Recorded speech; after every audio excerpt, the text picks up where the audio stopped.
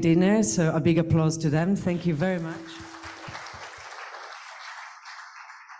Now, before we start, some housekeeping notes for you. For those connected online, please, whenever you want to take the floor, raise your hand, switch on your webcam, your camera, we need to see you, and make sure you have a microphone so that we can hear you properly. If you're not speaking, I'd like to ask you please to switch off your mics so that we can hear the online speakers as well. Today with us, there's also Rio and Dika. If you can come, please, come here. We have a professional photographer and a video maker because we need professional material for our website and to promote what PRIMS is doing. Therefore, these two lovely people will take pictures and videos of you. If you do not want to be, featured in the video nor pictures of you taken, please let us know, and of course we'll make sure that you won't be in it. Okay? Thank you very much, Rio and Dika. Thank you. This session will be recorded, just for you to know. We will make the recording available after the meeting for those who couldn't attend and for those who are still sleeping right now.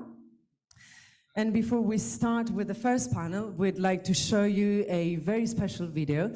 We reached out to Seth Godin. He's a marketing guru and specialized in AI. He wrote 21 books about marketing and AI, best-selling books. He's also a TED Talk speaker.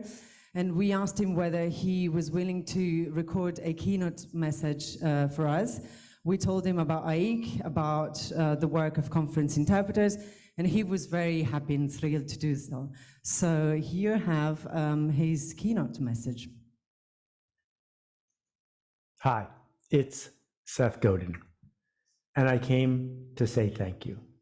Thank you to the hardworking interpreters, to the people who do simultaneous translation, to folks like you who have been showing up and enabling people like me to do my work around the world, but more important than that, for the audiences you serve, for the conferences you attend, for the change you're able to make.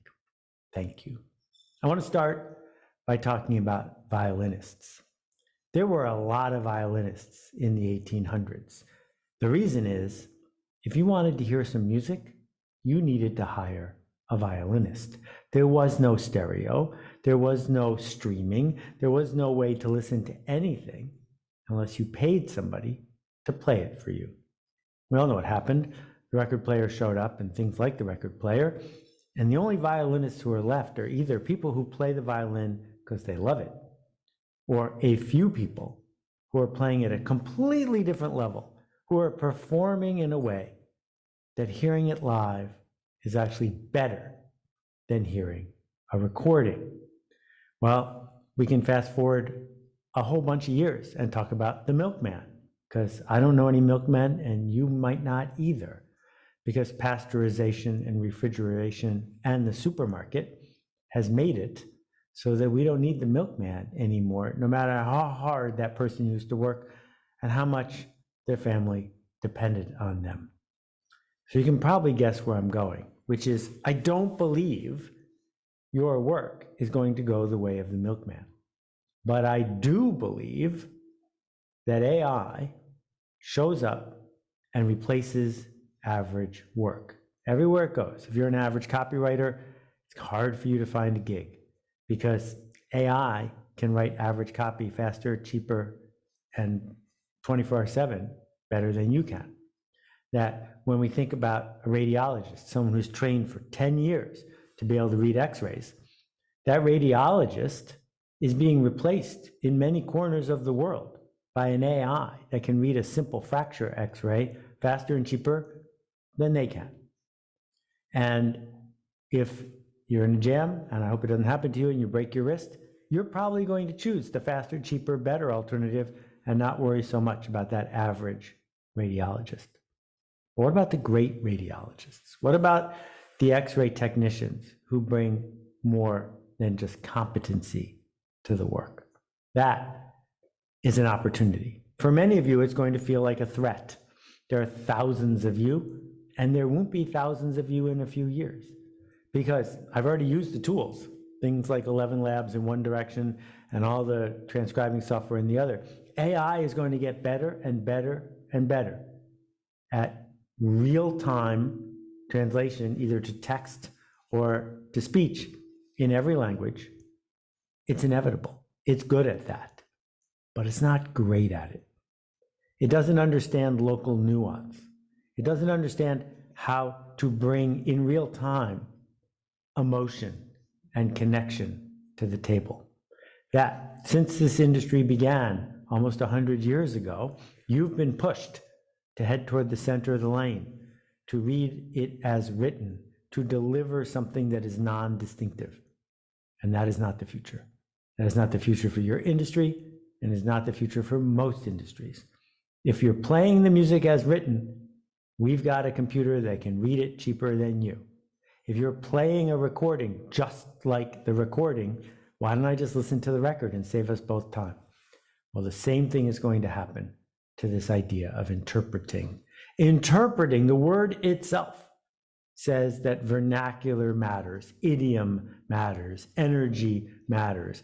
Being able to bring goodwill and humor and emotional connection to the table. That is why we will pick you instead of that cheaper person down the street or that computer just past that person that's cheaper and more convenient still. The slogan of the industry can be, you can pick anyone and we're anyone, that you can race to the bottom. Because the problem with a race to the bottom is you might win and have to live there, and you cannot be cheaper than an AI. The alternative is to race to the top. When we race to the top, we say, you're going to pay a lot, but you're going to get more than you pay for. That other people can do this, but when I do it in a way you will know I did it. That you will miss me if I am not here. And the interchanges I've had with people in your industry, I can testify that that can be true. It's not always true, but it can be true. That when the speaker engages with an interpreter who is bringing something extra, something local, something live, something magic to the interaction, everyone benefits. So the work ahead is not to fight AI. You cannot fight cheap and convenient, but you can dance with it. You can point out that some venues probably should pick the cheap and convenient option. But when it really matters, when the people who have come to the event came to the event for something special to happen, the incremental effort and cost of bringing a professional like you to the table is tiny. But that means we can't keep trying to fit in all the way. Fitting in all the way is difficult, if not impossible. No, the alternative is to stand out, to be the kind of person that would be missed if we are gone. I call that making a ruckus, showing up with generosity and doing it in a way that we know you were here. That is the future for this industry. Keep leading. We need you. Thanks. Go make a ruckus.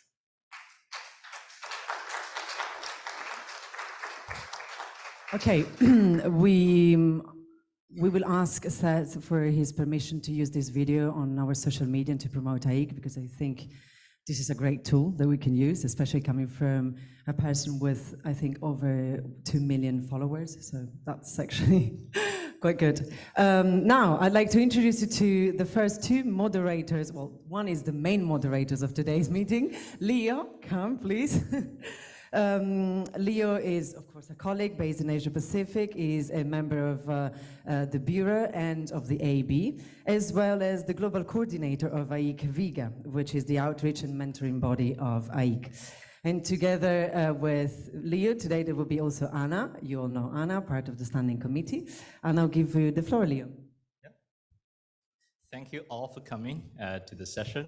Well, as introduced by Federica, I have two roles in AIC.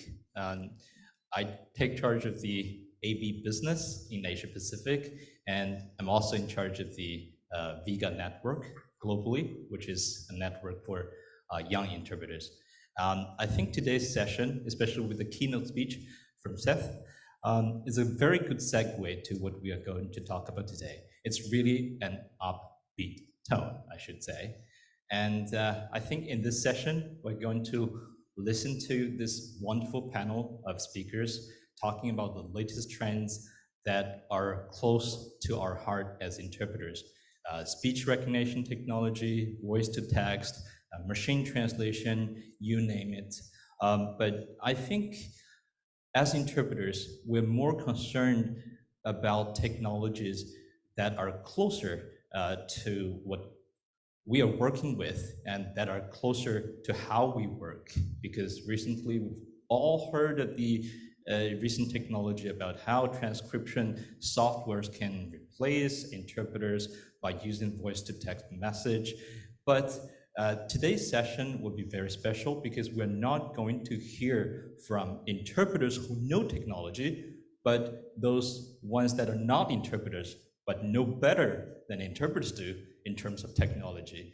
And I think it's a rare opportunity in AIC, and this is the very first session since the prevalence of ChatGPT in the last year. I believe the session will be very exciting and bring us many more new perspectives. So without further ado, I'll give the floor to Anna, who will be introducing today's panelists. Thank you, Leo. We have two speakers online. You will probably soon see them on screen. If I told you about a colleague who was born in Alaska, but holds a PhD in folklore, you think that's perfectly normal. No one will be surprised, right? Just like one of us. Only that he's not an interpreter. Dr. Arl Lomel, he's actually a world-recognized expert in language technology, human factors in artificial intelligence and machine translation. He previously worked at the German Research Center for Artificial Intelligence, and he's now a senior analyst and director of data services. Thank you so much for being with us, Dr. Lomel. Here in person, may I ask you to walk up with us to the podium? We have Johan Ines.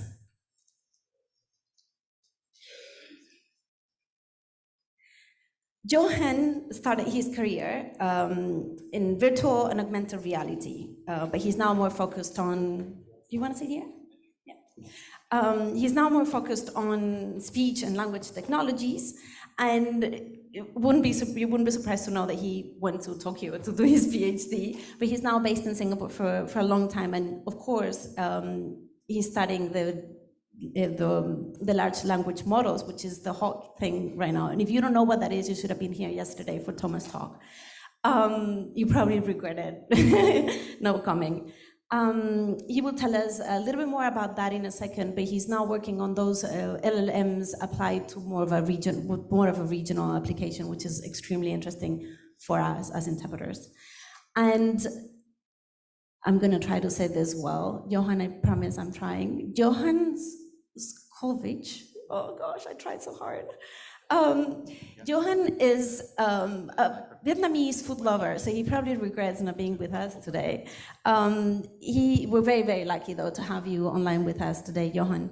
He is working for Google, and he's been a leader in the speech recognition technology for over 25 years. You've probably read this, but in 2008, he actually built the first search by voice engine for Google. It was the first search by voice engine in the world.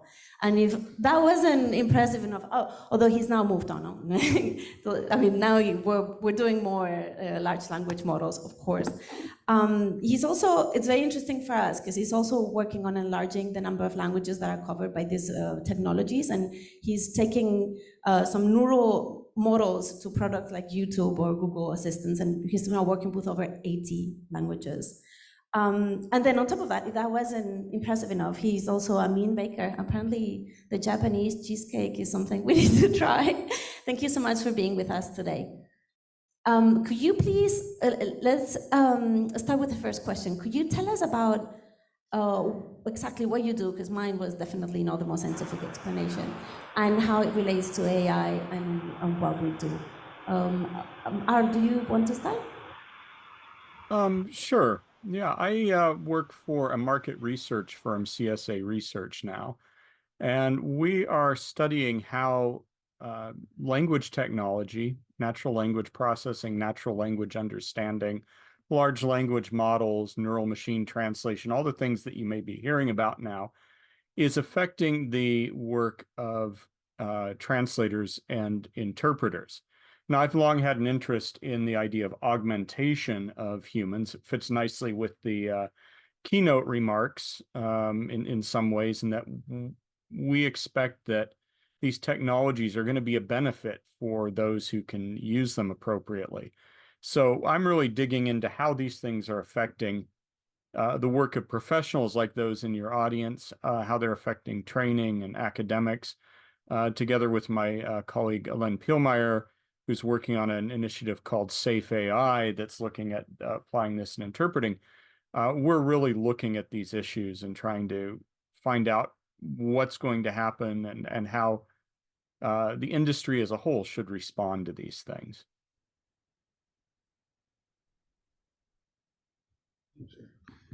Should I continue? Okay. Yeah. Thanks for your introduction already. That gave already a lot of details of my history and experience. But yeah, right now I'm working at an Institute for Infocom Research in Singapore. And this is kind of applied research. So the intention is to help companies with the technologies. And so we're trying to make use of the technologies or make it useful for the end customers and users.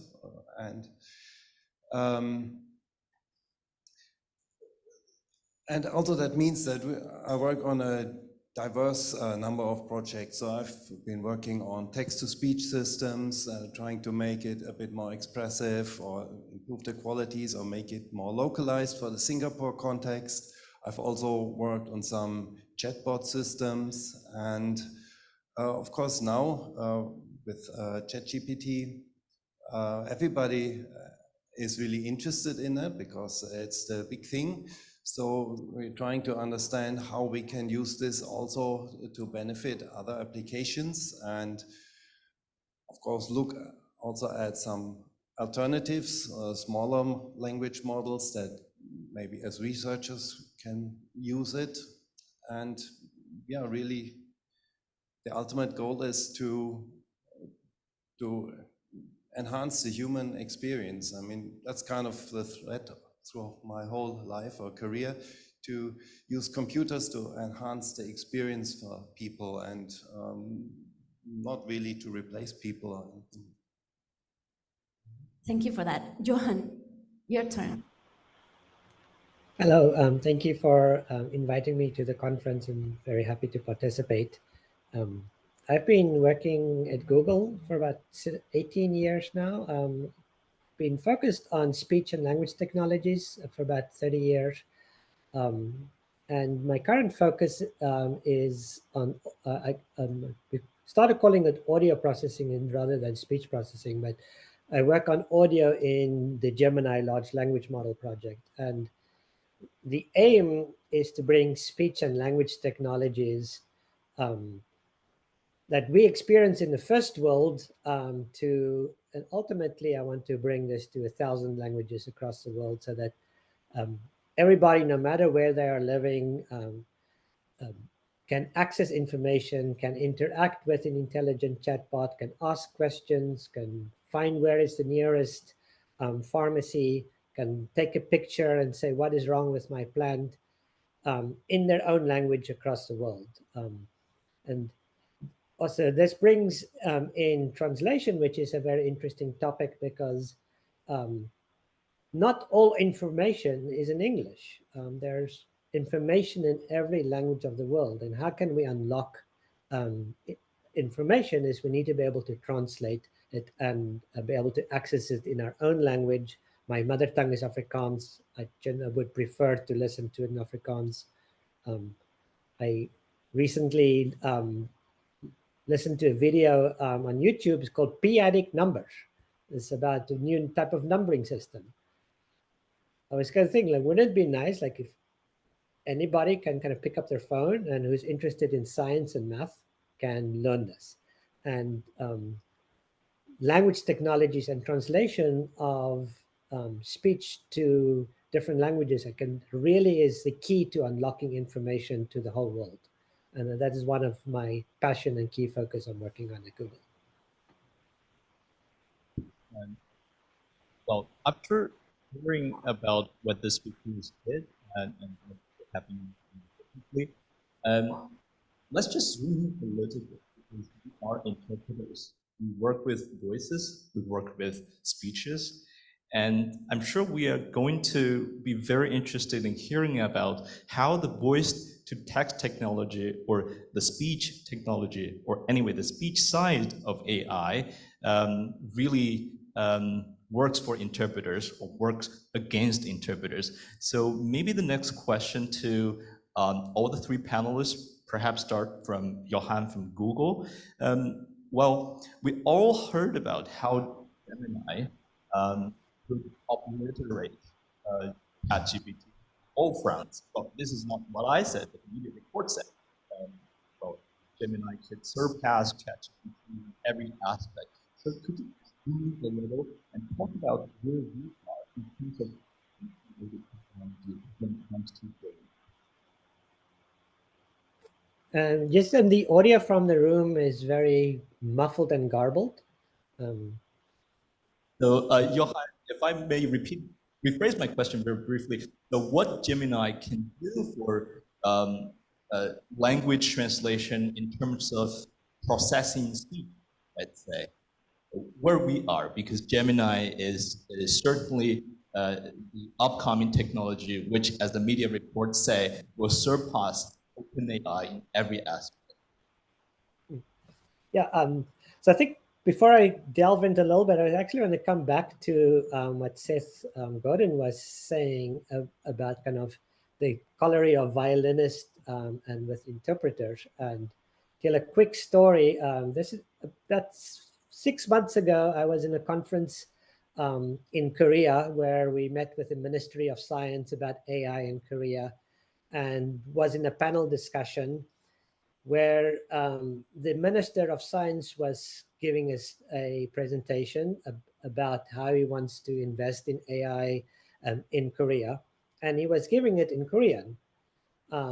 In the booth in the side, there was a lady translating in real time a conversation that considers topics in government, topics in science, topics in AI with incredible fluency. And I was, as a builder of this technology, I was kind of looking back, will AI, the stuff that I'm building on a daily basis, ever be able to do what she can do? So fluid, as if I was listening to her, but also listening to the presenter, like naturally he was speaking English to me because of her skill. It was absolutely a remarkable experience, because what I'm building today on a daily basis is nowhere near that level of capability.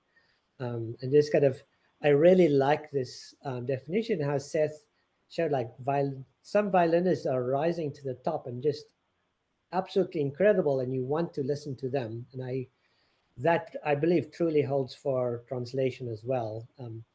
The way I see where we are today is you can get in a subset of languages, you can get decent translation so that when you're traveling around the world and you want to navigate and ask a question to somebody in country of a language you don't speak, you can kind of start breaking that language barrier. You can potentially make a new friend, or you can order the right thing in a restaurant. And that's a fairly big step, actually, from not being able to communicate at all. And I think over time, this will become a little bit more fluid. The range of topics that you can have a fluid conversation with will change. The number of languages will increase. Coming back to kind of the expanding for the whole world. But I'd say it's, to say human level quality is actually very hard to define in terms of translation. I think the potential, in the context of this conference, we should have a metric of expert level quality in a given language. And that's very, very different from a normal bilingual speaker. real-time translation on any topic in a, let's say, in a context of a presentation or a conference is a very hard task. It's very different from somebody who says, I'm bilingual, I can turn Afrikaans to English. I'd like to pose the same question to Johan and also Aro. Johan has been saying that these technologies should be there to augment or to enhance interpreters' capabilities of doing our job. And your job has been researching on human-machine interaction. So they're there to augment our work, not replacing our work. And for Aro, because you are doing a lot of research on translation industry, I'm sure you can also share how you think about the current speech technologies in enhancing interpreters' job from an insider point of view. So maybe we'll start with Johan.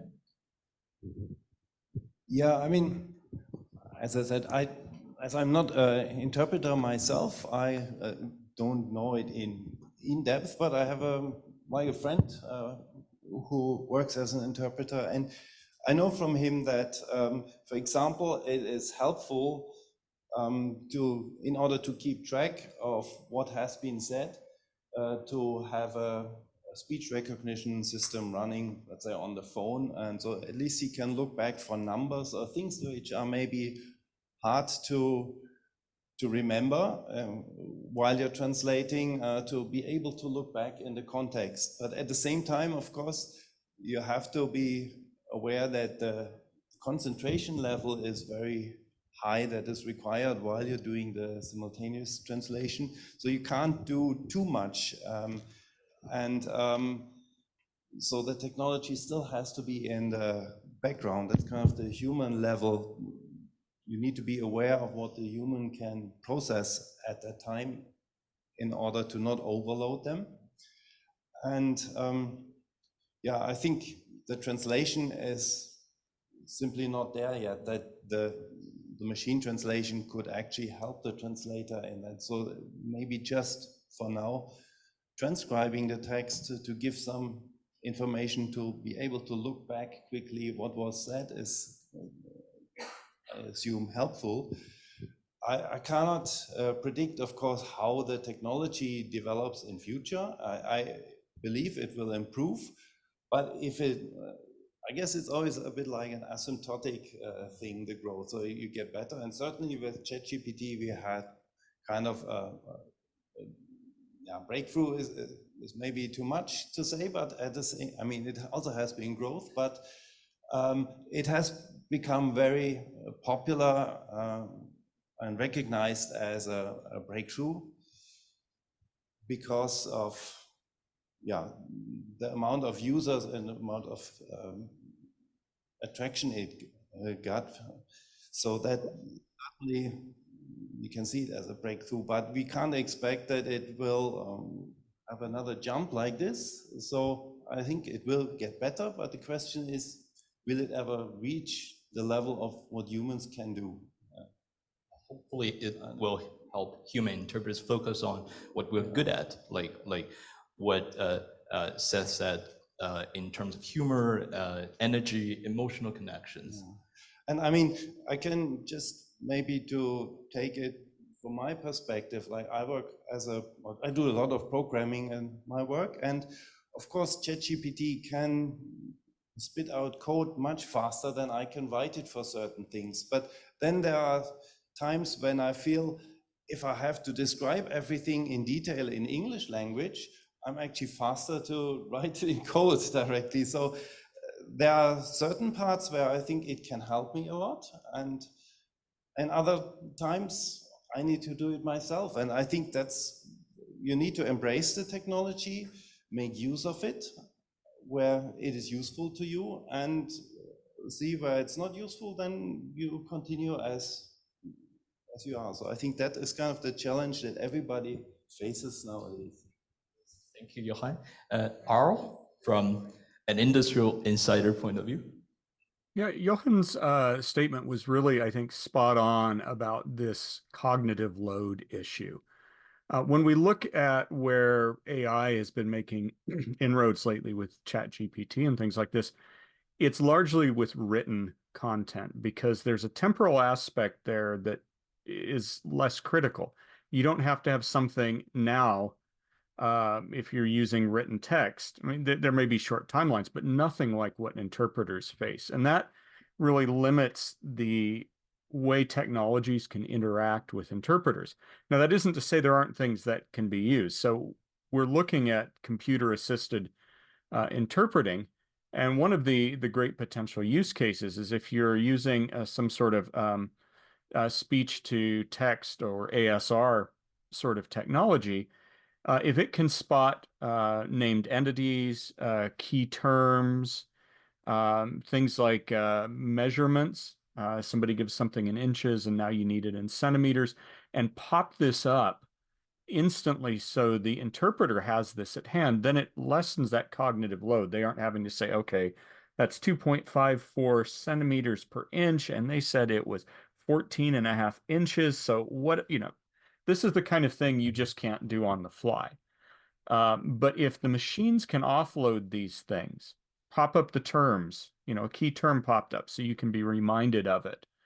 Or if, a name pops up and it just can provide some quick information. All these things can assist the interpreter. The other thing that I think is key in talking about this is looking at it from a risk profile. There's some cases you wouldn't want to use machines. There's quite high risk. Other cases, like if you're just ordering food at a restaurant, machine interpretation is going to be a perfectly serviceable alternative. But if you're giving someone a medical diagnosis or interpreting for diplomatic discussion, there's no way you'd trust a machine. I'm thinking about Seth's thing. I'm reminded of a story that Murumatsu Masumi, a very famous interpreter, told that he was interpreting for a UN summit. And in the midst of it, Margaret Thatcher said something, and Ronald Reagan turned to her and said, "I love you, Maggie." And he thought, how in the world do I translate this? Because if I translate it literally, say what Reagan said, I'm going to cause a diplomatic incident because the Japanese are going to think he's confessing to something. And he had to think on the fly, how do I express this sense of appreciation without creating that? And that's the kind of thing you could never trust a machine with. So when the machines can recognize their limits, can call humans in, there's a lot of potential here, but it all has to be worked out still. Should we? Thank you. Thank you very much. We'd now like to give the floor to you. Do you have any questions? I'm referring to both attendees on site and online. Please bear in mind that we won't be able to accommodate all questions, so choose wisely. No questions so far? Yes, there's one question. Well, thank you very much to all the panelists for this interesting and thought-provoking presentation. What I wanted to ask is, we as interpreters can spot mistakes in our own delivery. And machine interpretation or machine translation is based on the corpus that the machine has. My question is, who ensures that there is quality in the translation and in the interpretation that the machine is fed so that we can get a quality translation and a quality interpretation? That means how do we make sure that the corpus that the machine has is reliable enough for us to trust it? So I'm not sure who the question is addressed to, but if I may take the liberty of giving the question to perhaps Johan from Google, because Gemini certainly has a large corpus model for AI training, I believe. Yeah, definitely. So I think the key here is a very astute observation. The quality of our models is only as good as the data that goes into the models. If you have garbage in, you get garbage out. And so that's key is how do you add higher quality data? So a couple of things that we do for that. For example, when we have applications like Google Translate, one of the key signals is the user who's using the application, a simple thumbs up, thumbs down on the translation is it's a weak signal, but it's a signal that can tell you that this is a poor translation. There are a small number of users who actually will click on the edit button and say, this is completely wrong, it should be X. But a small percentage of people who can do that at scale can help teach the AI become better. And so I think it's the user of these applications is very much part of making it possible.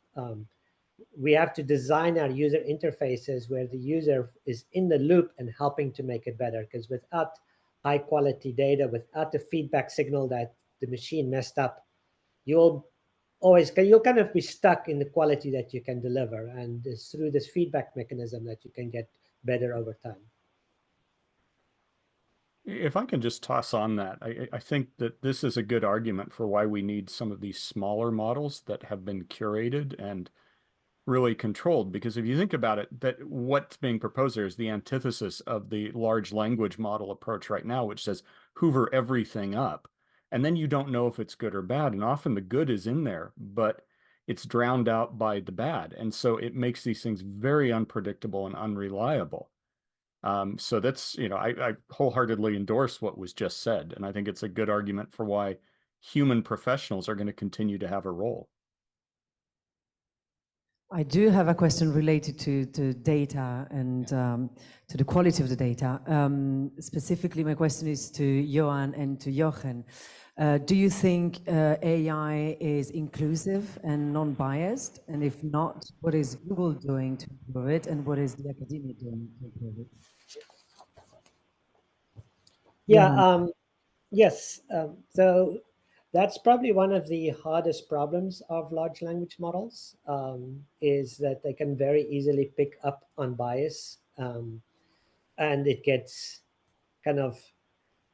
it follows the distribution of the data. And so if the distribution of the data is not inclusive, unfortunately, the model won't be inclusive. And so one of the core principles of the Gemini project is tackling bias and inclusivity. And here, a mantra that I've shared with my team a lot is eval, eval, eval.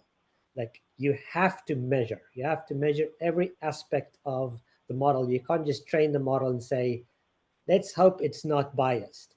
You need to build evaluation sets that try to probe for it. And that's not easy. We also connect with external companies who help us to do this, and experts to probe the model to find its weak spots. And through these, we can start learning how to protect against it. So the most important thing to address bias is to measure bias. And that's a pretty hard problem. And so this is where we invest a lot of our time in the project, is building very robust evaluations so that we have a little bit more confidence that the model is less biased, is more inclusive, is not spitting out hate speech. And it's a long-term, forever task. It's not that you'll have a magic button and solve it overnight, but is very, very important topic, and it starts at robust measurement. Thank you. Jochen. I think the question was about two things. First, is it inclusive, and then the bias. And I think I just want to quickly go about the inclusiveness, because I think basically ChatGPT can be used by anybody who speaks or can read the languages that the machine supports, which is, of course, a lot of languages: English, German, Chinese, more than probably I can list now. But of course, we have to be aware that there are languages that are not supported by the system yet, because maybe there are not enough resources of written form. I mean, there are even languages that don't have a written language. So consequently, there are no documents in the training set that the machine could learn this language from. And so this is obviously a limiting factor based on the data that's available. At the same time, of course, maybe the major languages can be supported by that. So I think that is all I want to say for the inclusivity. About bias, I think certainly that is a huge problem because you just need a lot of data to train these large models. And as was said before, you have to clean up that data. Or sometimes it is simply that also maybe the culture also changes over time. So if you have a lot of documents from written many years ago, for example, the use of pronouns, and so it was more usual to just use the male form, he does that, or the user, and so. Whereas nowadays it's more, people are more aware to use gender neutral pronouns and all these things. But the training data contains a lot of that data that is still kind of the old thinking. So of course the machine will also pick that up, and maybe if there's only smaller amount by comparison doing this gender neutral thing, then the model tends to behave like the majority of data. Thank you. Talking about change. There's a question. Sorry, please. Hello, I'd like to ask a question to the panel. And my question is, why are we concentrating efforts and investments in developing solutions at replacing human interpreters instead of developing tools which could reduce our cognitive load? I think you've tackled this roughly, and I would like you to expand on it. I mean, isn't technology supposed to mitigate unnecessary efforts that we are making in our daily lives? Thank you.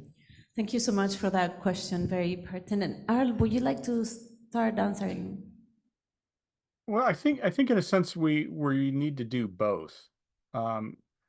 There is a whole lot of situations today where interpretation, the active interpreters would be highly beneficial, and yet they can't be deployed, and where machines, while maybe not perfect, provide a something where the alternative isn't having a human in the room, but having no interpreting. So we need to have that, but then we also desperately need the ones that are going to augment the ability and capability of the human, you know, to help them do a better job, to reduce errors, to reduce cognitive load, all the things we've talked about. So far, you know, I think the question is very pertinent because a lot of people do think about this as replacement rather than augmentation. And that sets certain expectations that I think are not going to be met. But if we treat it as a question of augmentation, and that augmentation can include filling in the gaps when a human can't be in the room, or doing things like, you know, doing something like helping people coming in and doing intake for a medical evaluation, and then looping in a human remotely when it's needed so that there's always the fallback. There's a lot of work that can be done here. But if it's just seen as replacement, I agree, that shouldn't be what is being done, and that's harmful. But I'm seeing work on augmentation as well.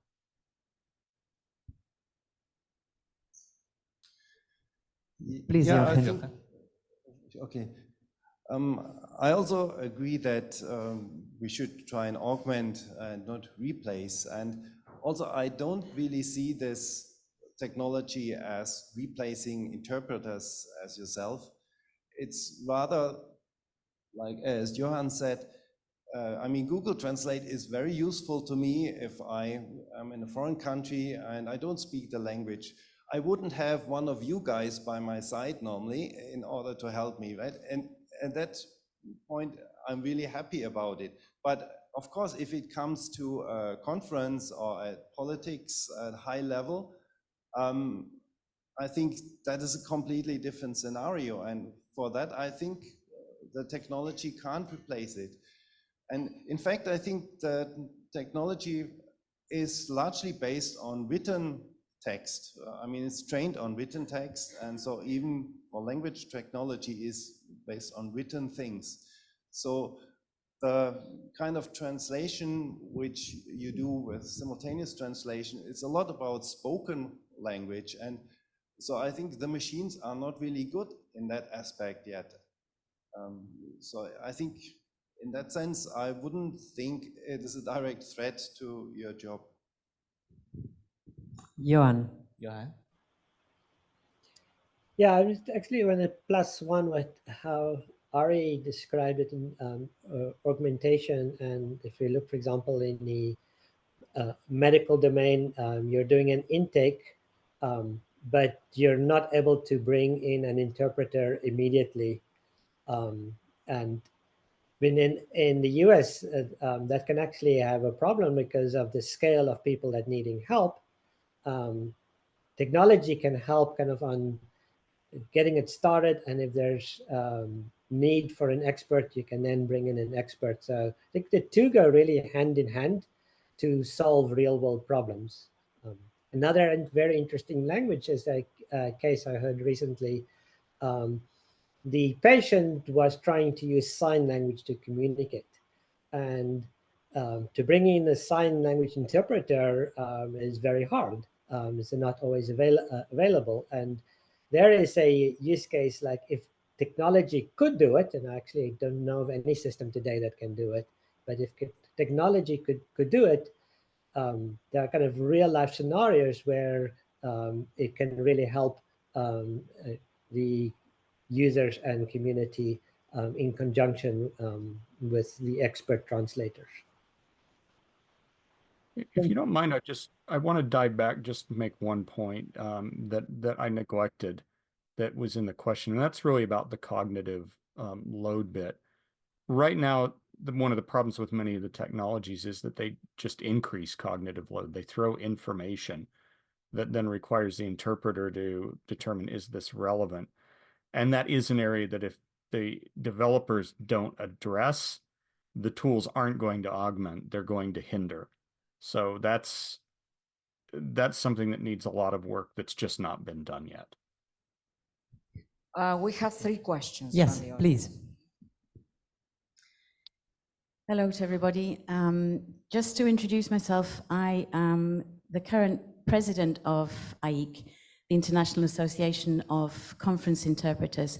And in that capacity, I am ultimately responsible for the message that the association sends out to the outside world in terms of how we are reacting to developments, but also the message which goes to our members, 3,000 plus, literally the world over. And right now, the overwhelming message I am hearing from a lot of our members is one of panic. Panic, which I know is not only within our own profession, it's pretty much cross-cutting. So I would like to ask 2 questions. One, if you yourselves were an interpreter, put yourselves in the shoes of an interpreter, on the scale of panic, worry, concern, where would you stand right now? And following on from that, if you were an interpreter, particularly a young interpreter who is just setting out on their career course now, what would you be doing right now to ensure that you were keeping up with developments and trying to protect your job, actually, because that is one of the questions which is being raised. Thank you. Thank you. Arl, would you like to start, maybe? Yeah, I think that there is cause for concern. I don't think that it's, running around hair on fire time right now, because the technology isn't ready to replace humans. Will it get there? I'm skeptical that it's going to be able to replace humans in whole, but certainly at the margins, there's cause for concern. And if you're looking at guidance for what's going on, I will mention the work that's going on in the Safe AI task force. We're working with a large group of stakeholders on this, and we're going to have a report that will come out in March that will address some of these issues. Now, that will be freely available. But another thing that I would say is, if you see your value strictly as importing words from language A to language B, what is the value that you're really offering? And people will say, well, a machine can do that. We can replace you. If you're able to bring something else to the table, and this goes back to the keynote remarks, but if you're able to bring something else to the table, say, I can help you bridge cultural divides. I can, I think of people who've done concierge interpreting to help travelers and other things. Now, whether that can be scaled, I don't know. But if you become a cultural consultant that is serving to bridge messages in a way that isn't just language A to language B, you're going to offer considerable value. The other point I would say in response to this is the technology is coming whether we like it or not. The biggest risk that you can have is to ignore it. I know it can be frightening, but actually gain experience with it so you know what it can and cannot do. And that puts you in a position to know what you should do and where you can use it. So the real fear shouldn't be the technology, but lack of knowledge about the technology. So don't, as we put it sometimes, don't fear the AI reaper, but fear other professionals who can use the technology better than you. Thank you so much for that answer. You want to take over? Yeah. Me? Yeah. Yeah. So, I mean, given that I kind of train models like these on a regular basis and I measure them, I have a fairly good feel of where we are today. And if you're translating, let's say, from English to Spanish, it's a much easier task, but even that is not perfect, but those systems works pretty well. If you start going across the languages of the whole world, say Vietnamese to English, or just, I would say, doesn't really work. It's so far from being even a usable system. Like, I think it's usable if you want to solve some ordering in a restaurant problem. And so human level quality across all of these languages, I think, is still very far away, depending on language, of course. And so if I was in the shoe and answering, would I be panicked? My answer, I would not be panicked. I would be concerned in the sense that I need to know about this, and I hear about it, but I don't know where to find information.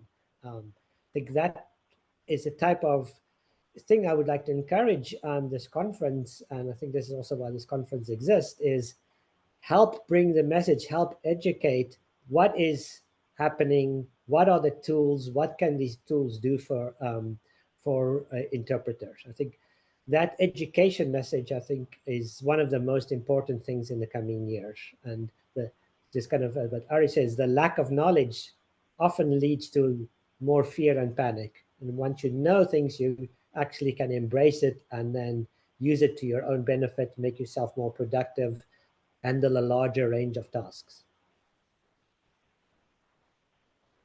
I cannot agree more with this, because it's very important that you play around with this technology and try it out for yourself and try to make use of it.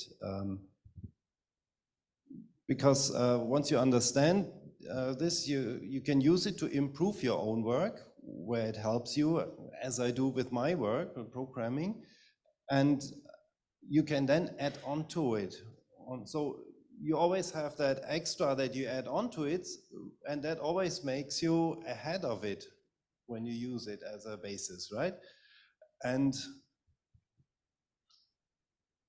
yeah, so you probably, if you don't do this, then you have to be afraid of your colleagues who can use the technologies and therefore are better. And if you don't do that, then your colleagues might outcompete you, but it's not the technology that will replace you. Thank you. Next question. Hi, I would like to nuance something that has already been mentioned, and that is that we're talking here about a tool. And I would say that instead of calling it interpretation, we should say that it's an automated spoken translation tool. and perhaps give it an acronym to show that this is a tool and not a human. So I would propose AST. And I would say that we could call this a serviceable tool. And it's very helpful in very many cases, like when you're traveling, when you're going to a pharmacy, if you're suddenly in a hospital and you have to speak a language you don't know. I think this is amazing. It's a breakthrough, but it is not interpretation. So I would say for the deaf community, we could have something similar, which is the automated sign language tool, so that they can have, in fact, automated subtitles rather than sign language per se. So these are excellent tools, but they're not interpretation. And I think we have to really nuance that. Thank you. Next question. Hello. So we've heard that the technology is not there yet, and that is a very positive tool for interpreters, and that's very reassuring. And that's from the practical side of things. My question is from the theoretical part of it, from that perspective. Would it be possible in the future? Would it be possible theoretically to develop an AI that would replace humans? And the other question is that a goal? Is there an intent? Not personally, maybe not from our panelists' own personal goals, but in the field of the developing of AI. Is that a goal? And theoretically, is it possible to achieve it? Thank you. Who would like to answer first? That's a trick. I can tackle it. It's hard to predict, I'd say, theoretically where we will reach. But that said, and just looking at just the last 2 years of how technology has accelerated, at scale, more and more things are becoming possible that we can reach human level performance in certain tasks. And over time, more of this will happen. So I think and from a theoretical standpoint, I think it's achievable, but on a timeline, I can't predict at all. But just kind of looking back at like reading radiology has really increased. I'm finding like footprints for cancer and eye scans can do it at better than any doctor can do. So slowly certain tasks are becoming doable. Can we translate from any language at the quality of the Korean interpreter that could do politics and tech jargon in real time in any language? This just seems like very far away, and I'm not sure how. That said, what I would like to, and this is in a sense an explicit goal I have, I would like to unlock the world's languages so that people who can't necessarily read and write can pick up a phone and ask a question and get an answer in their own language. And that requires being able to translate information across the language of the world, because that this is one of my core beliefs here, and also the goal. If we can unlock information in your own language, you don't have to learn English to communicate.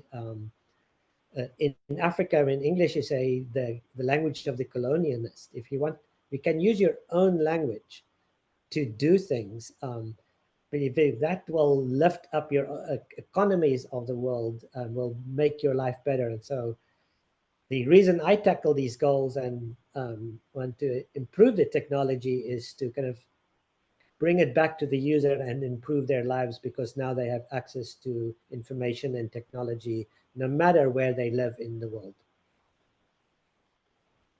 Thank you, Johan. Jochen, please.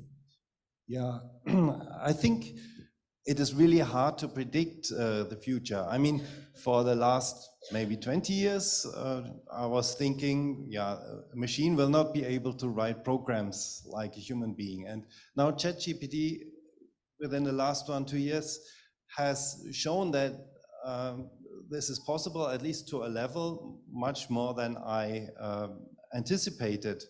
suddenly. And I mean, even you can argue with it and ask about certain parts in your code, for example. So I believe there is a certain level of understanding there. So it comes closer to the human understanding of things, and therefore also the translation becomes better.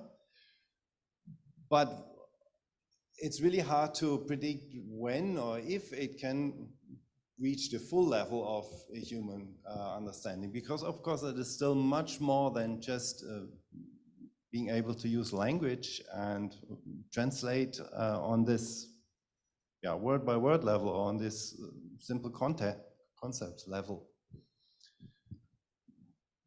We have more questions in the room. Yes, please. Yeah, I had a question about intellectual property rights. All the material written translation has been initially translated by humans, and as such is supposed to be protected by intellectual property rights. Is this a lost battle? Because this is what's being fed into AI. Is there any point in trying to protect that intellectual property, or is it too late?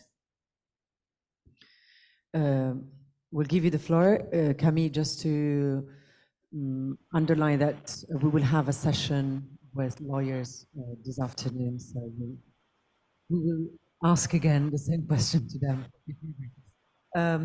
Please, Arl, maybe you would like to answer this question? So this is a very complex area. And one thing to keep in mind when you look at what's going on, in particular with large language models, is they do not preserve the training data. They can't look it up. They don't have copies of it. And this makes it very difficult to apply current copyright law. There's a suit in the US right now from the New York Times that is trying to test this. There's others trying to test it. It's uncertain what the courts are going to do. So I don't know if it's a lost battle or not, but I think framing it in those ways may be simultaneously claiming too much and also conceding too much, because you have to really understand how the technologies work and how that intersects with law. And right now, if I were younger, I'd go to law school and specialize in translation and interpreting law, because I think there's going to be a lot of money in that coming up in the next few years. Thank you.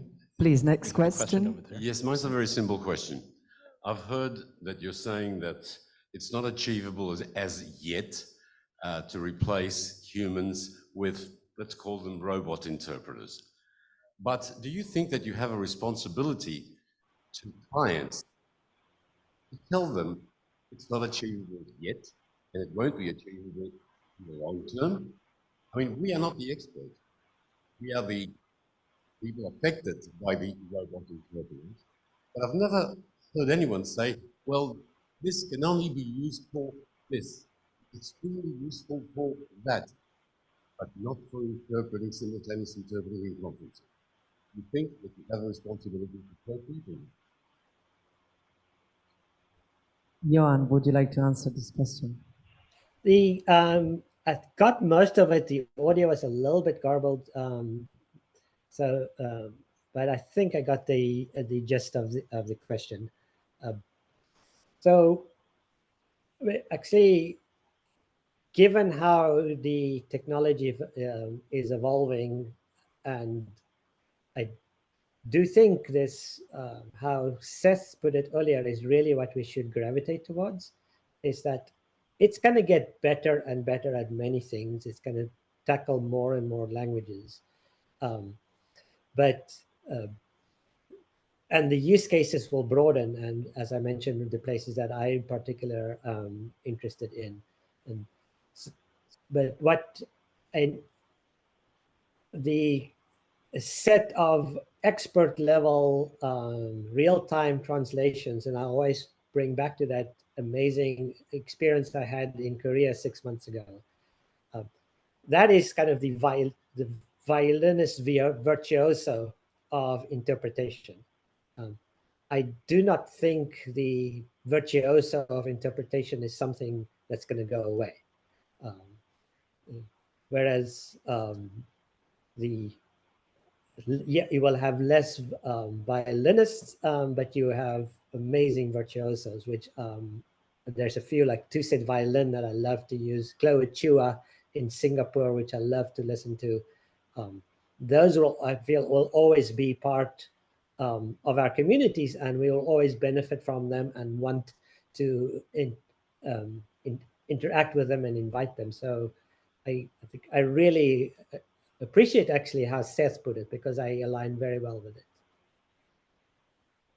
Johan, if you may reply to the question, just to make sure if I understood it correctly, the question was, do you think that people who are developing these programs have a responsibility to explain what they're for, and that they're not conference interpreting tools, but they are served to a very specific purpose? Yeah, so I think my short answer will be yes. And I think education about these tools, and I like that terminology as well, because I believe Gemini and ChatGPT are the ultimate tool. But education about what it is and what it can be used for and how it can be helpful is really important for people to really understand what it's doing. Yeah, but I think, I mean, education is one thing, but at the same time, the technology is so new that there are no education programs also. And it's not even clearly defined, this is what you can do with the technology. In fact, people find out new uses of it. I think in that sense, it is also kind of your responsibility to try it out, play around with it. I mean, I guess there are two aspects of it. And in a sense, you want to know yourself maybe what is possible. And I think you best get the experience by doing it hands-on. Of course, I see also the problem that when it comes to marketing and selling your services to customers, that you need to convince the customer that this machine can actually help you. This is, again, a different issue. I guess you have to, so if you want to sell it, then of course you need to make that issue also clear to the customers. Because I think you yourself, once you play around with it, you will find what it can do and what it cannot do. And yeah, in some ways you may be amazed, and in some ways you may find, oh, that's not really that helpful at all. We have another. I just want to talk some. There's one online, by the way. There was a hand raised, not anymore. So just to say to those connected online, if you'd like to take the floor, please raise your hand. Next question, please. Hey, I'm Pauline from Belgium.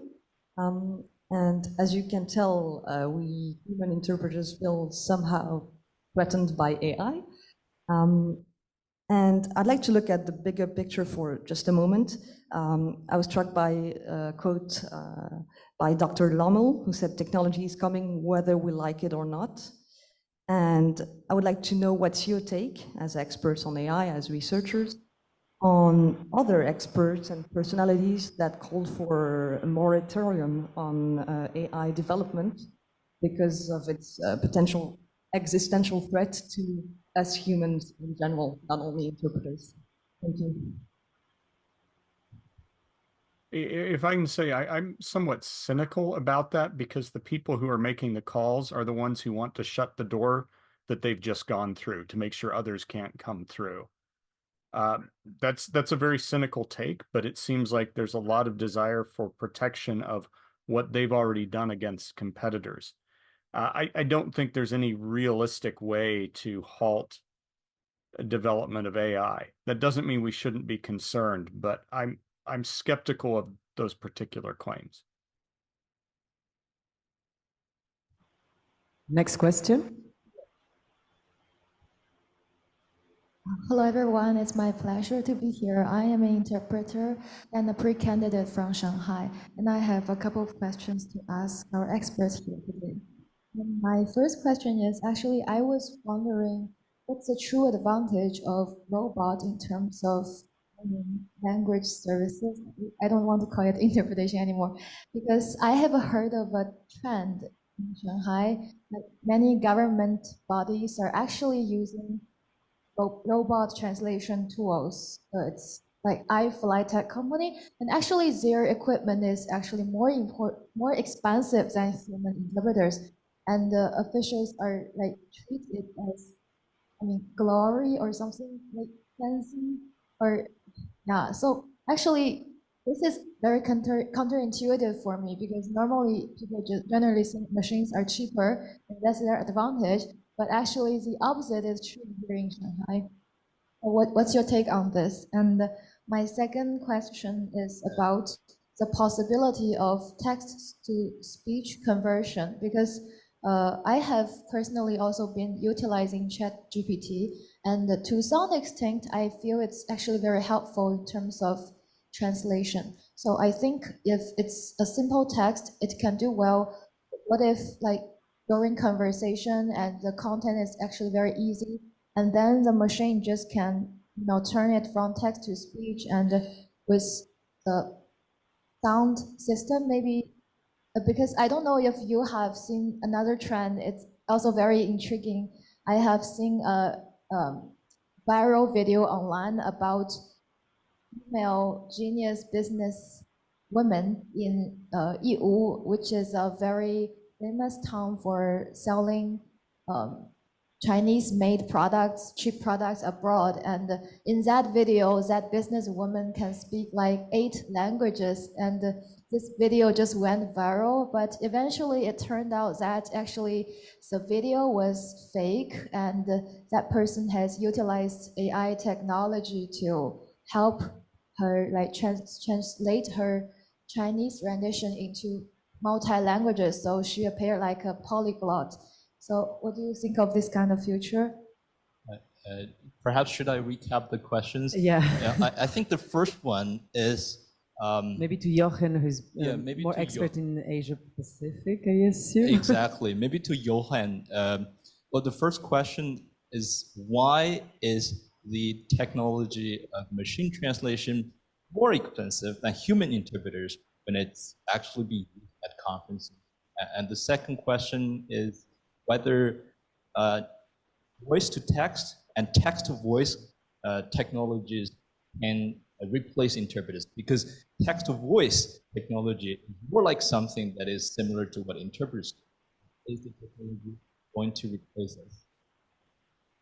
Yeah, so to the first question, I'm not Chinese, so I can't really judge them, but it is my impression that maybe because the economy is growing and wants to project that image of being very tech-savvy.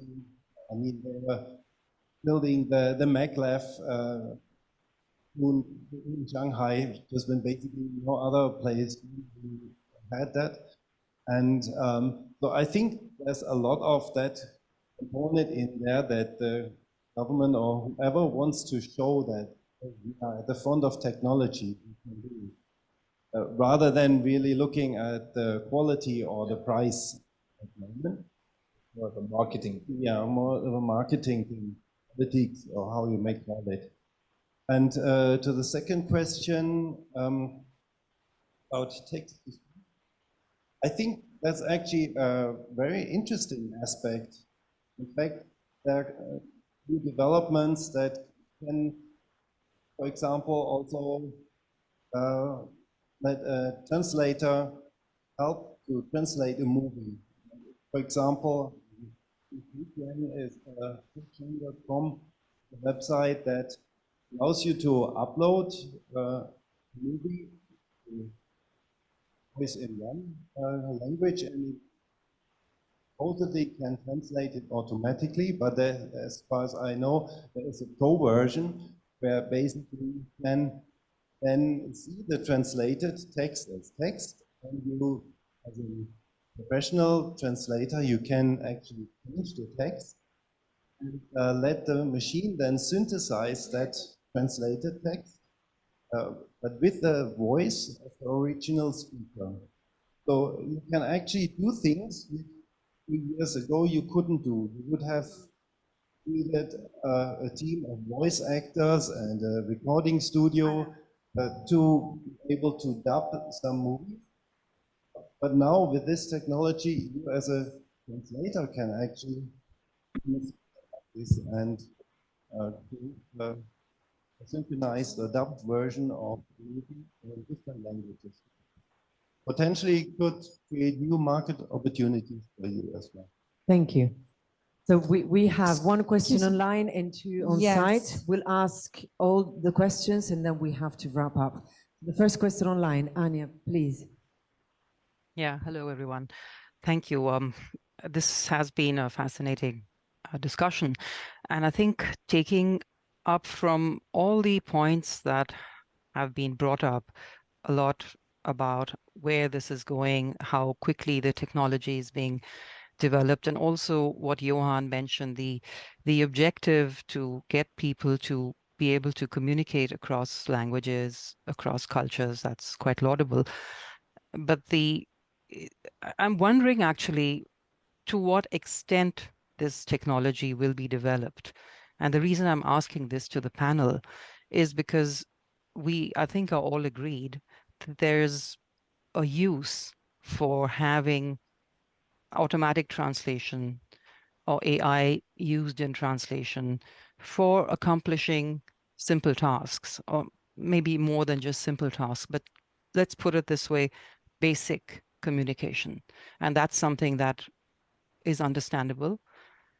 My question is actually, all of us who know language, and I think a lot of the interpreters here are very familiar with language and what language can do. I'm not sure sometimes that people who are developing these AI systems are as familiar with language or understand that there are nuances that I believe, I could be wrong, of course, but I don't see how language can be understood in all its aspects, in the way a person does, a human does. And the range of expressions, the way we think, the way we express ourselves is very difficult for a language, for a machine to imitate. So I do believe that if we continue to develop this technology, I mean, there should be an objective or maybe an endpoint. That's the question I have right now, because what would happen otherwise is that we eventually would possibly reach a situation where, yes, we have, as was said right now in Shanghai, we have a situation where AI or robotic translation or interpretation is used everywhere. And the standard obviously comes down. That's what happens eventually, that the level of expectation of language, the creativity of language will obviously come down. And then going back to the keynote, the violinists, the virtuosos, will no longer actually exist because there won't be a demand for that, because everyone is used to that sort of very uniform output. So my question to the panel is, to what extent do you want to develop this technology? Yes, I mean, to put it briefly, that would be my question. Thank you. Thank you, Anya. The two questions here. Please, David. Yes, actually, it's a question that I think is linked to what we just heard. You mentioned Google or ChatGPT feedback, thumbs up, thumbs down, or commentary that you can get. Obviously, this is new and it's been happening for the past 15 years. So the generations that have been curating the answers come from an old school hard skills learning curve. How do you feel that the new generations that have been, I'm talking about Gen Z and Gen Alpha, who's been really fed with those technologies and use them every day without second guessing what the answers are, do you feel that that might influence AI to the point where we would lose cultural specificities or linguistic specificities because of this kind of globalization of these tools and the fact that the new generations would be fed more by these tools than by local actual hard skills learning curves? Thank you. Next question and final question. You need to give him the mic, Vera. Thomas. It was Thomas. Okay, Thomas, please. We'll have time afterwards, don't worry. Hello. Thank you very much for your insights. I am AX, Artificial Intelligence Task Force Coordinator. I'm not asking a question, I'm rather making a petition or an appeal. Because in my capacity of coordinator of that task force, I get to talk with a lot of colleagues who are panicking, and I understand them. I think AI-driven automatic translation spoken solutions, to draw on what some colleagues said in the room, well, people developing those solutions will help us if we were less enthusiastic from a marketing point of view when presenting those tools. In their discourse, we hear statements such as unlocking information to the whole world or end language barriers. So interpreters have reasons to be concerned because in the meantime, some of our traditional clients are not hiring our services anymore because they are told that these solutions are good enough for that. So drawing on what several colleagues of mine in the room already expressed, please help us. Avoid losing days of work by asking marketing people in your organization to water down the wonders of what AI-driven solutions can't do. Thank you. We'll now give the floor to the three of you to wrap up, and if you can answer the questions, maybe you want to do. Instead of like repeating the questions, I'd like to say what Anya asked and what it's asked are like two levels of the same question. Do we lose the creativity and, at a broader sense, the cultural specificity of human? I think that's a question that really brings our conversation to the next level. Yeah, I don't think we necessarily will lose our creativity because we have another tool in our toolbox to do things. Yeah, the same way as maybe there's still violinists around, the virtuosos, for example. There's still a place for them, but maybe the mediocre or bad violinists, they won't have a job. I mean, of course, there is a shift, but at the same time, as I said, maybe you can make use of some of these tools to do things which you alone could not do before, like the double movie. And to me, it's also a bit part of life. You have a journey, maybe you face something, like in my case, I started with and now I'm working in voice technology, and it's kind of, as I said, the red thread is kind of this interaction between humans and computers, which I find very interesting and fascinating. And but there is going to be change, but that doesn't mean that while maybe a certain technology has made some things that I worked on earlier obsolete, or what I had to do manually before, but that frees me up to do other things that kind of build on top of it. Like in research, there's the saying, we stand on the shoulders of giants. Basically, we build on other people's work in research, we guide them and so, but I think the same is true also when you use tools like ChatGPT. You can get started with that, and then you build on top of that. Thank you. Arl?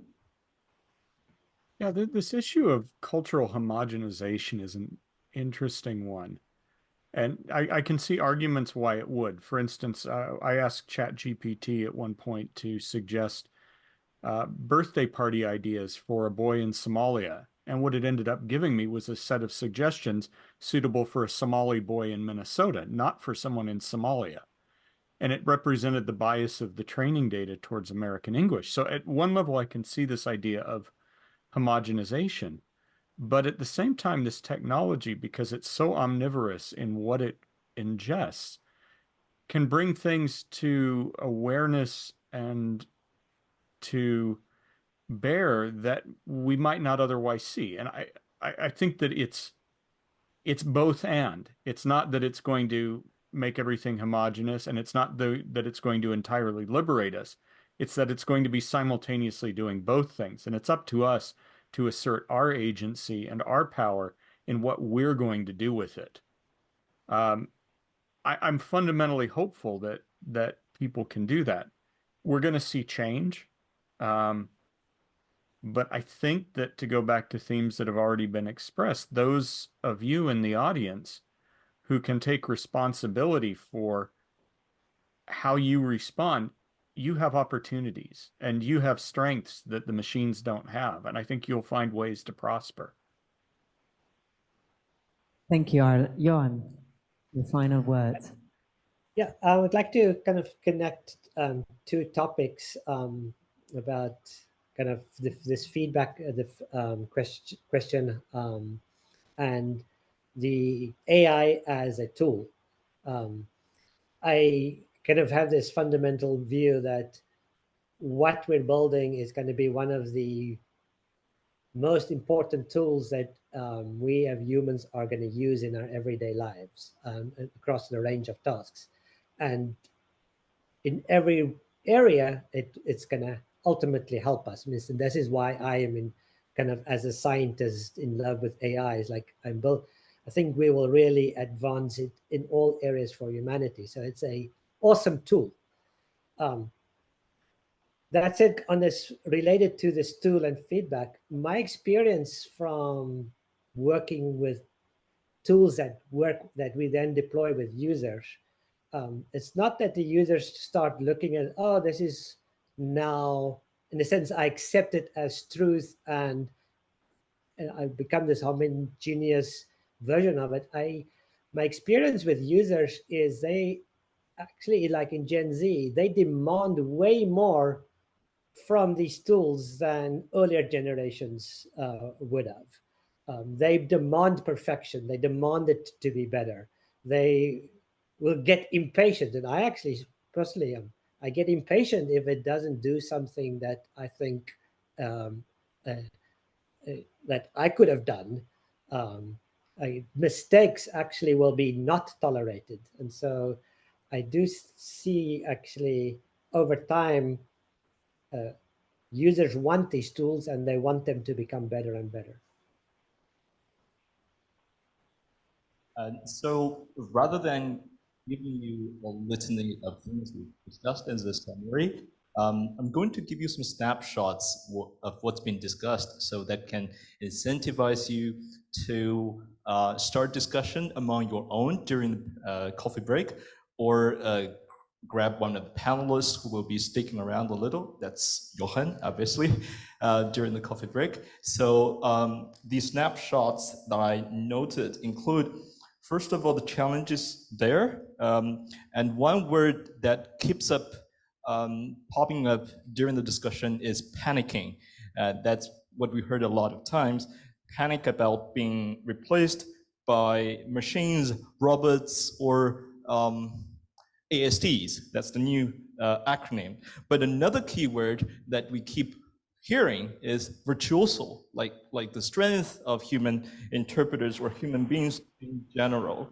Yes, there are risks, there are challenges, but I also heard that it's unwise to ignore the development of technology, because as we always say, and there is a famous quote about this as well, interpreters will not be replaced by technology, but interpreters will use technology, and that's applicable to every profession. So I'd like to end the discussion by borrowing the words from Arl, who said, human interpreters have the strength that machines don't have. And I think that really gives us some confidence. And so I now invite you to joining me in giving a big applause to all the panelists, Arl, Johan, who are with us online, and also Jochen, who is here on site. And our next panel will start in 20, perhaps 17 minutes at 11:30, and that's going to be a panel on AI and mice industry. So we'll see you in 17 minutes. Thank you very much. Thank you very much, Arl and Johan. I wish you a lovely rest of the day. Thank you. Thank you. Thank you, Arl. Thank you, Johan. Thank you. Okay, now coffee break. Now it's time for coffee or tea.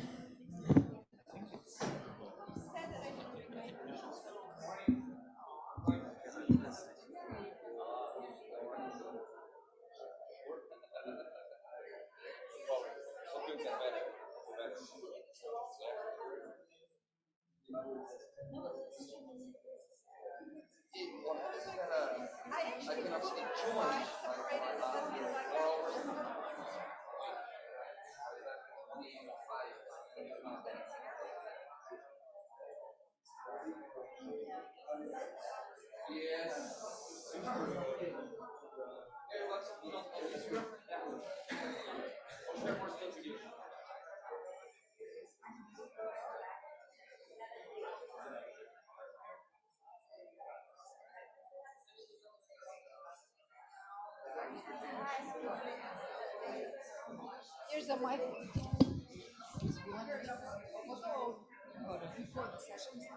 No, no. Hello.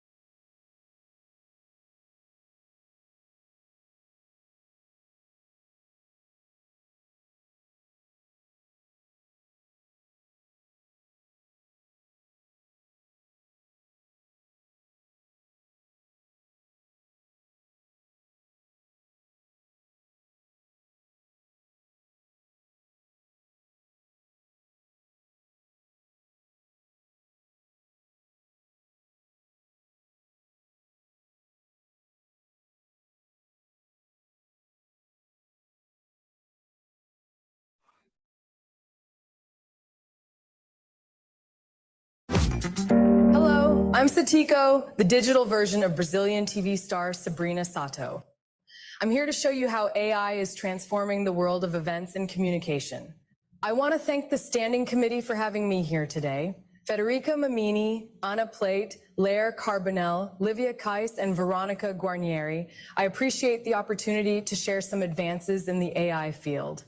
As you can see in these images from my latest digital campaign for a fashion brand, the virtual realm is blending with the real world, and avatars like me are directly communicating with the audience.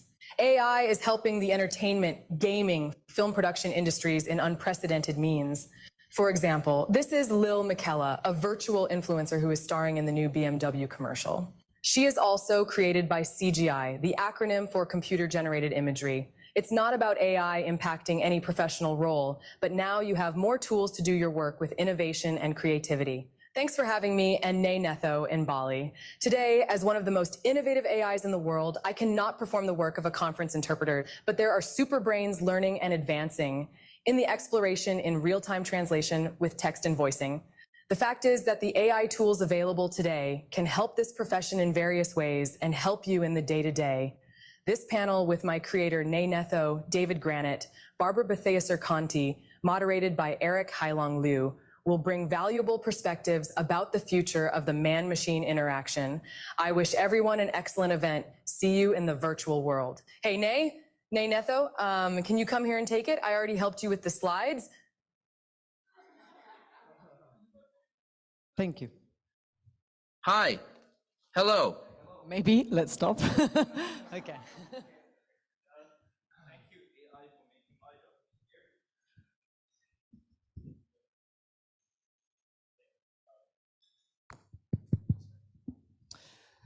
Okay, welcome back, everyone. In this session, we're going to delve into another compelling topic about AI and mice industry. I believe mice industry is the closest to our heart among all the three topics that we're going to develop today.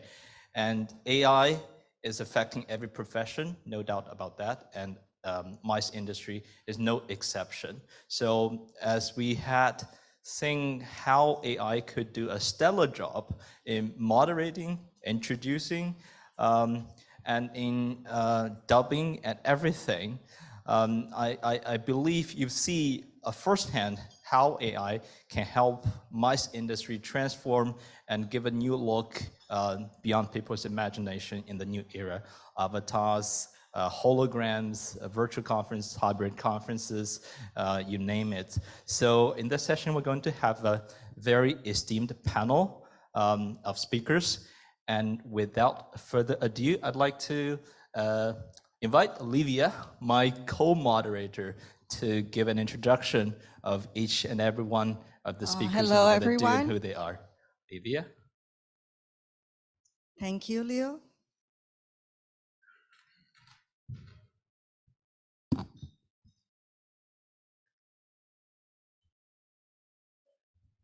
So, yeah, please. So you can introduce the speakers now. Okay, so I'm now going to invite our dear speakers who have helped us a lot with the session. And to start, I'd like to invite David Granite. David has a robust skill set that includes event management, event production, trade shows, exhibit preparation, music production, and more. David Granite contributes valuable insights to the industry. He's a creative technologist at Dorier Group, Geneva, Switzerland. And then next, I would like to invite Barbara. Barbara Conte. She's an active member of AIC, UK and Ireland region, and she's going to speak on behalf of the Consultant Interpreters Group within AIC.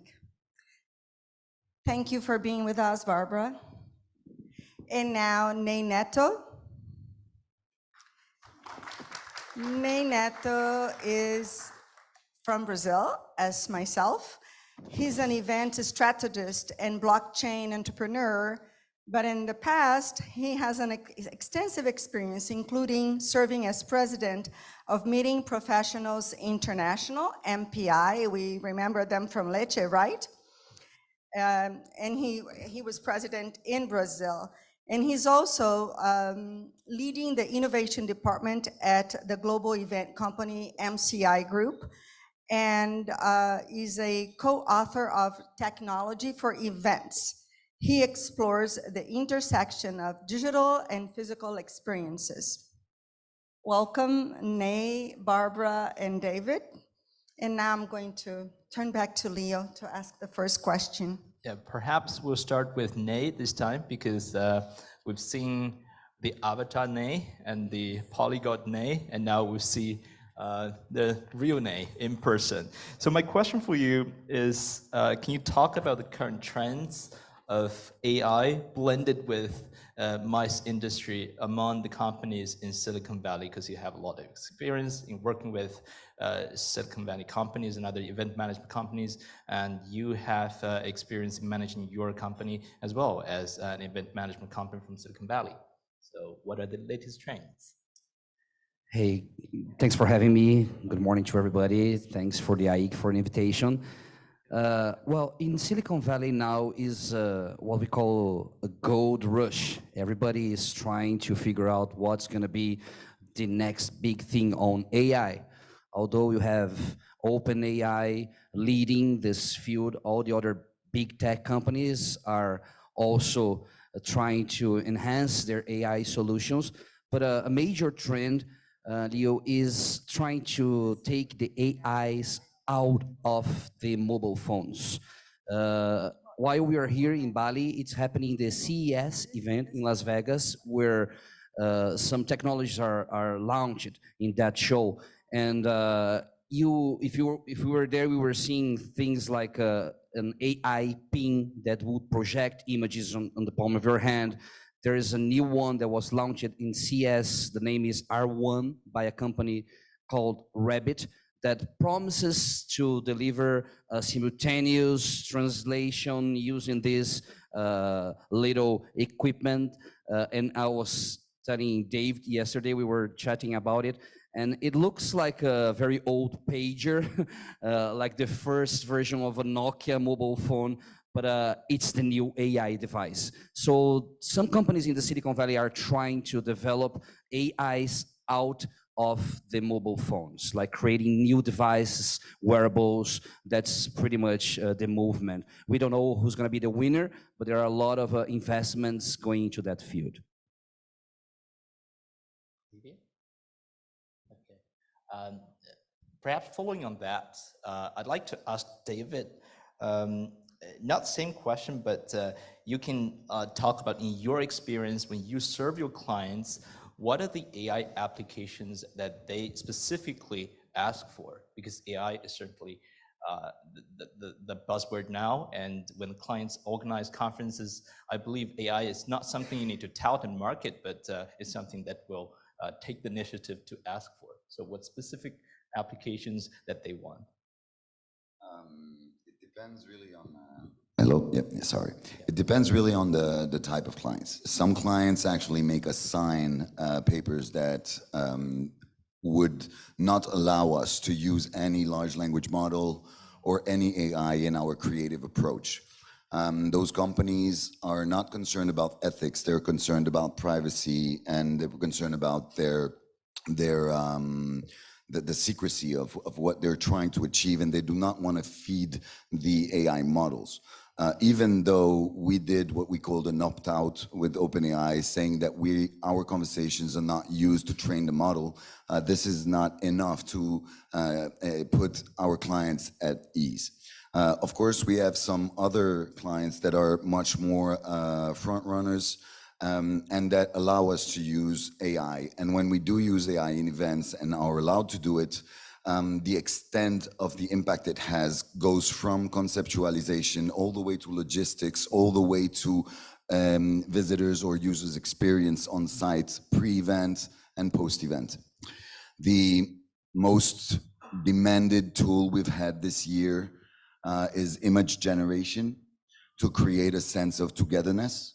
So those are little applications that our clients ask in events so that people can generate images and then have some kind of a gimmicky logo where every generated image, a sense of togetherness brought by AI. And also there is this fantasy, and a lot of our clients would like to give the opportunity to their clients to actually test these technologies. So we've been embedding a lot of image generation tools within the event apps. Also, we've been asked, and we use successfully events assistance real time. So when we feed the AI with a data set of whether it's speakers, bios, or a special documentation regarding the topic, it allows the users to directly converse with an AI agent that is able to help them not only on the subject matter, but also on the logistics, the organization. What room shall I go to? What do you think is this, et cetera, et cetera. And all these AIs are programmed to actually make you feel like you're talking to a human being. So the real impact it has right now is that there are two major impacts on visitors of event. The first one is the capability of AI to create bespoke agendas, bespoke content with tracking, right? We probably all know Cvent platform. When the users or the visitors come and they register, we can profile them, and then we can assess that they would be more interested in this field or that field, and that agent is capable of creating a bespoke experience for every single person attending to the event, whether it's before, helping preparing the event, during the event, or after. And yeah, I think this is really the major point. Now, this is what's happening in front of the people. Now, there's a back-end usage of AI that is massive when it comes to conceptualization, logistics, organization, and since large language model came, I have increased productivity of about probably 400 to 600%. What would take me 4 days with 3 people takes me 4 hours alone in preparation. Fascinating. I think what you both were alluding to is the fact that AI technologies are not only used in virtual conferences, hybrid conferences, but also in 100% on-site conferences, because you mentioned logistics, event management, preparing agenda, and all those things. Organization, right? And I think it was Nay who mentioned this minute taker or app that summarizes everything that goes on in an event. Can you tell us a little bit about that? Yes, sure. Some people are combining some AI tools. Like, for example, after this panel, we could get the video footage of the recording of this panel and pass through an AI named vid.io, for example. That AI would cut this long video into 15 seconds video formats, add subtitles, and then you could get the transcript of these videos input into ChatGPT and ask ChatGPT, for example, write down for me highlights journal of this panel, and then you get a third AI and take the output from ChatGPT, input on this design AI like Canva, for example, and really in 30 minutes you would have a nice designed a journal with the highlights of this panel. So you could give it to the attendees almost in real time. After the panel, 30 minutes later, they would resume with the hotspots and highlights. Can we do it for this meeting? If you get me the video, yes. So that's something that we can discuss together if you want to do or not. It's very good for congresses, for example, medical conferences and all that. I can imagine, yeah. If you can't attend, right? Yeah. Okay, Barbara, I have a question for you. As consultant interpreters, do you have any experience using AI in your conferences, in the meetings that you organize? First of all, thanks for having me. I would just briefly like to say that I'm here to talk on behalf of our group within AIC. Within our association, we have a group that is called, Microphone manners, sorry, I should know better. Yes, within our association, we have a group that is the Consultant Interpreters Group, and I've been asked, invited to speak on their behalf. So many thanks for having me. Yes, talking about AI in conferences, in real life conferences, in order to answer this question, we submitted a survey to our members, to the Consultant Interpreters Group, and I've got a slide there as well. And the answer might surprise you or not. So far, our members have not been asked by clients to use AI in conferences, because this is what we do. We accompany our clients right from the beginning to the end, so that we do the preparation phase with them. We are practicing interpreters, all of us as well, so we are working in the conference, and then we also do a feedback session. So we also have a debriefing meeting among us. So giving added value, I hope. And so we did a survey, and our members said they haven't been asked to use AI in conferences, or they haven't been, in fact, there has been very little movement in that respect. The only way that AI is envisaged being used, as clients have asked us, is as supporting tools. Transcription, for example, transcription of videos. So one tangible example might be if there are videos being shown in a conference, we can use software to transcribe them and then prepare the text as it's going to be presented as a script. In terms of accuracy for interpreters, it's much better if a script is being used, if something is being read out. We prefer to have the script. And with the video these days, you might not necessarily get the script anymore, but get the video. Now you can, as a preparation, you can watch the video several times, but of course it's much better to have the actual script, which can be produced by software, which is quite reliable, yeah. That helps. That helps. We've all used it. But then I have a question for you, because you mentioned that as a consultant interpreter, you work very closely with clients, right? And by talking to our potential clients here, or the MICE industry, and what they have said that is already available to them, do you think that any of these apps or any of these tools could help you as a consultant interpreter when preparing for an event? Like maybe getting the minutes that Nay had just mentioned of the previous conference. Do you foresee that that would be something that we could use? Surely, sure. That would definitely be helpful. Let's say if we are organizing a huge international congress for the first time, especially medical congresses, then it's always helpful to have an insight what happened at the last congress, as detailed as possible. So, and ideally in a summarized form, because we're selling our time, don't forget, we're all selling time, valuable time. Time is money. So if we could have a summary, that would definitely be helpful, yes. I would like to find out more about it, for sure.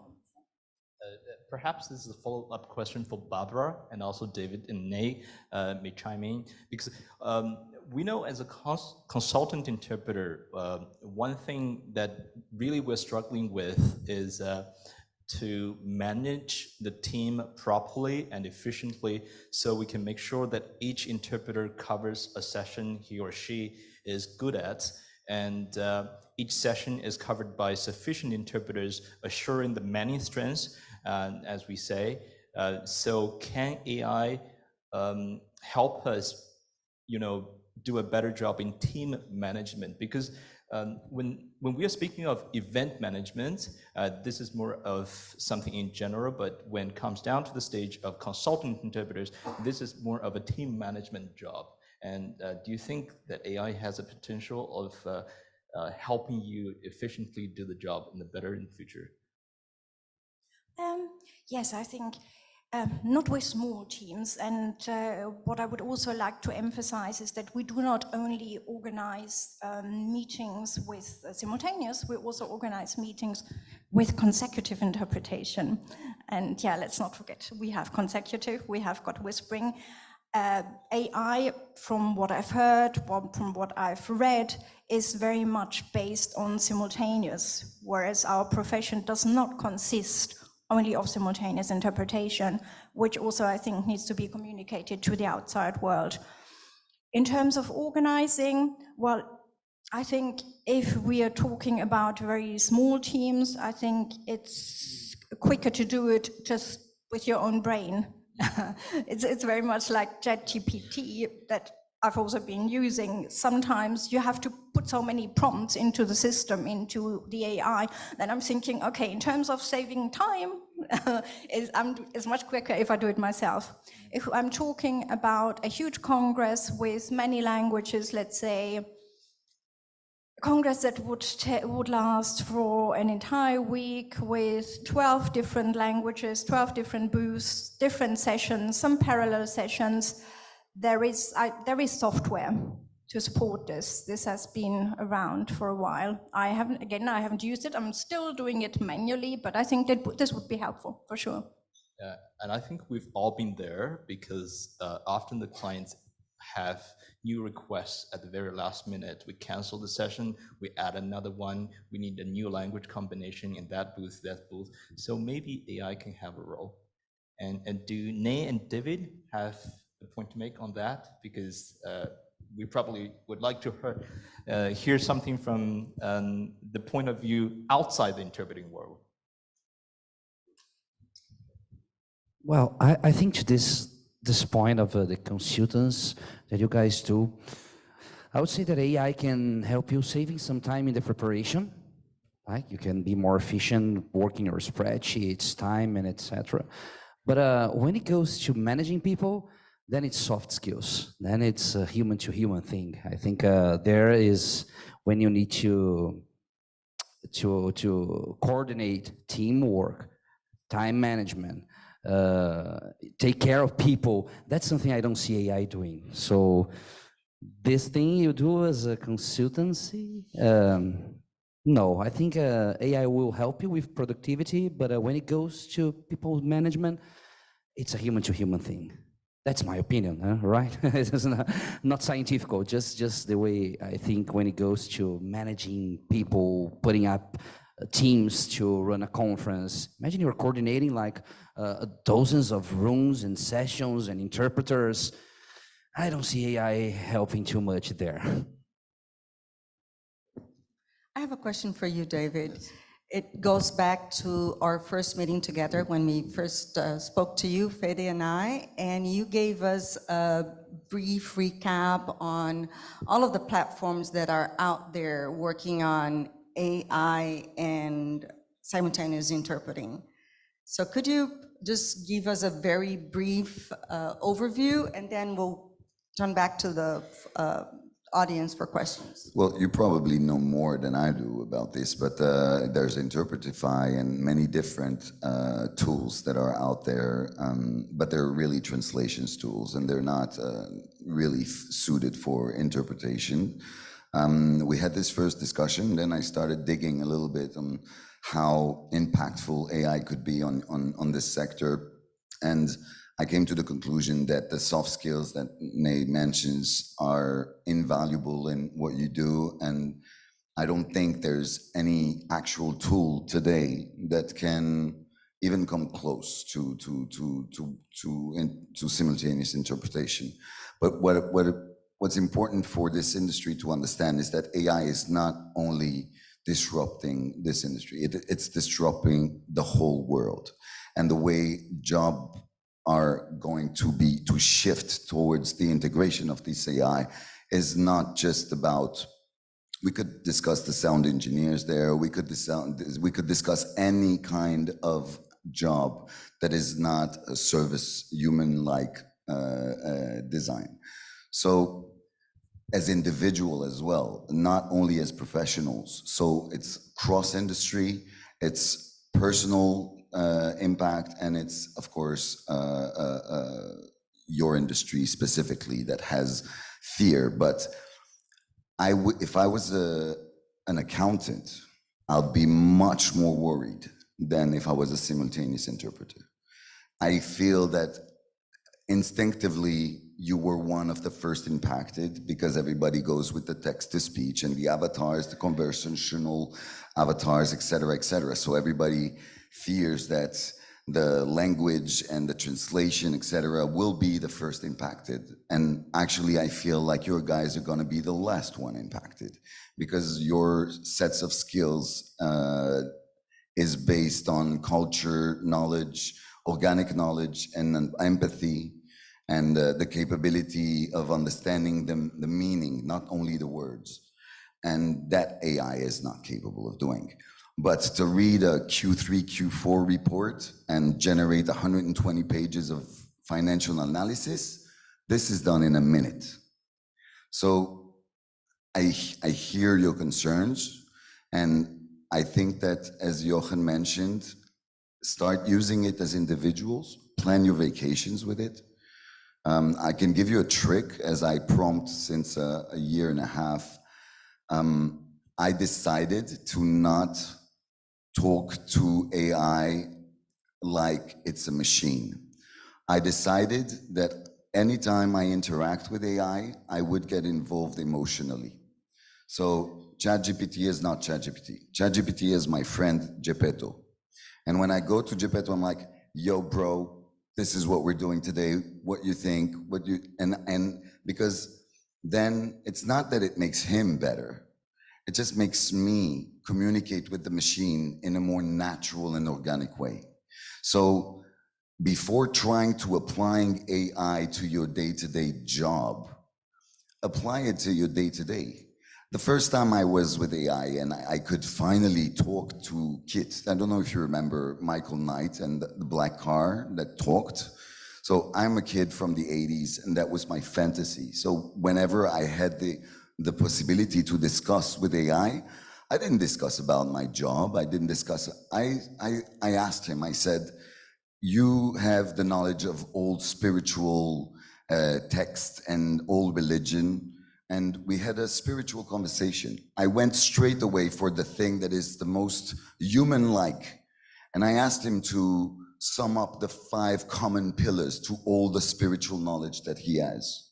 And then we started to think maybe we could start a dogma together. But that experience of discussing with the machine is the first skill that you need to acquire. And it's not about hard skills or procedures or what you need in your job to go faster. What you need now is to learn how to ride a bike, not race the Tour de France. So, we're gonna put the little pedals and we're gonna help you, push and that's what I believe, not you specifically, like any human being being challenged by AI today needs to address this. And my advice is to address it emotionally. Thank you.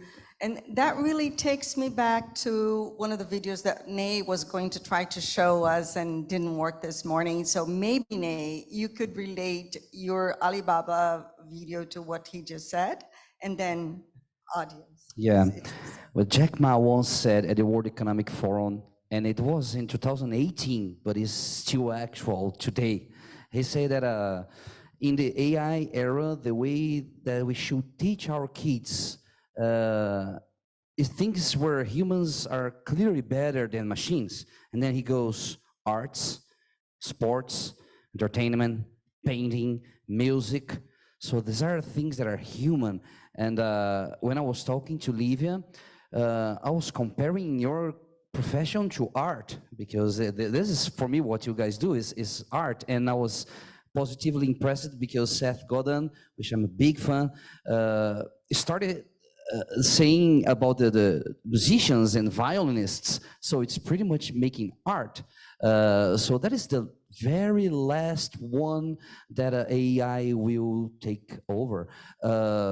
You can create music using AI. There are tons of AIs that you can generate a new melody or a new harmony. They're there. but it will never sound like a composition by Eric Clapton when he loses his son. You get the point? Because AI don't have feelings.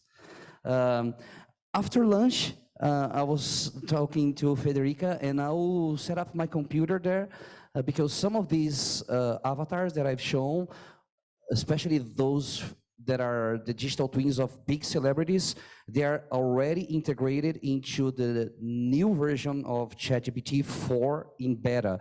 And you can play with it. I will set up my computer there. You can talk to them because it's AI with voicing talking to you, and you will perceive, one, the delay, and it's clear to see, you see, this is not ready, not threat at all.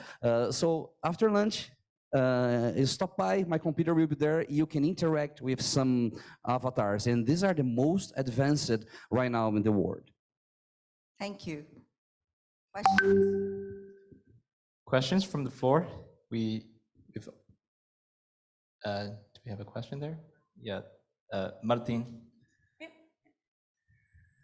Well, thank you to PRIMS for bringing this very relevant subject. I know how hard it is to organize these things, so congratulations to PRIMS first. Second, I would like to ask a question to Nei Neto. You said that you can provide a solution that can get clips, video clips of events, and then this is a takeaway for the meeting participants, etc. My question is, does the machine know which segments are relevant? How does the machine analyze what is relevant to get this clipping and then just putting it together as a relevant video and not just some sort of irrelevant piece of information? This is a great question, thank you. And you'll be surprised by the answer, because these AIs, they learn from the algorithms of the social media platforms. So these cuts that AI will produce are meant to get more views. The AI will read the entire thing and then make clips of 15 seconds that are enhanced for a better performance in social media, because that's how the model learned. So we will get a 1 hour video and produce 100 clips that are better for social media. That's crazy. It's not about the content. It's not about the relevance of the content or the importance of what the speaker was telling, but it's like the best chance you will have that your video go viral and perform well on the internet. You see, because the output is always from the input. Shit in, shit out. Sorry about it. We have a question from Thomas. Yes, thank you. So that means that it's strictly related to trends. I mean, if your company, which is almost impossible today, but if your company is not eager on getting those clips from the trends on social networks, I guess you need to use another AI or another solution. Do they all function like that, the way you just described? Yeah, and it will still help in getting more productiveness, right? Because you will do it faster without like 2 or 3 film editors. It will be still a software doing it for you. And there is a certain level where you can say to AI, no, this is not what I want, so I want to take minute 2 to minute 4. So as a curator of the content that you are producing, you have the chance to be a little bit directive. You can direct the AI, and it still will be faster and cheaper than doing it using the traditional film editing style. But if you just leave the first output that comes from AI, it will be 100% social media oriented. But you can do some tweaks that will make it more content driven and all that. For example, I participated in the MPI World Forum, and every morning they distribute to the attendees a journal of what happened in the previous day, but now they can do it the same day. So you're going to your hotel after a day of conference and panel, and then you get there and you have your highlights ready, because AI will make it faster. So that's the point. You always can tweak a little bit and get more the human feeling to it, but the AI will at first be driven by the algorithms of the social media platforms. So in a way, it's almost like the robots used in robotic surgery these days, where the doctors or the surgeons are behind the robot, guiding the robot, but the robot will make the surgery a lot more accurate. Would you say that that's something Yeah, this is a funny comparable? thing. I was talking to the product manager at Roche, one of our clients in Brazil, and he asked me a funny question. He said, "Ney, would you accept to be operated by a robot without the supervision of a doctor?" No. So I think that's more or less the point, right? The AIs will need the experts and the professionals to do it better. Without them, it's like we were discussing in interpretation. Without you guys, these AIs cannot enhance in the level that it needs to be. So I would say that these tech developers would need professionals and experts like you to help in their mission. And one thing that I'll leave for the legal panel, but I want to call your attention to. For example, we are using Zoom here, right, for the hybrid portion of the meeting. When you access a Zoom meeting, any Zoom meeting, you are giving rights to Zoom to use what you're saying and recording your image and voice to train their models. And there is not an output option yet. So you just click, yes, I want to enter this Zoom meeting. You're giving rights to Zoom to train their models. So we should start reading the terms of services. Wow. We have 2 more questions here. We have 2 more questions there. I have 2 points rather than questions. I thought that when we hear all these amazing tools that exist, perhaps consultant interpreters should have a consultant to inform them about them. This is great added value which we could be giving to our customers and make ourselves more relevant than ever before.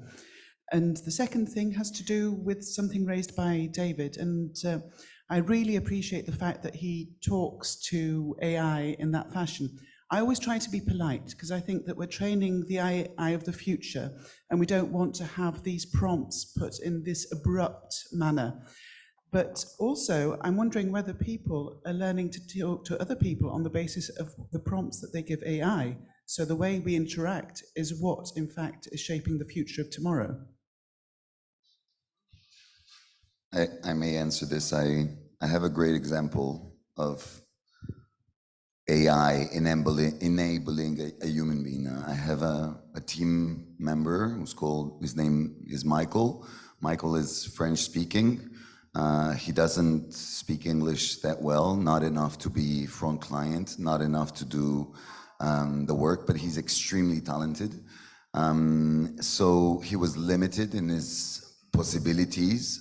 We work worldwide with many different clients, and most of our very exciting projects come from the United States or from England, and he was limited. Since AI came, he's able to communicate, of course, through emails. He has a good understanding. He doesn't speak well, but now he can communicate with emails and follow projects in English, right? So I know Mika for 4 years. We've been working really hand in hand. I know his personality. I know how he writes. I know what he thinks. When I read the emails that he sends in English, it's not Mika. It's just not Mika. Because I speak English, I speak French as well, and therefore the language actually profiles Mika really well, and I understand, I have empathy, and I understand the soft skills that he has. Where in English, he's like a superhero. He's really dehumanized. So it's very efficient. Microsoft loves it. When they get emails from Mika, they feel like he's very concise. Americans love it. But when you know the person and suddenly you see that Mika is writing an email that is super synthesis with using very, very specific words, etc. It's bizarre. It's bizarre because it doesn't translate Mika's personality and soft skills, but it enables Mika to grow in his work and be able to handle bigger projects and learn also because he reads it and then therefore he's learning.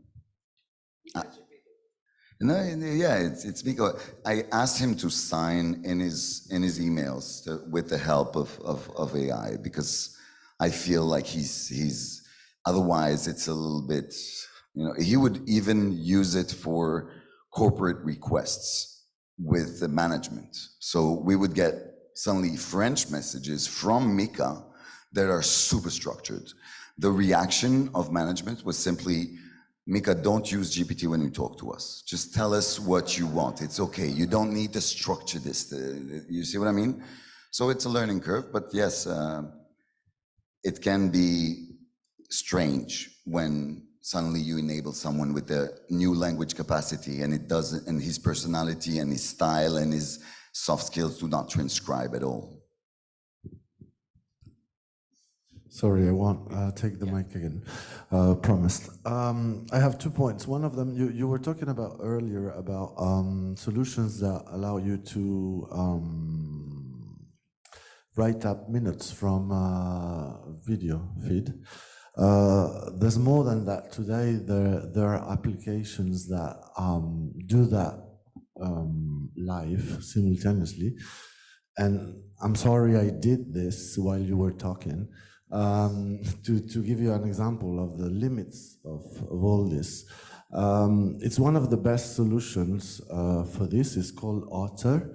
And it reads that it's 96.6% accurate. Well, I'll erase, of course, what the test I run.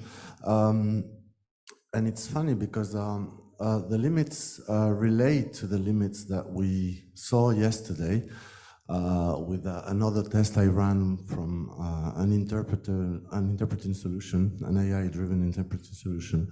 And the limits are concentrate on names, for example, or acronyms.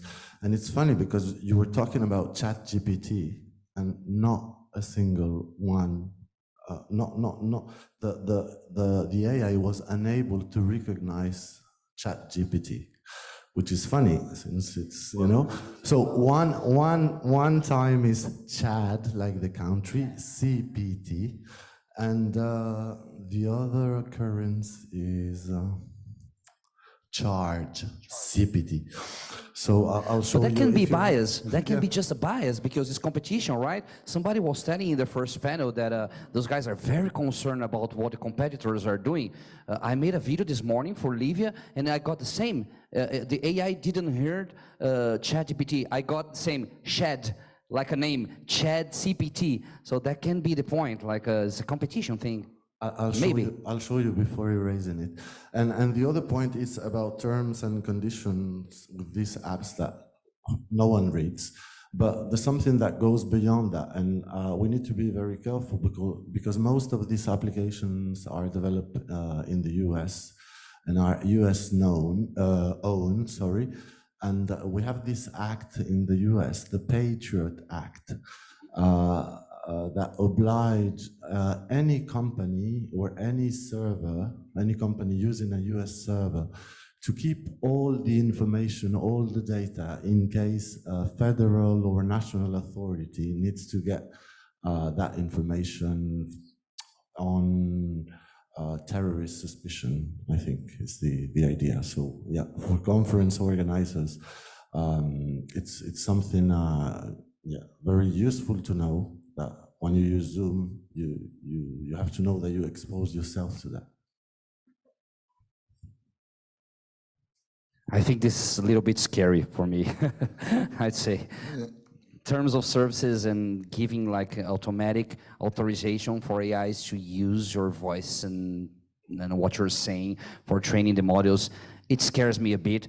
I don't want to go deeper in that, but there's a concept, especially on blockchain, that's my main field right now, that is called decentralization. So that goes 100% against decentralization, right? So that that's a way of seeing things. The big dilemma is the ethics behind what the AIs will learn from us and how. I know that Zoom is moving to make changes on their policies, but still not there. And it's not only Zoom, right? You cannot escape from that. So it's not a thing like, I'm not using Zoom, I'm going to Teams because it's going to happen the same. Teams, don't use it. Do we have more questions from the floor? Vero? Coming. Oh. It's on? Okay. We need to give the floor. I will give the floor to Margareta. If you... She's Okay. online. We have an Yes. online question. Hello, can you hear me? Yes, we can hear you loud and clear. Yeah, so first thing first, I would like to thank everyone here for your very rich discussion. And my question is actually for Barbara as the consultant interpreter. Well, you have said that you have made a survey, and so far, no one has been asked to, use AI for your client's event. Okay, but we all know that it's just a matter of time, okay, before a request like that will come to you. By the way, I'm Margareta. I'm Indonesian English interpreter based in Jakarta. So, and not yet an AIC member. Okay, but here in Jakarta, we also have requests coming from clients, usually EOs. Sometimes I also have to set up teams of interpreters. So I would like to ask you, Barbara, if one day, I predict it's going to be sooner than later, your clients come to you, okay, and we know that when we talk about AI usage, it's not always because it is cheaper, okay? So sending the message that you are actually up to date currently, that you're willing to embrace technology, this is also something that companies or clients do, okay, to show that they are actually modern and not, the old school type. So if later on, okay, someone comes to you and then say that, okay, we usually do, well, in-person conference, and we know exactly the quality of your interpreters, human interpreters, but I think we would like to, try to use AI for our event now, okay? How would you answer that kind of question, in a way that you're not really voicing our insecurity or our being defensive, that we may lose our, profession very soon, for example, but at the same time, you show them that this is actually something that will also be beneficial for them, probably, they also need human interpreters, but in a way that it is not about us. It's also about them. Okay, thank you very much. That's my question. Okay, right. No, yeah, there's a lot there. Where shall I start? First of all, I think we need to educate our clients, and we need to educate ourselves as far as AI is concerned. We need to be much more aware of what it can do and what it can't do. And I'm really grateful to the organizers because I've already learned a lot. It's also, I think there's a lot of, so I would start with educating all the stakeholders. Stakeholders for consultant interpreters are the client who is ultimately going to pay us. We would also obviously have to educate our members as much as we can. Also, we have to make sure that we compare what is comparable, because in the whole debate, what strikes me as being problematic is that we're comparing apples and pears. We're comparing things that you cannot compare. We are comparing a very simplistic discourse at a linguistic level, and we at international conferences, what I always stress to my clients is, what I think what we need to stress to the outside world, it's not everyday conversation that we're interpreting. It's not what you call in linguistic terms fatigue communion, just to talk for the sake of talking. The people who come to international conferences, the speakers, they have got their message to get across. And as I see it, there's just no I'm sorry to all those who were representing the technology. At this level, I cannot see how you can get across a sophisticated, emphatic, emotional discourse with using AI. So I think, yeah, first and foremost, it's again, education, education, education. So we also need to know what is comparable. And then there's also the socio-economic element.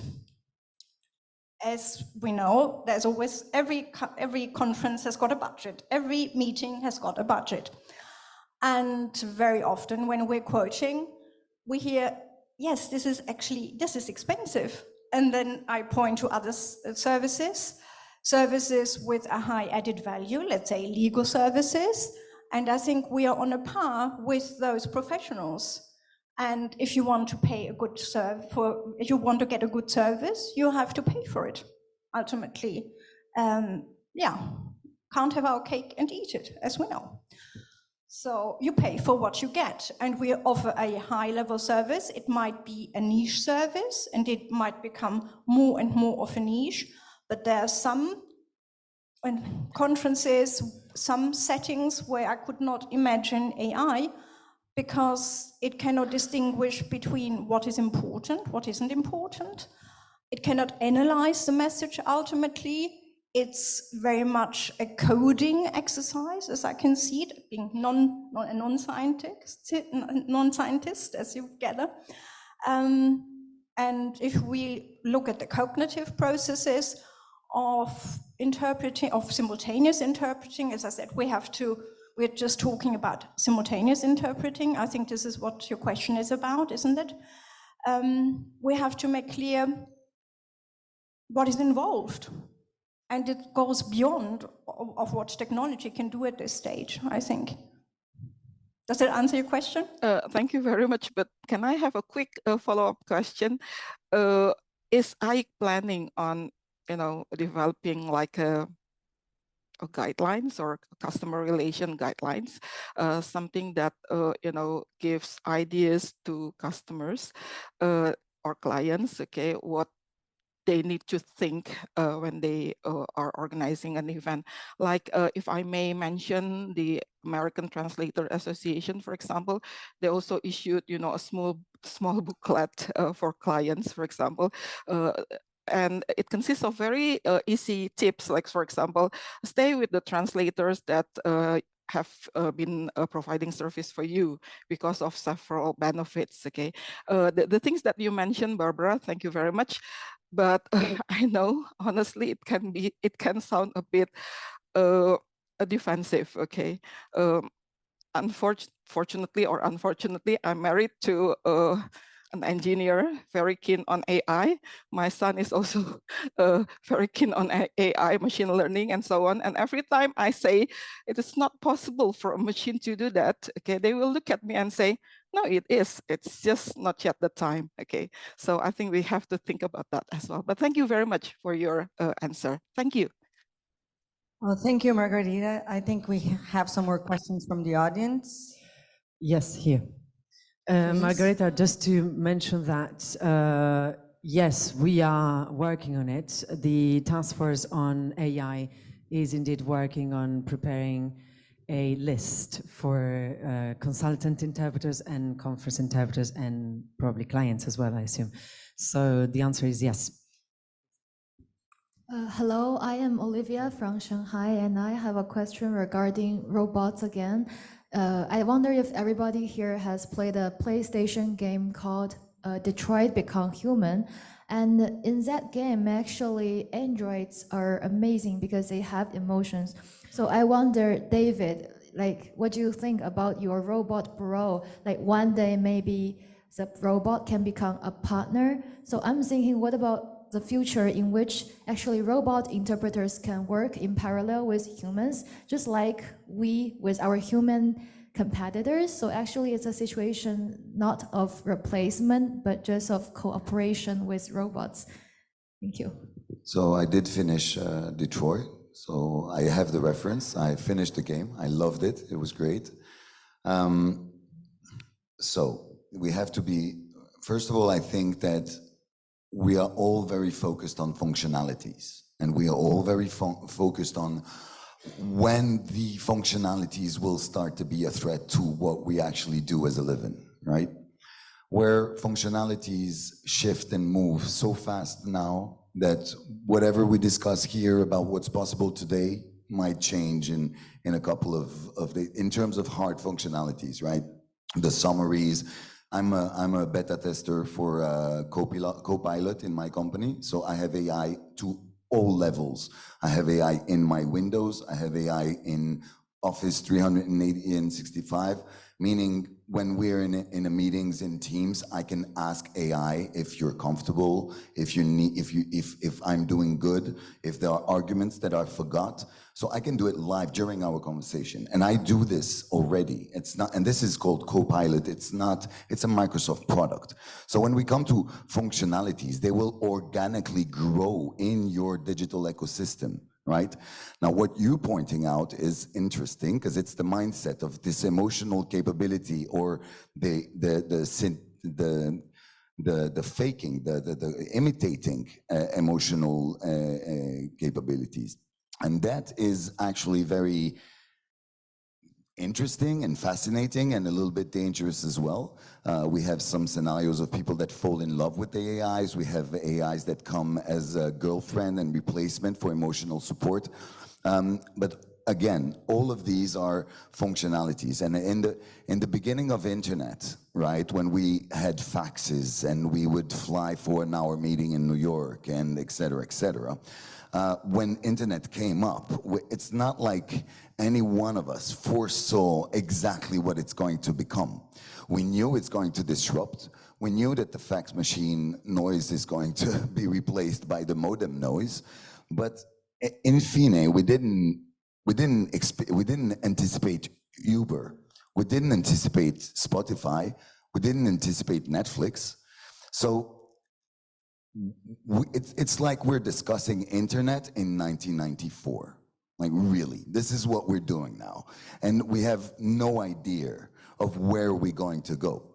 And therefore, that's why I'm trying to shift the perception of a threat to your job as an enhancement to your personality or to yourself, right?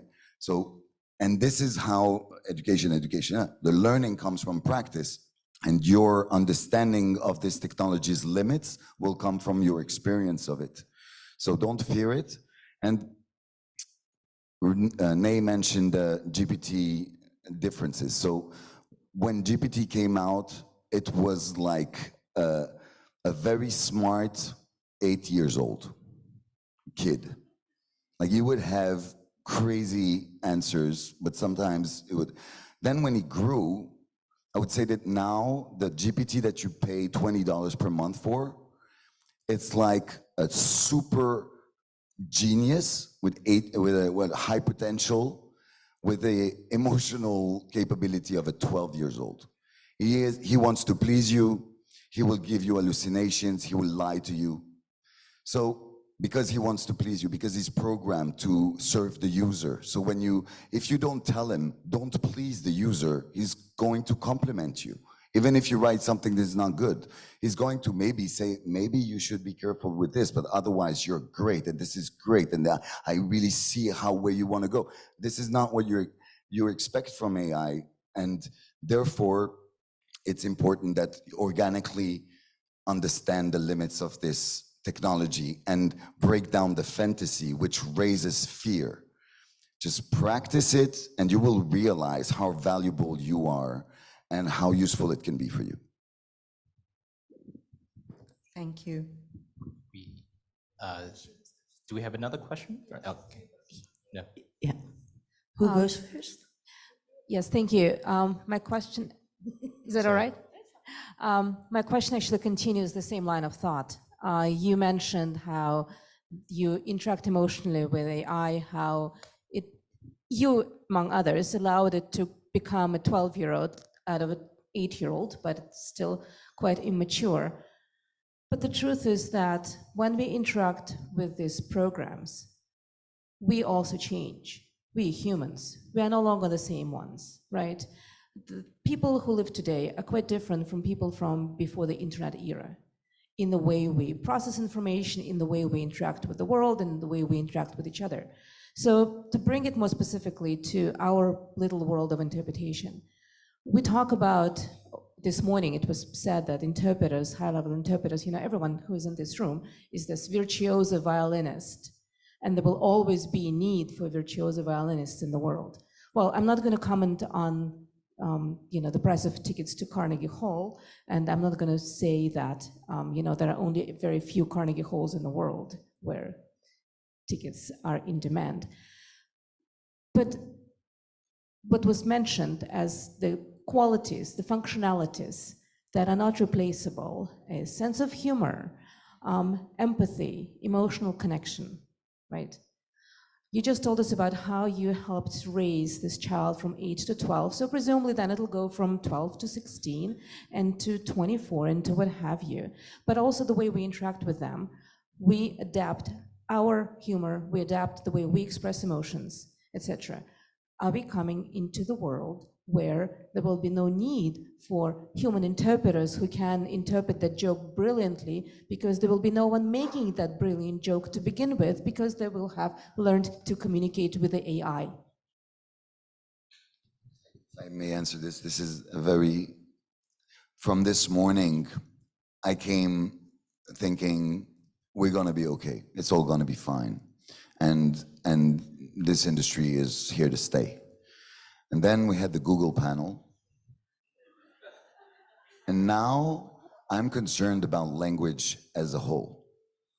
I'm concerned about cultural specificities. I'm concerned about new generation basing themselves on these universal global technology as a benchmark. So maybe here as linguists and as language professionals that are empathic, hyper-focused, capable of taking fast decisions, understanding the stakes, and smart enough to understand what you're actually translating, which is sometimes super high science or medical or extremely specific diplomatic language or whatnot. I think that you have here a responsibility. So I'm sorry, but this morning I came thinking that you're good. You just ride the wave, it's gonna be fine. Actually, now I'm asking you to make sure that language will remain and that emotion will remain in the communication. Because if the Google omnipotence over language and the new generation's lack of how do you call it, the capability of focusing and capability of digging deep, we might become a shallow, unified society. So instead of telling you it's gonna be okay, I'm gonna say, please organize yourself and counter what's happening here, not for your job, but for language as a universal cultural heritage. Thank you for that call to action. We've actually, from the PRIMS Standing Committee, we've been working on that, and last year we launched a campaign. I'm sure all the people here are familiar with the Know Your Truth campaign that we launched in the summer, in July. But we are working on creating awareness, generally speaking, not among us, because we're preaching to the converted here, but conference organizers and also people who meet in general, so everybody potentially, about how multilingualism and multiculturality and being able to speak your own language is actually a matter of sustainability, of integration, diversity, and at the end of the day is basically keeping your essence and being who you are. So we're working on it, but we need everybody's responsibility from the MICE industry as well. Okay. Good afternoon. I'm Inanti. I'm from Indonesia with AIK Asia Pacific. And my question is basically, yesterday we heard about how AI works well. I'm here. Okay, AI works well with the UN languages like French, Spanish, and that has been researched and people have conducted studies on it and said that it's relatively okay. Now, my question is about the exotic languages like Indonesia. There's only how many Indonesian AIK members are there, right? And then when we talk about other languages around Southeast Asia, Vietnamese, Cambodian, Lao, Thai, how does AI fare on those languages? Do you know? Because we in Southeast Asia, and also specifically in Indonesia, we're very, very cultural. I have an example here. Not long ago, the Minister of Marine and Fisheries of Indonesia had a meeting with the French Minister of Marine and Fisheries, or whatever it is in French, because there were no Indonesian French interpreters available at that time. They decided to use AI. What happened? 15 minutes into the discussion, the meeting was canceled. Yeah, why? The machine translation AI were not able to pick up on the cultural specifics. And when Indonesian speaks like the minister, it's filled with cultural nuances that couldn't be picked up. And then the way, probably, I don't know, the French minister must have replied in some way that by using AI, it was considered to be rude and it was not acceptable by the minister. So that's my question. I'd like to know how far or how AI fare on the exotic languages. And secondly, it never picked up on the jokes, especially Indonesian jokes, humor, you know, everything, the emotion, 15 minutes, stop. And secondly is many Indonesian interpreters, and I do know this myself, what they do is when they receive texts for messages, for speeches, many decides to translate it on the spot using either Google, DeepL, or whatever. It didn't work for Indonesian, okay? There was one point where in Indonesia, the speech read, Bapak dan Ibu dimohon berdiri, Presiden telah tiba, which actually means, ladies and gentlemen, please rise. The president has arrived at the venue. And the chat, the DeepL or Google said, gentlemen, please stand next to your mother. The president is here.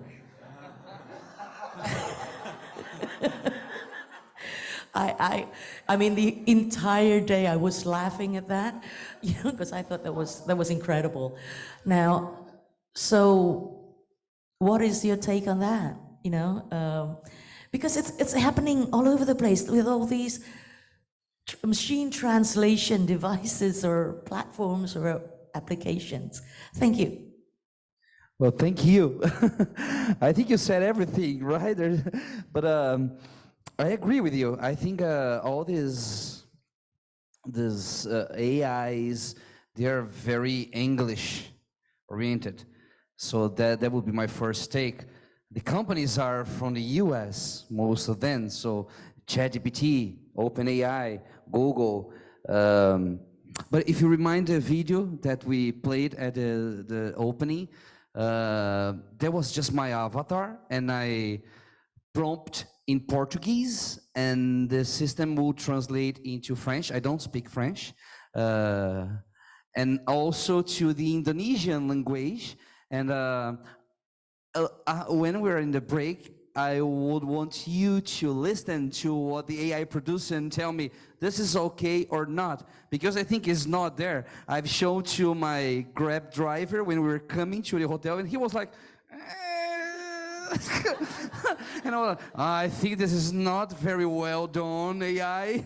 But then you will be my second opinion on that take. But really, I think you said everything. It's not there. Thanks for sharing the story. I can imagine that happening, like with the French-Indonesian situation. It's gonna take long until we have a tech solution for a simultaneous translation, Indonesian to French and vice versa. We cannot predict timing, but we're very far away of that moment. Very far away. More than the Google guy said. It's way far. You will see, you will get a glance when you stop by to communicate and interact with my AI avatars. You will see how bad they are today. If I just want to add one thing. We're here discussing as if there was an hegemony of a one large language model that learns from all of us. We are beyond that. You can download a large language model on your computer and train it. So what's going to happen with Indonesia, there's probably a 13 years old Indonesian somewhere that downloaded Llama from the web, and that is feeding him a set of data that are culturally relevant for this specific geolocalization. What is going to happen is you're going to have a bunch of local AIs that are going to be very specific. This week, OpenAI opened the GPTs, right? GPTs is the possibility to upload your data set to a specific, to the large language model, and then monetize your data set through this AI. So if you wanted, you could actually create Indonesian flawless, culturally flawless AI by feeding it curated data sets and then making it yourself. Because since Facebook leaked its large language model, they made it open source because it was stolen from them and put in the dark web for people to download it. And it's 300 megas, so it holds on a phone. What's heavy is the data set you put in it. So there are also other open source AI, such as Falcon. It's a UAE AI. So you can create your own AI. You could put your family history and have your grandfather talk to you about the old family stories. Now, this is what you guys need to understand. There's not one AI that is overlooking everything. There is a new technology called large language models that allows people like us that don't know much about technology to create smart agents based on information we feed them. So if you want to create an Indonesian AI, it depends on you, not on Google or Facebook or anyone else. And you will see this Indonesian 13 years old kid is already working on it. And in 2 years, you're gonna have your own AI, just like you have your own cultural music and your own movies and your own cultural scene. It's just like a new instrument. We're not all gonna play Elvis, you know? And don't know if you got the metaphor. We're not. If you want to come to me, I'll explain. We have a question online, and then 2 more questions in the room. Yeah.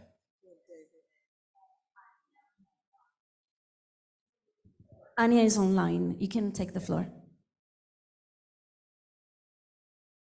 We can't hear you, Anya. I Please think you're open your muted, Anya. microphone. Can you hear me now? Yes, we can hear you now. Great.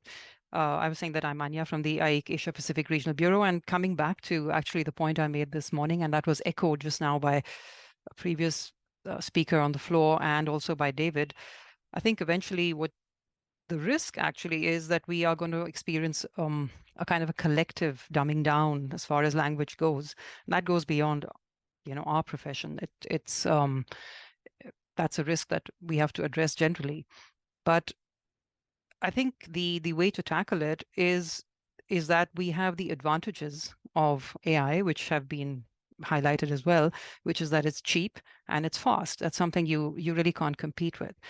But you have other aspects of language, which I think technology is probably not going to be able to crack. And that's the whole point. That you eventually, if you follow this technology path, you're going to have this inevitable kind of dumbing down when we communicate in terms of the way machines use language. So the way to go is essentially, and I can totally empathize with what Margareta said, you're talking with people who believe in AI and technology, and according to them, it's just a question of time that you will be able to have systems that can actually do what we do as interpreters. And I think the divide here is quite clear. You have people who understand language and people who understand technology. The question is, how do you bring them together, or how do you actually manage to convince either side of the advantages that are possible, but also of the limitations? And that's probably what we could focus on. That's just an idea right now. So it's not really a question, just a point I wanted to make. Would you like to respond to that, in your view? Well, I'll get back to my point in one of the answers I gave. I think we need collaboration between you and the tech companies. That is an important part of the whole thing. So they need to consult you, they need to hire you if they want to enhance what they're developing. That collaboration, I think, is important. You know that the movie Her is now making 20 years old, and there is a very famous sentence from that movie. The actor says about robots, don't fear them, embrace them. And that is always in my mind, like, if they do it alone, I think we will have more problems if they do it together with the professionals in language. That would be my sense on this. I wish OpenAI would be working together with AIC. That would be a good sign for me that this is going in the right direction. I think AIC should create a GPT. Like, you should have all of your data sets, all of your procedures, all of your methodologies, everything as one curated, unanimous data set of AIC, and create your own. And GPT, okay, it's going to be based on the large language model of ChatGPT, but you're going to get monetization out of it. You're going to be able, maybe, if this picks up just like a Taylor Swift song, make some kind of mutualization of the revenue, and then pay interpreters for their contribution to the model more than for the actual interpretation. So really, your destiny is in your own hand. If you take the linguists and the technologists are trying to break it, vulgarize, make it something simple, and they put tools at the disposal of any sector. It's up to the sector to rise up to the challenge, take this packaged technology and leverage it to its advantage. Whoa, you want to be scared a little bit? The number one GPTs, because it's it was recently launched by OpenAI, the number one access is for dating GPTs. Can you imagine that? Number one, number two, and number three on the GPTs are dating AIs. So people are getting really involved emotionally with these AIs, which is crazy, I know, but again, remember Her. Crazy. This is sick. Sick, but remember the movie, Her. It's not sick. We all live in a very individualist society. We have emotional needs that are not covered by the competitive aspect of things. If you're a man and you want to be loved, you have to be in the top 3% of those men. If you're not in the top 3%, you'll be alone. And so those tools are also answering to a society that is going towards individualism and competitiveness. And that's not just us, that's for everything. Okay, making a huge effort here. I'm going to give the floor to the next speaker. I think we'll have a question from Ben. Thank you, everyone. I'm Ben, based in Portugal. I'm not sure if I should be giving more information, as it seems to be turning into a dating or match-up session, but we'll leave that for later, if necessary. And first of all, thank you very much for the very enlightening panel, and Tunay for making me feel very old, considering that her came out 20 years ago. Didn't want to think about that. I feel the same. There we go. I just wanted to touch upon one thing which we will probably talk about in the legal panel, but I wanted to see if we could have a bit more of a business-oriented approach to it, and that is confidentiality. Interpreters and confidentiality is something that we always talk about because it's very important to our clients. And David, you did say that for some of the conferences, some clients actually sign papers where they say you are not allowed to use AI. That's really interesting. Nay, you were saying that maybe, I think it was you who said we can use AI for logistics, maybe to prepare our trip. But in that case, as much as I'd like to make my organization better, my first thought is, well, what happens to all of that information? You know, if I put the venue in, where does that information go? Who is that shared to? So I think that's something we should also remember. And just sort of bear in mind. Now, of course, speaking of confidentiality in this day and age might be besides the point, because when I speak about lampshades with a friend, the next day Instagram and Facebook are just saying, would you like to buy the newest IKEA lamp? I'm like, no thanks, but it's there. So my specific questions to you are, clients, are they aware of confidentiality issues? Is it something that is on their radar and they bring up when they talk with you? Not maybe specific clients, but all clients in general. And is it something that you bring up when you speak to these clients? Secondly, can we expect potentially AI systems to be created for specific companies because of confidentiality issues? And a question to maybe us and maybe to the consultant interpreters, what happens then with our voices when sort of we are taking part in those company-specific AI systems? And this goes back to intellectual property rights. And then the last question, David, you say you use AI sometimes in everyday meetings, like on Teams, on Office. Do you actually tell people that? Can they opt out? So it's all about confidentiality and disclosing information on both sides. As I said, I hope it wasn't too confusing, but maybe it's good that it is so that AI can't interpret me because it's not as logical as it should be. So thank you very much. It's fine. I'll link the first and the last question. So regarding confidentiality, not all the clients are aware of the risks that they're taking when they're chatting with ChatGPT, and not all of our clients have full control over employees that actually do it without knowing the risk that they're taking, right? We as professionals, we think about this and we put it at the forefront of our deontological approach to clientele. So not only are we legally obliged to, whenever we use the AI for transcription recordings, and then it's embedded in the tool. Like if I'm recording a Teams meeting, you will get a notification, and if you disagree with it, you can leave the meeting. That is the legal way to wave around the confidentiality problem. Now, the second thing I want to say is that ChatGPT, as OpenAI, linked with Microsoft, is reassuring to the companies, because Microsoft already knows everything that they have to know about you.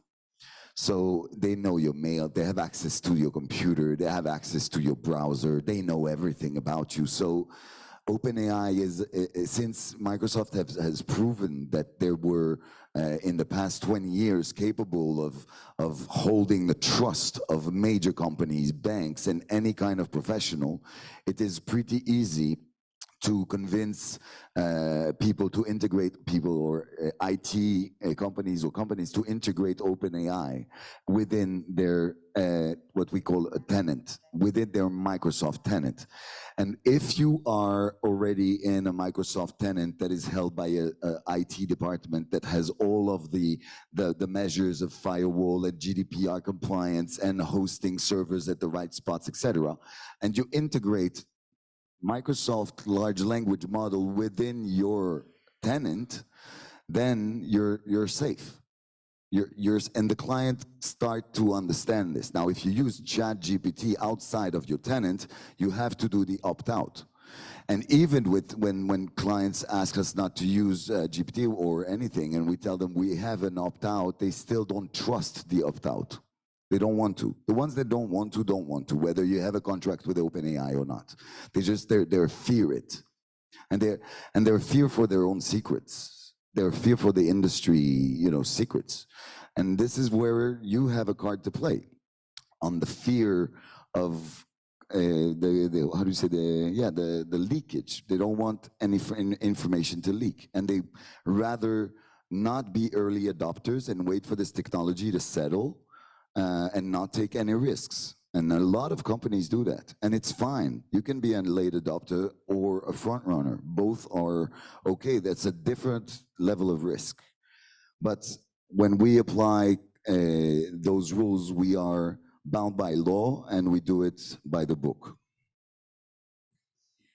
Thank you so much. We have at least 3 more requests for questions, but we have to break for lunch. That doesn't mean that the session is over. We will continue. We knew this panel on mice was going to be very interesting, and there were going to be many questions. So we have 1 extra hour after lunch to ask all the questions. We write down your names, and we will continue. Oh, okay. I thought it was done. Oh, sorry. Apologies. Yeah. Thank you for bringing. Is it working? Yeah. Thank you for bringing up that question about confidentiality. I mean, in my work with my clients, confidentiality comes up every time, especially with new clients, I must say. With a lot of clients, I've been working for years, so you build up a certain rapport and there's trust.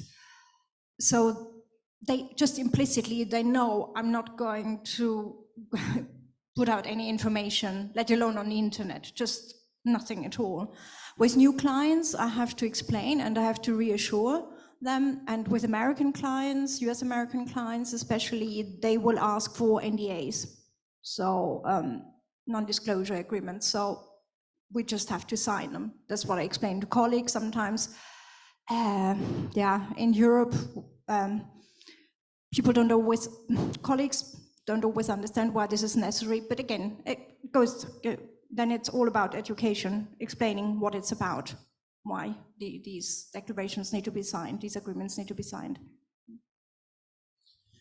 Well, I'm on the innovation side of things, always trying new things. So don't want to confuse you guys, but I want to call your attention as we're closing the panel here to one concept that is rising that's called Web3, right? I'm deep into it, researching, studying, applying. So there are these new solutions, Web3 based, that rely on the concept of anonymity. So people don't know who you are. So, and why it's called Web3? Because Web 1 was one directional. You would access a website and read all the information, and sometimes you could log in with your email and password. And Web 2 phase is the social era, where you log into applications using your Google account, or you ask your iFood, Uber using your Google credentials, for example, or Facebook login. And in the Web3, you have a digital identity, which is a hashtag. So that can be weird for us. It was weird for me a couple of years ago as well. But for the new generation, that's my last sentence here for you guys. Watch your kids, watch what they're doing, because they're on Discord all day and they use a handle name on Discord that is not their names, and they're using decentralized applications and games logging into these services using a digital credential that don't say who they are. So that's a bit utopic and futurists, but is happening. You have large investments in Silicon Valley as well, again, in these Web3 companies that are developing solutions blockchain-based, where the final user, ourselves, can choose to be anonymous. So I don't want people to know who I am. This is gonna be an option in the future. Imagine that, Discord, handle names that are not your names. It's everything about like keeping your identity private. Not only what you're saying, what you're sharing, but who you are.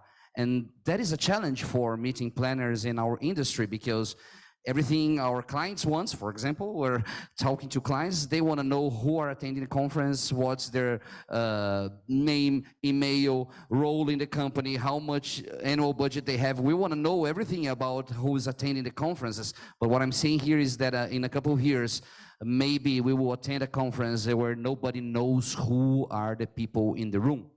And that is happening. If you go to innovation festivals, NFT conferences, blockchain conference, some people just log and register in the conference and you don't even know their names. So there are options for privacy. I'm very deep into it. I love the concept of being anonymous and have the chance to choose if I want to give my data or not. So that is there are solutions for that as well. It's just gonna take a while until it's massive adopted. Well, thank you, Nay, and thank you, David, and thank you, Barbara. And thank you, audience, because you were actually one of the speakers here today with so much interaction, which is really the purpose of this meeting. So we're going to break now. We'll be back with 1 more hour for the session after lunch. So if you have any burning questions, you can ask them later. But for now, I would like to ask for a round of applause to our speakers, the 3 of them, and to you.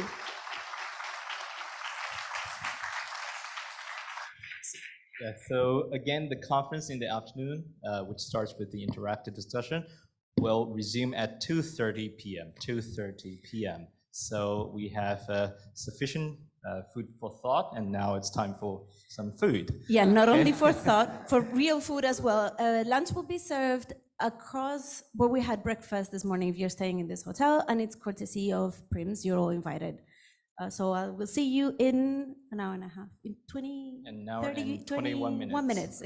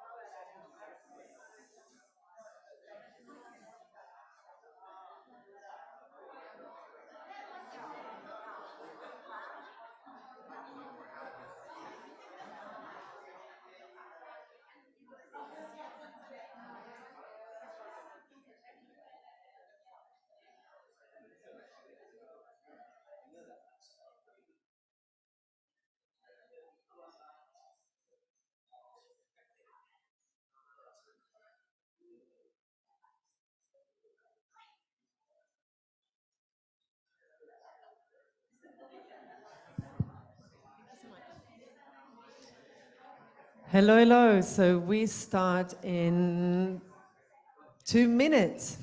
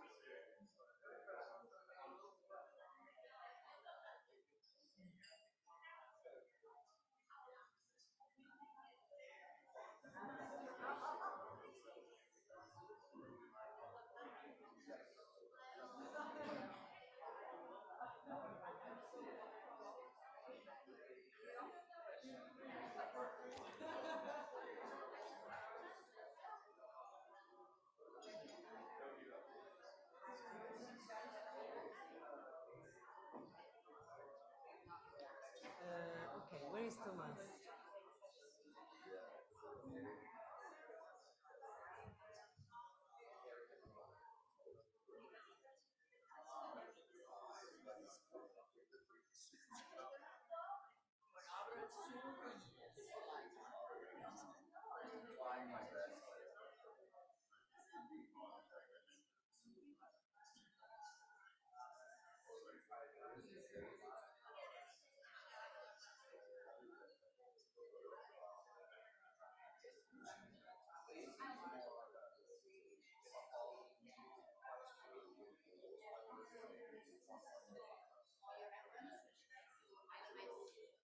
Thank you so much. Thank you.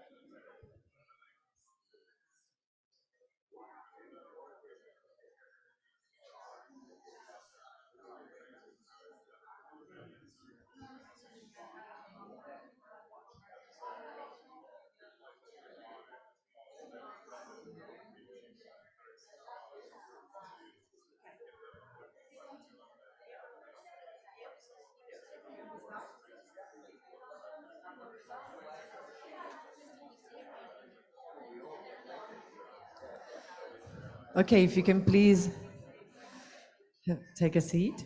We'll start again.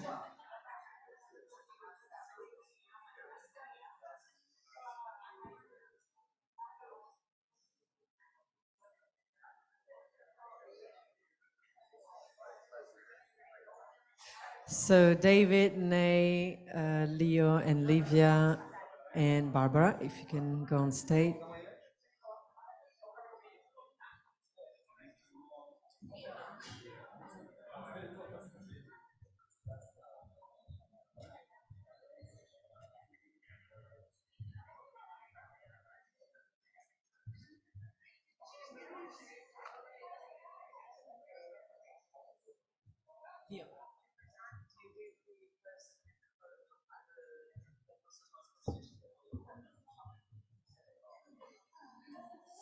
Okay, welcome back. We are resuming the previous session, AI and the mice industry. There are still some questions to be answered. I'd first like to give the floor to Thomas, who had a question, right?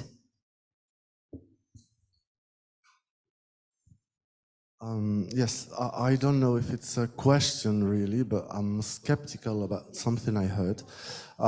Sorry, I said I was not going to take the floor again, but I heard the word open source and I can't resist. Because yesterday I wanted to touch upon that, but maybe it was too complex, so we didn't have time, etc. But it is true that for the first time, repositories, some repositories on AI solutions for automatic translation went open source on GitHub. In one of the cases, it was because there was a leak. It's unfortunate. It was not meant to be that way right from the beginning, but it's better than nothing, that's for sure. But I'm not sure that you can. People interpreters proposing repositories with, I don't know, Pashto, for example, or extremely rare languages, can really monetize that or draw real benefits from that, compared to what corporations could do with those data if they become available. So that was the first remark. What I find more, I don't know how to call it, but I do prefer projects like the Rosita project. I don't know if you heard about it. It's an international initiative which is trying to preserve languages that are disappearing. So what they are doing is going around the world in very remote places where only 2 or 3 speakers of one language remain. And they are creating this massive database to have a record of those languages which are about to disappear. It's a very common case in Central America, for example, where there are a lot of languages that are about to disappear, in Africa as well, etc. So that was the first part of the question or suggestion, etc. And then I would like to say that this is I'm extremely happy to be here because I find it this is a great context for us belonging to different sectors and having different perspectives, to start working together and making the most of these new technological developments. And I think responsibilities, rights, and benefits must be shared among or between interpreters, people from the mice industry, and developers of AI solutions. Yeah, that's it. It sounds like a date. Yeah, it is a date. Let's do it. It's the beginning of a date, I think. If I just quickly come back to so I was in Australia a couple of a month ago, and there's an exhibit about Aboriginal art in Melbourne, immersive, very beautiful. If you go there, I encourage you to go. And I was there with my sister, and she was telling me that We lost 80% of Aboriginal language. There was about 160 dialects, and now they're referring only 30, and they're chasing, doing exactly what you're saying, trying to refer it. I think that this anthropological or historical archive has a very big importance in terms of cultural heritage, of course. But with this technology and with this idea of creating large language models that are trained on very specific cultures and topics, I feel that even monetization today is not very clear. When Mark Zuckerberg started his dating app, monetization was not clear as well. What was clear is that there was a need and that there was a hunger for it, and that we can here, I think, establish the fact that there is a threat for culture that comes from GAFAM, that all of your very specific knowledge that is local and cultural based could be preserved in a knowledge database. And the monetization of this database should come as a second step once we grasp the technical capability of this new capsule of cultural heritage.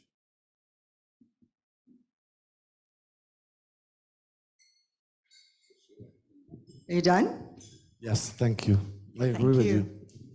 you. Yeah, hi, Maura from the France region, and I'd like to go back to a sort of a basic question. We heard a lot this morning about the fact that we have the human advantage of emotion and empathy. In both of the sessions we heard about that. But then Nay talked about people going to ChatGPT for dating, and I also was really struck by an article I read recently about the trauma of people losing their avatar love affairs because an app closes down, and that's actually worse than the death of a physical person because AI is supposed to live forever.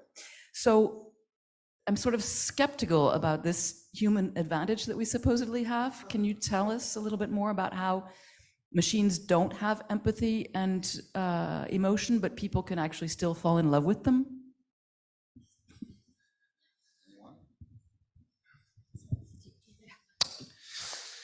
Well, I think they will learn. I'll tell you one story. I have a music background. I went to Berkeley in Boston to learn how to play bass guitar because I wanted to play jazz. The best way is going to America if you want to learn jazz, right? And I was having a conversation about AI creating music with my teacher at Berkeley recently. And I was saying the same thing that I said before here. I don't think an AI can compose Tears in Heaven, for example, the Eric Clapton song, because the man was suffering, he was crying. He just lost his song and composed a beautiful song that will exist forever as a legacy. And I was making this point very strongly, like saying, man, there's no emotions.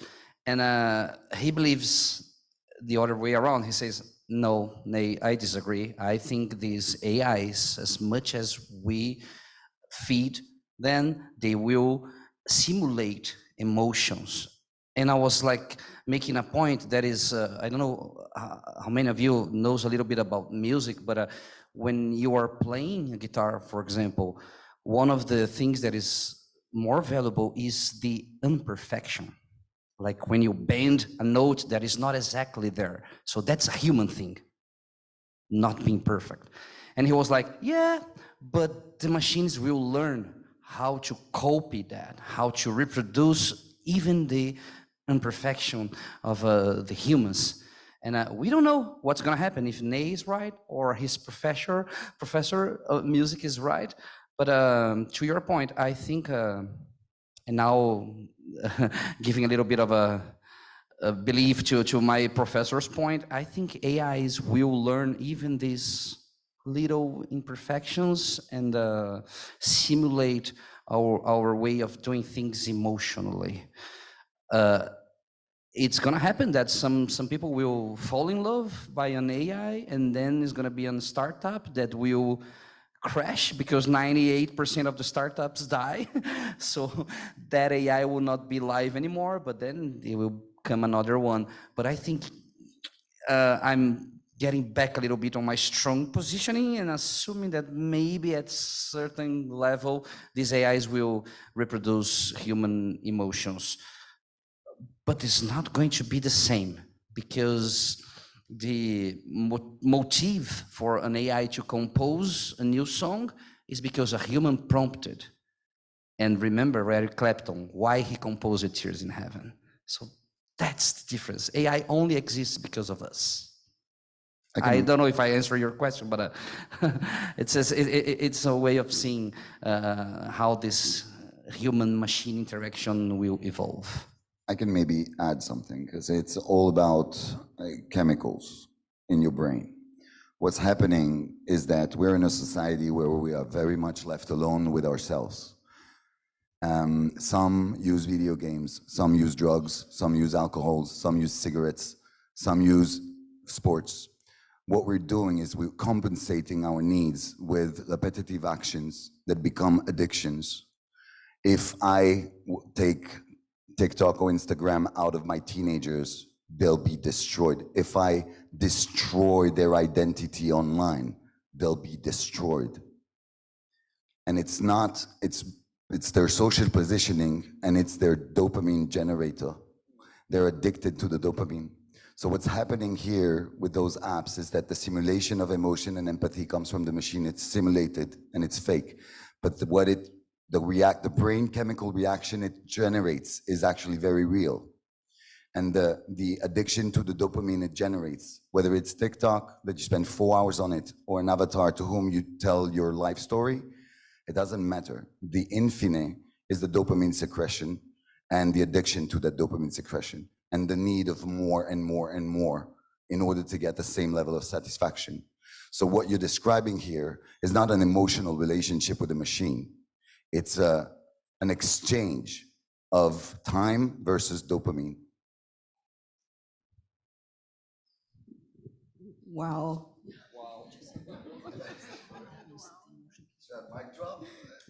Well, this could go on for a very long time. Do we have any more questions? Okay.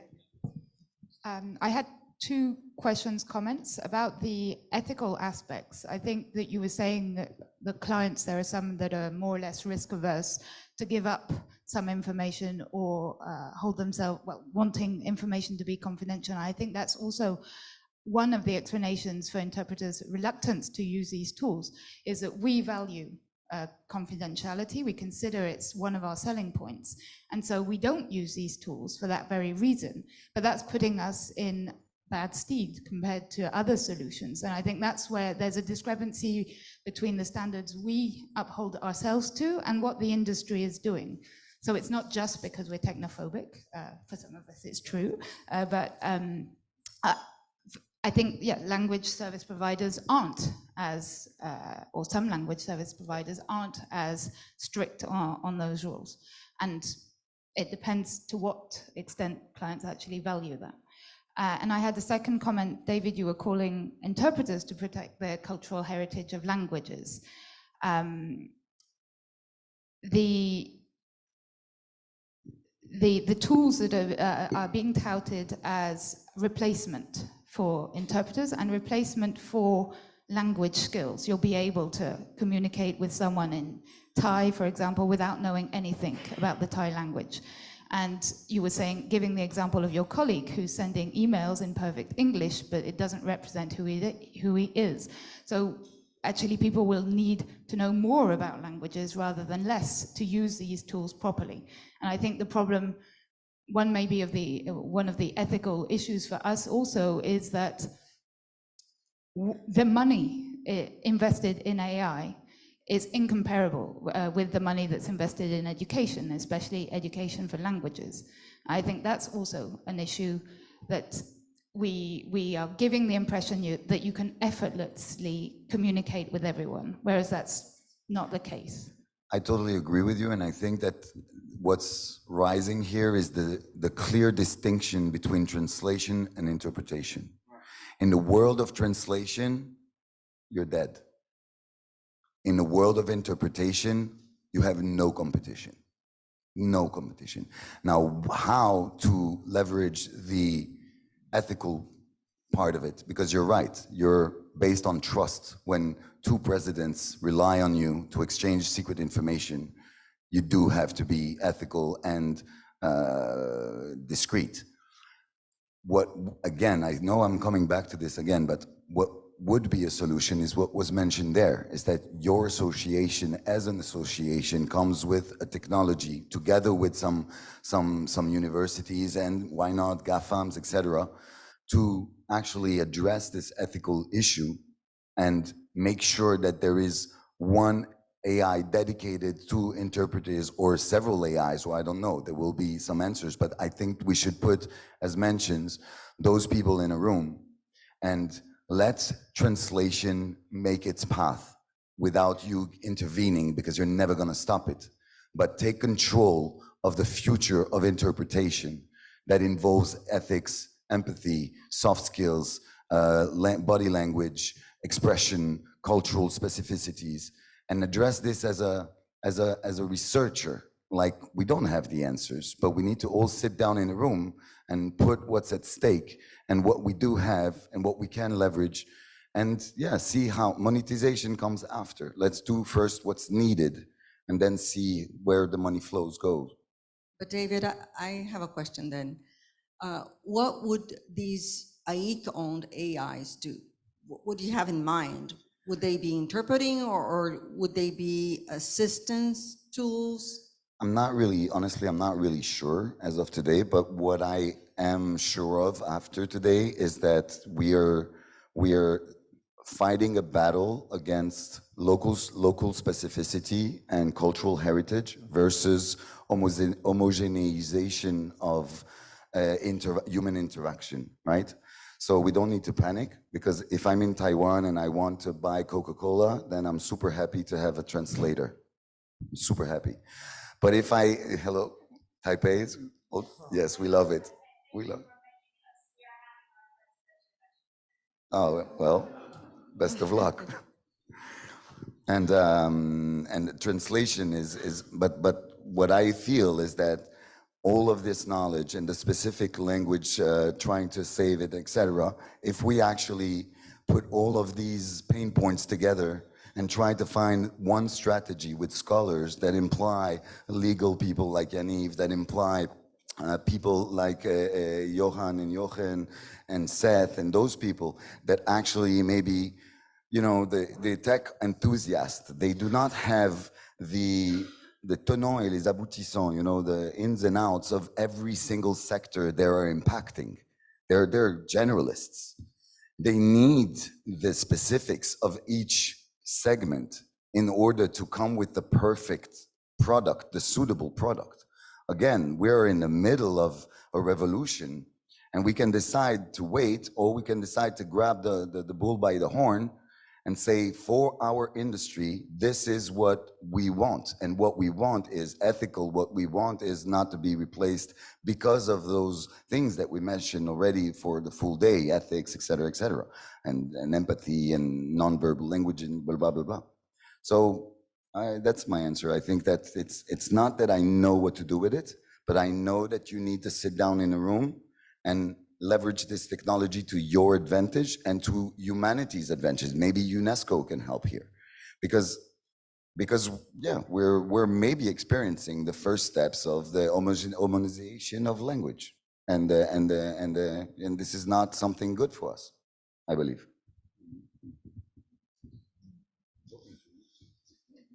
Yeah, we have a follow-up question, and then after that, I would like to ask Jenny for her comments, since we have our president here and we're talking about what things I could do. So just wanted you to keep this question in mind.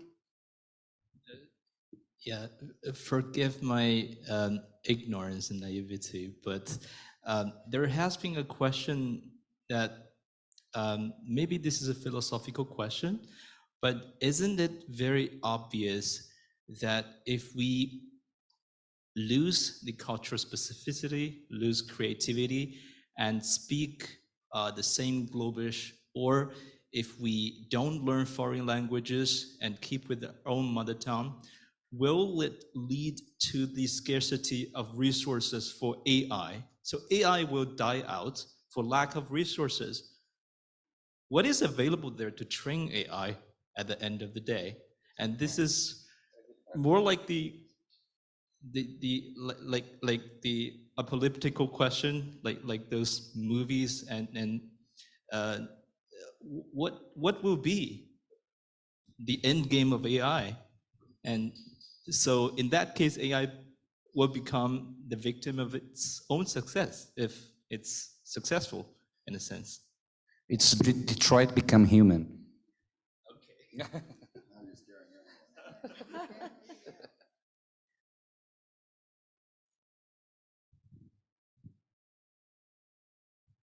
Sorry, it's me taking the floor again, because I heard dopamine, and I think it's deeper. I think it's deeper than that. I think it's deeper than that.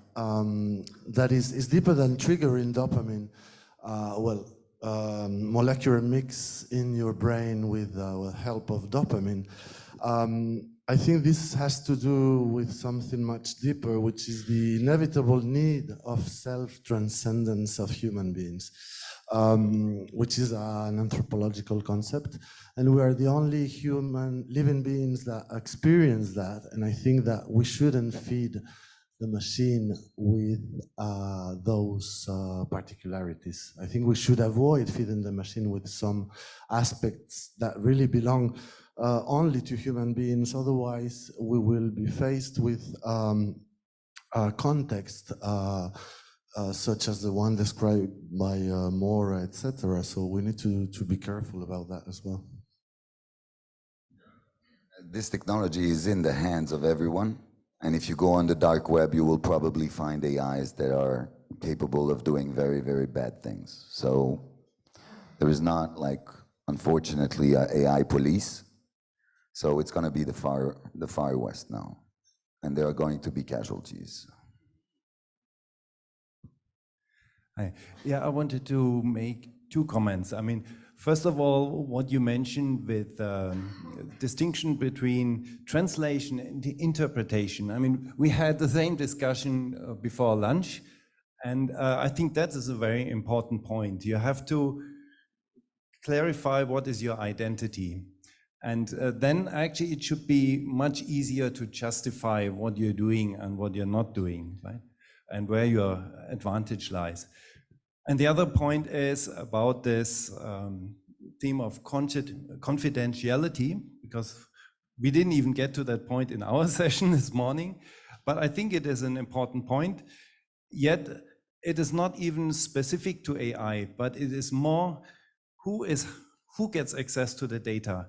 And if you're using a tool like, yeah, even just Google ASR, which transcribes from speech to text, your data goes to Google, and potentially that means it goes to the US, and therefore the government has access to it. And as a result, for example, my institute developed ASR system which is used in Singapore in the state courts system. Because, I mean, of course we are saying our system is a bit better and better tuned to Singapore accents and so, but I think the main reason why that has been done is because Singapore wants to be sure that this data stays in Singapore, and even when it's transcribed, it's probably even stays in the same building. I mean, I wasn't involved with that project, so I'm not sure where the servers are. It could be in Singapore's government-owned cloud, or it could be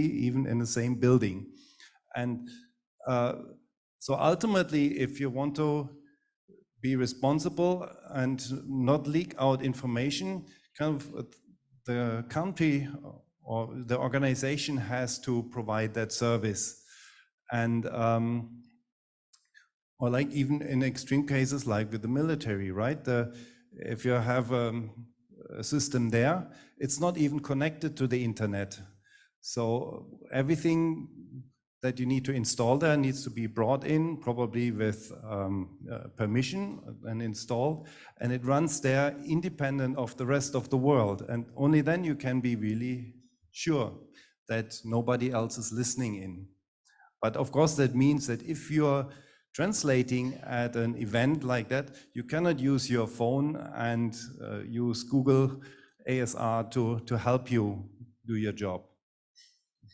If it's free, you are the product. If it's free, your usage of the product will be monetized by the provider of the product.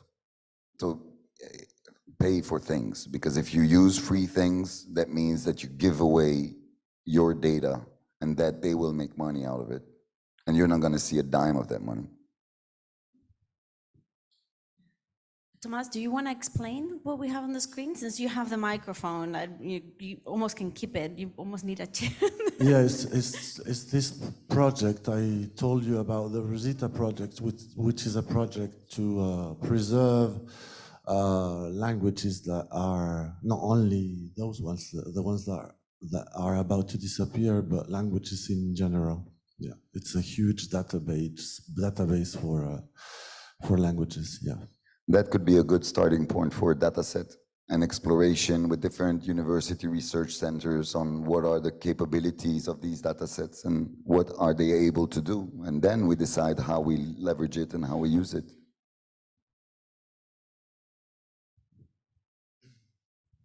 We have Leire, who's the 5th member of the standing committee, who's online. If you can please open the microphone.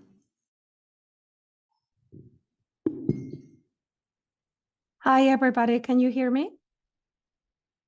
Yes. Oh, perfect. Oh, great. Well, hello, everybody from California. It's getting late for me, 11 p.m. here. But I've been listening today. I was listening yesterday. And I think something that we haven't talked about, and maybe it comes up in the next session, is the regulation that is happening around AI. We've seen a first step in the EU.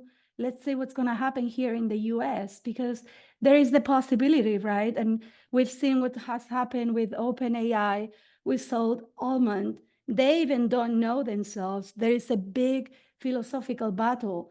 But what about if machines become aware and then they interpret something different?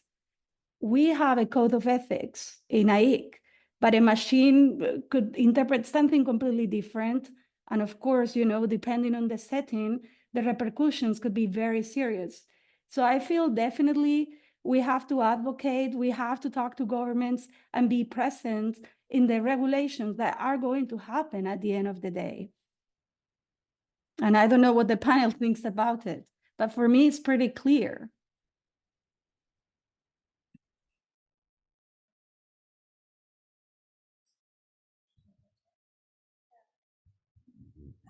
Yeah, I can nothing but agree with you. Yeah, for sure.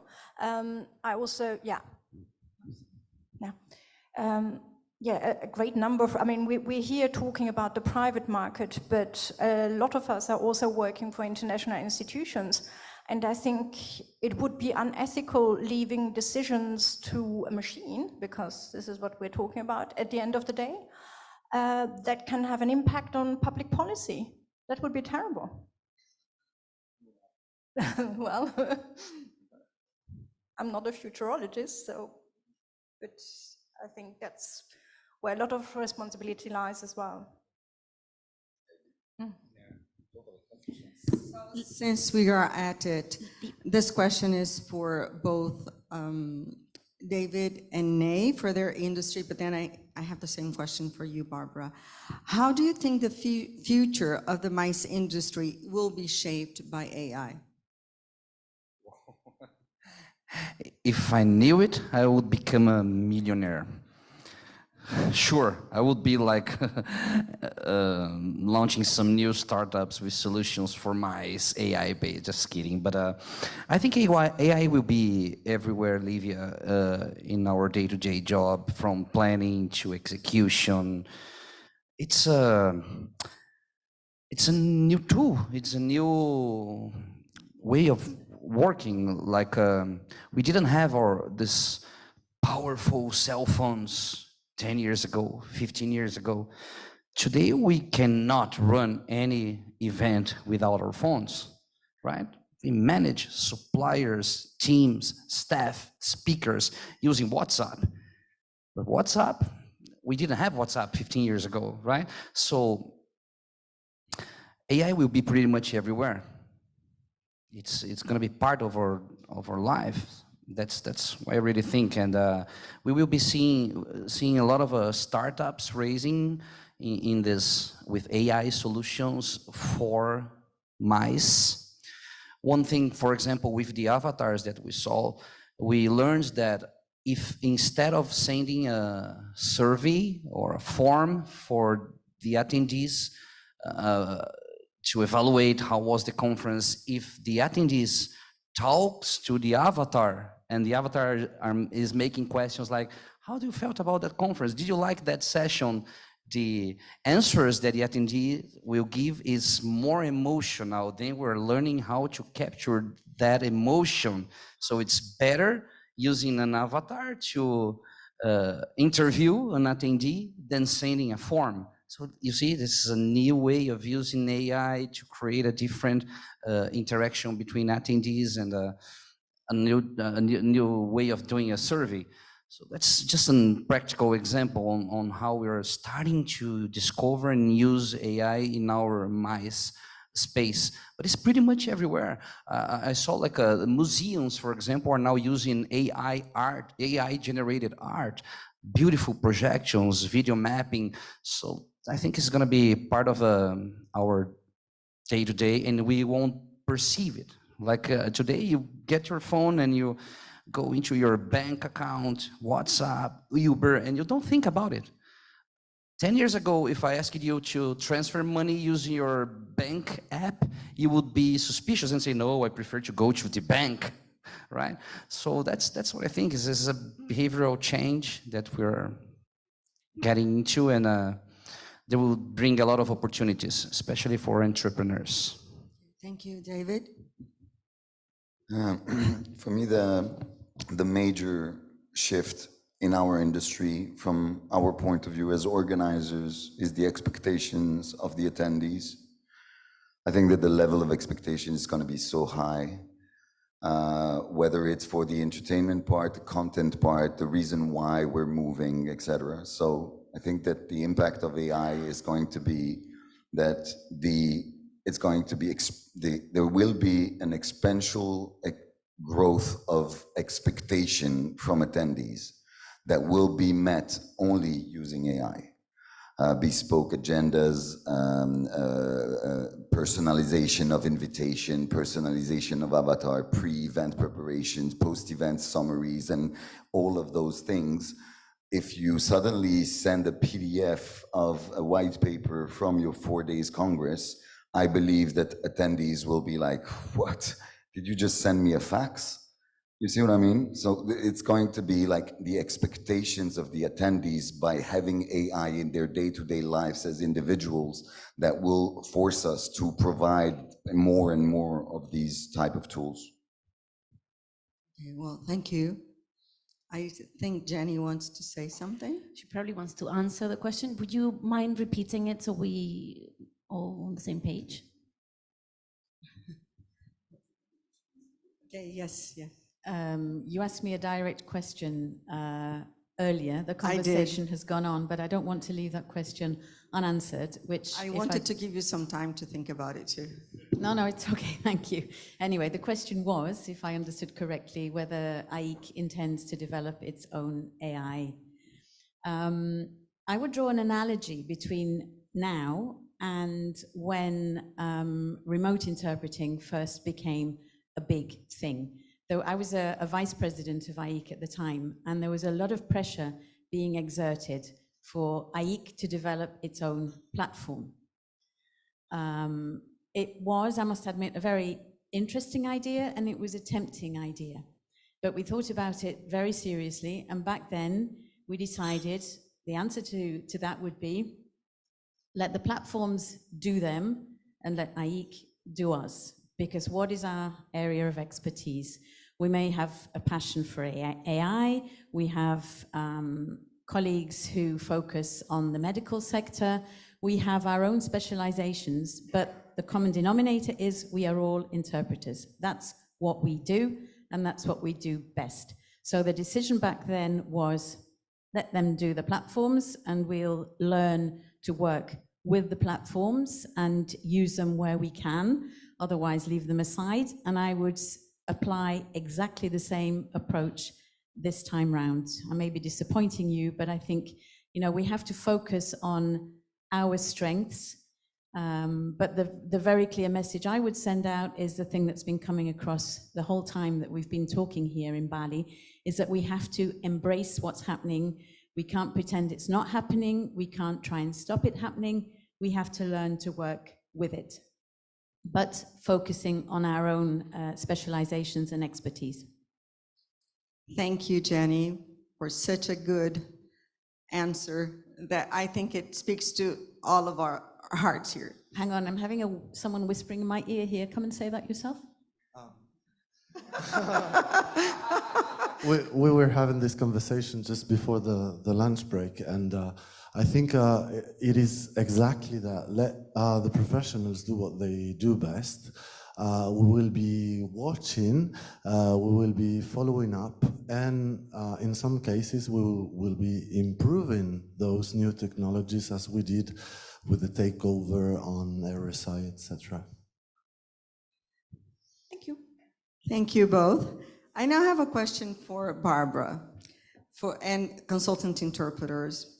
What is your #1 recommendation for conference interpreters to deep dive in AI? Wow. Do you have one? Start with the basics, maybe start with ChatGPT. I thought it was quite instructive, just to engage with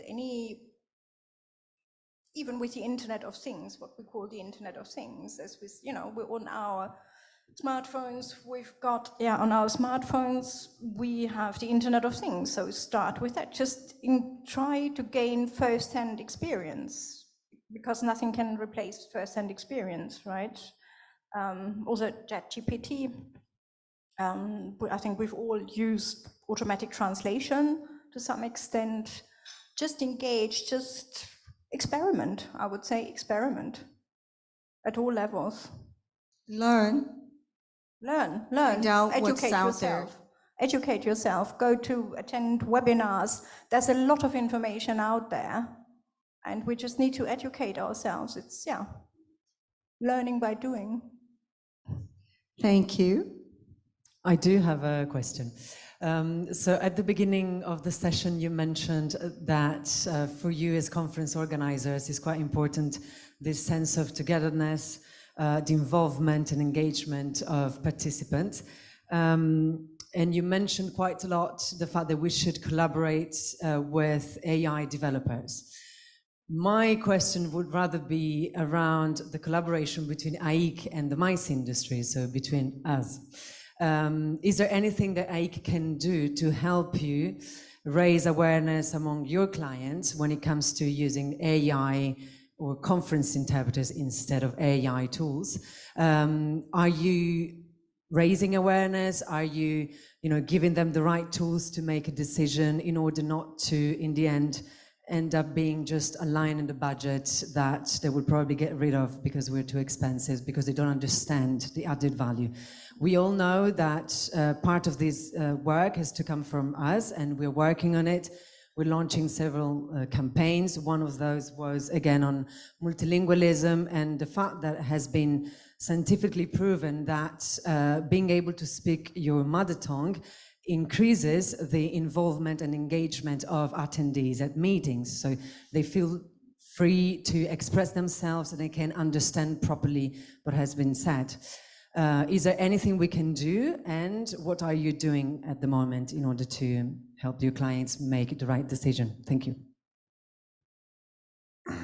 It's very interesting. It's kind of another way to take it, like instead of doing it together, you guys can give us your imperatives and then we enforce it as a MICE industry and raise awareness towards the client on confidentiality, ethics, engagement, etc. So I think this is very pertinent, and we should sit down and establish some kind of a chart that we could publish and saying, okay, those are the do's and don'ts, and those are the risks involved with AI, ethics, understanding and the mice industry. This is maybe a workshop we can do together and then try to establish guidelines that we can then share with our clients that are stamped AIC and then stamped MCI or stamped with any mice industry representative that has enough weight to be taken seriously. And yeah, I think that if there is awareness through production as well, so production now is still working without AI and is still doing its thing without really, there's a lot of replication in mice, right? The producers, they operate many events, and interpreters, we've been dealing with this for so many years that it's a line that we know how to handle. It's hard to handle. We're very scared of you all. I'm giving you I was an operator when I was young. And my bosses would tell me, you can fight with anyone, but not the interpreters. You treat them like gods. Because if they're not happy, we lose the client. Because they will go to the client and say the sound was not good, there was problems, the technician was not aware or was on his phone and I was making signs and he didn't see me. So I wouldn't have these type of instructions when I would operate a regular event. But as soon as interpreter, as in a house, the client is at stake because the client will always choose his interpreter compared to his producer. And so that gives you the perception of the mice industry of your profession. So you are feared. So you know. So I would really like to sit down and establish the rules of engagement for production when it comes to interpreters and AI and technology. And we could make a white paper, maybe involve the university so that we get like a neutral party that also stamps, Yaniv. And David, could you complete your story and tell them about the CEO compared to the interpreters in your events? You were saying last night that you work with very large companies and CEOs. Oh, yes. We operate, I was an operator at Mobile World Congress for 3 years in Auditorium A as a graphic operator. I did Korean Telecom, I did HTC, I did Ford, I did Facebook. And none of I did IBM, I did all of them, and we're talking only CEOs. I never got instructions to be careful and be nice to Mark Zuckerberg. They're like, go give the mic to Mark. This was the instruction I got. But I would always get instruction on how to behave with interpreters.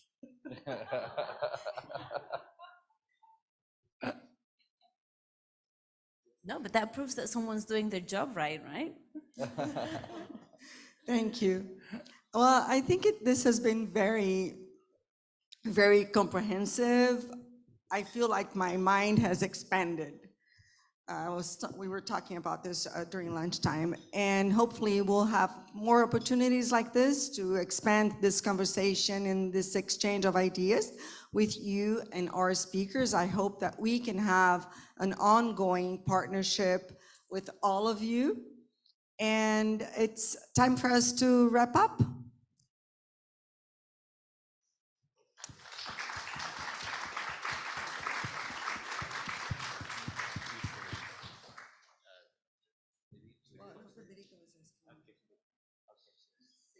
So should we have a quick break before the... No. Okay. No, I'm here. There she is. No, we're not. So we can now move on to this next and final session. Then we will have a coffee break later. Unless you want to say something to wrap up this session, Leo, we can just call the next speakers. I think it's better to call the next speaker. That's perfect. Because it's Brilliant. hard to bring the conversation back from jazz and dopamine to... Okay. Perfect. Thank you very much to Nay, Barbara, and David. Once again, thank you. Now, I'd like to call on stage Veronica, Leo, Yaniv, Nicholas, and there should be online Vittorio. Vittorio, can you hear us? Yeah, can you hear me okay? Yes, just 1 second. Can you speak a bit more? Hi everyone, can you all hear me okay? Yes, that's fine, thank you. Nicholas and Yaniv, you can go on stage as well. Yeah.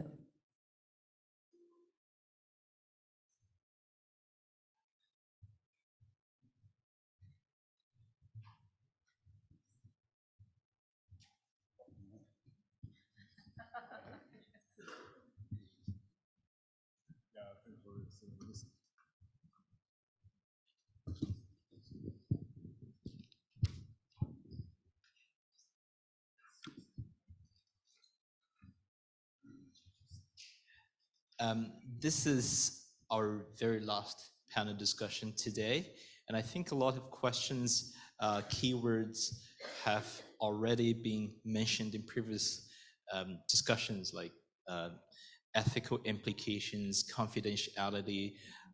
So I'm sure this is a very pertinent session, that responds to our concerns, because we've all been there as interpreters using all kinds of AI tools, but with a bit of worry about the ethical and legal implications that involves. For example, if we are using DeepL to quickly translate a prepared speech in the booth, or when we use the voice recognition softwares to help us catch all these numbers and terminologies.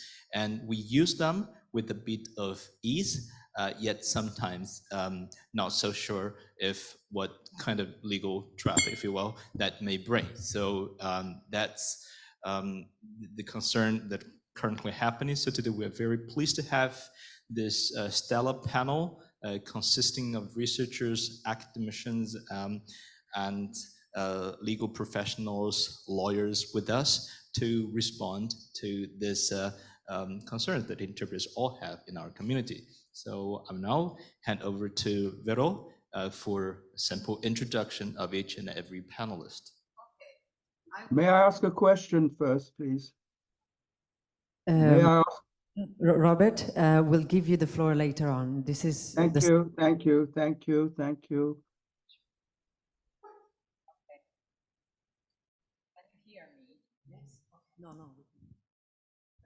Okay. Let me introduce our speakers. Thank you very much for being with us. We have two here on site with us and another speaker online. First, to my right, Yaniv Ben-Yamou. He's associate professor of the University of Geneva. He's professor in digital law at the Faculty of Law of the University of Geneva and attorney at law, specialist in copyright, art law, and data protection. He is board member of the Digital Law Center, the Art Law Center, and appointed expert by WIPO for copyright and museums. Welcome. Next, we have Nicholas Brockelbank. He is a lawyer, director of IHL Digitization and Transformation at Global Legal Solutions Group, member of eBay's AI Committee. Nicholas serves as a key figure at the law firm GLS Solutions. He regularly advises clients on how they can leverage technology to streamline their legal processes. And this requires a reasonably rare blend of legal acumen and technological prowess to navigate and integrate the two massive and ever-evolving industries of law and technology. So thank you very much for being here. And last but not least, online we have Vittorio Tomassone. Vittorio has been working in IBM for almost 10 years now, and his experience includes leading the legal support both for IBM Consulting Italia and the IBM structure dedicated to strategic and technological consultancy, as well as for the software and cloud area. And he's an expert in artificial intelligence and new technologies, and the years spent in the US, Spain, and Peru complete his international profile. So thank you very much to the three speakers for being here. Let me tell you that there is plenty of curiosity about what you have to say, because you know that for interpreters, confidentiality is a big issue, okay? Even before the advent of artificial intelligence. It's one of our tenets, and it is enshrined and protected and described thoroughly in our code of ethics. Let me tell you that the speakers have all received our code of ethics, and they have studied and read it in depth. So let's go with the first question. So the first question goes to all three panelists, and it's a very general one. We would like to learn what you think about the main legal challenges when it comes to AI. Hi, everyone. Sorry. Hello, everyone. Okay, so in my role, we're basically helping. Hi. Okay, in my role, we basically are involved in every layer of the supply chain of AI. So my law firm invests in AI companies itself. We advise companies that develop AI on their compliance with the regulations. We advise companies who buy services that are themselves enhanced by service providers using AI. And we help negotiate the contracts between customers and service providers on whether or not AI is allowed to be used and what is the role of confidentiality and intellectual property in that contract. And then on top of that, if you're a big enough company that you've got your own in-house legal team, all of those teams are being encouraged to use AI themselves to make their operations better, faster, cheaper. So my company or my law firm helps those teams implement AI into their day-to-day operations. All of that to say that we've kind of seen this kind of issue of AI from a lot of different directions. And for me, the kind of key risks that AI is facing on the kind of legal side, there's a couple that are general, but not really relevant to you, and then a couple that are pretty specifically relevant to your roles and the committee. In general, there's compliance with kind of AI-specific regulations, the kind of new AI Act in Europe, for example. You, as a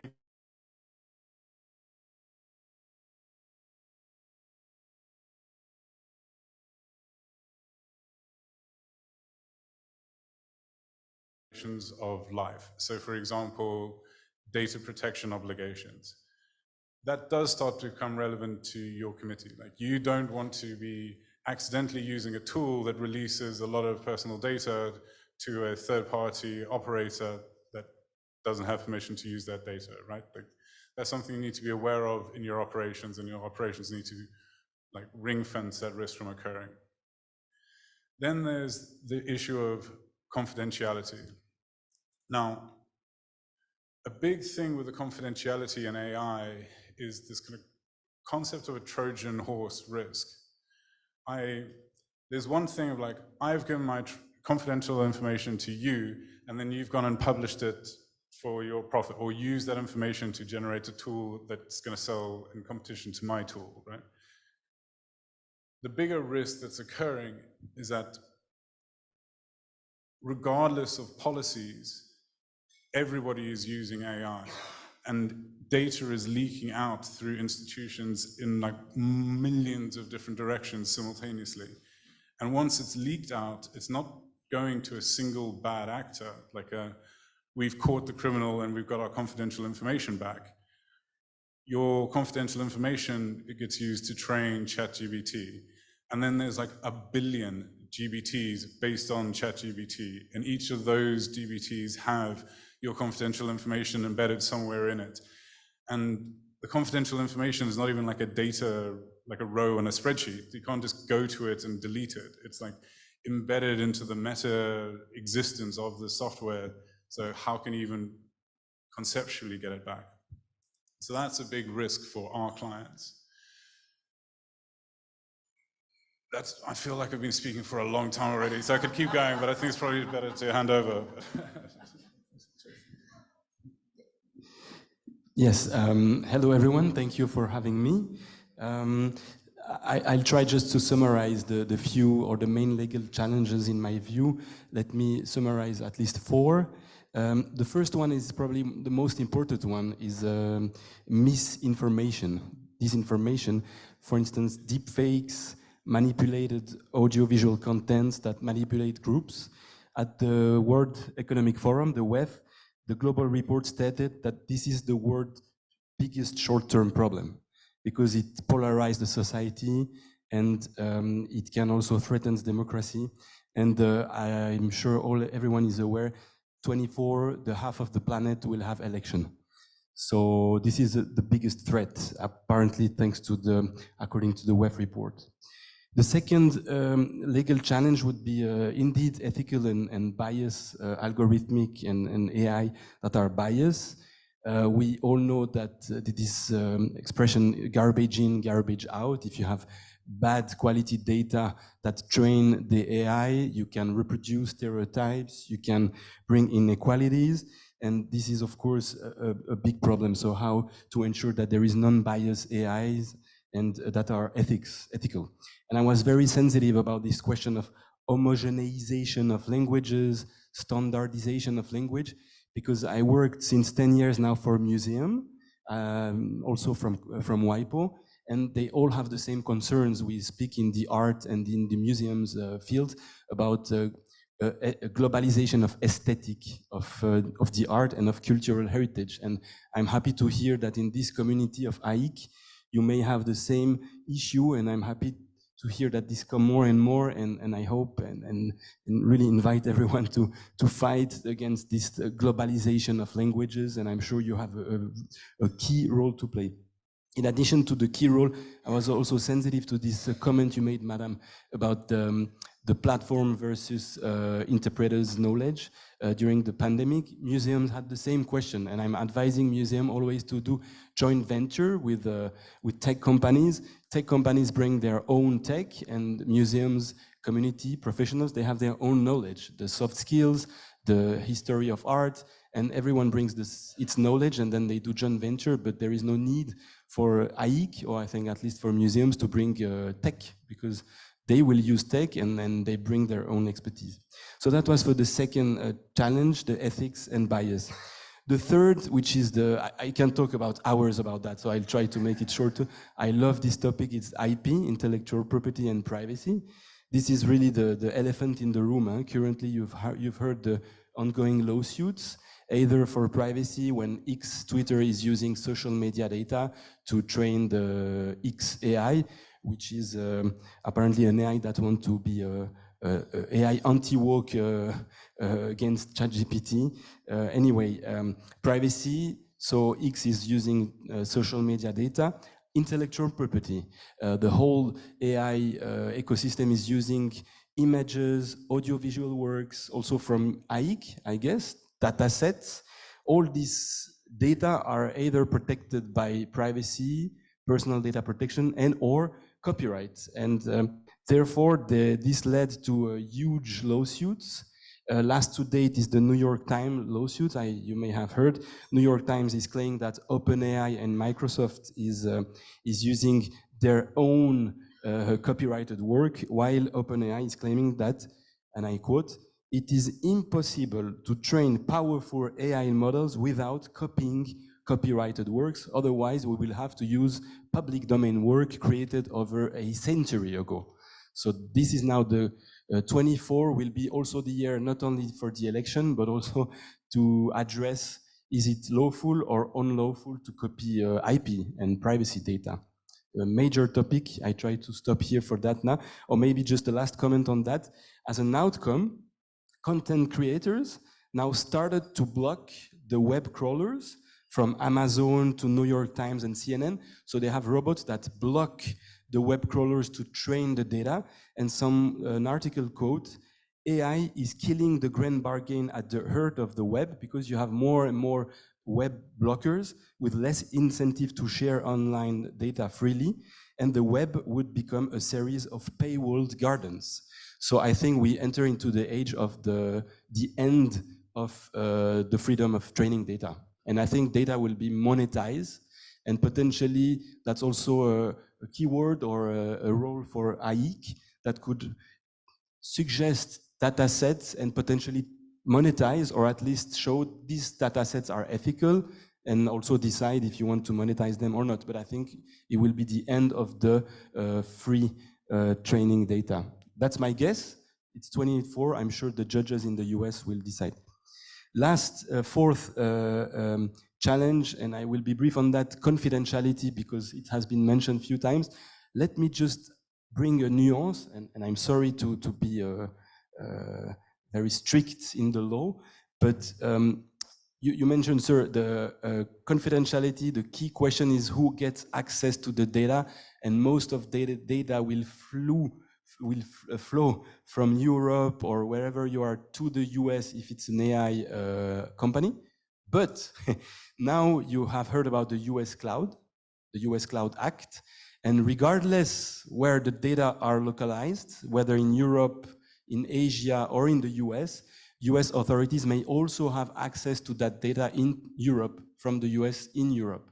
So the next question, depending on the professions you are working, and in my field, I advise a lot of legal tech companies in the legal profession, the legal professional secrecy, banking secrecy is so high standards that we need to have local companies in Switzerland, local companies in Germany, and so on, because if you take an American, an affiliate of Microsoft or Google in Europe, in Switzerland or France, then potentially, thanks to this US Cloud Act, the US authorities may have access to the data.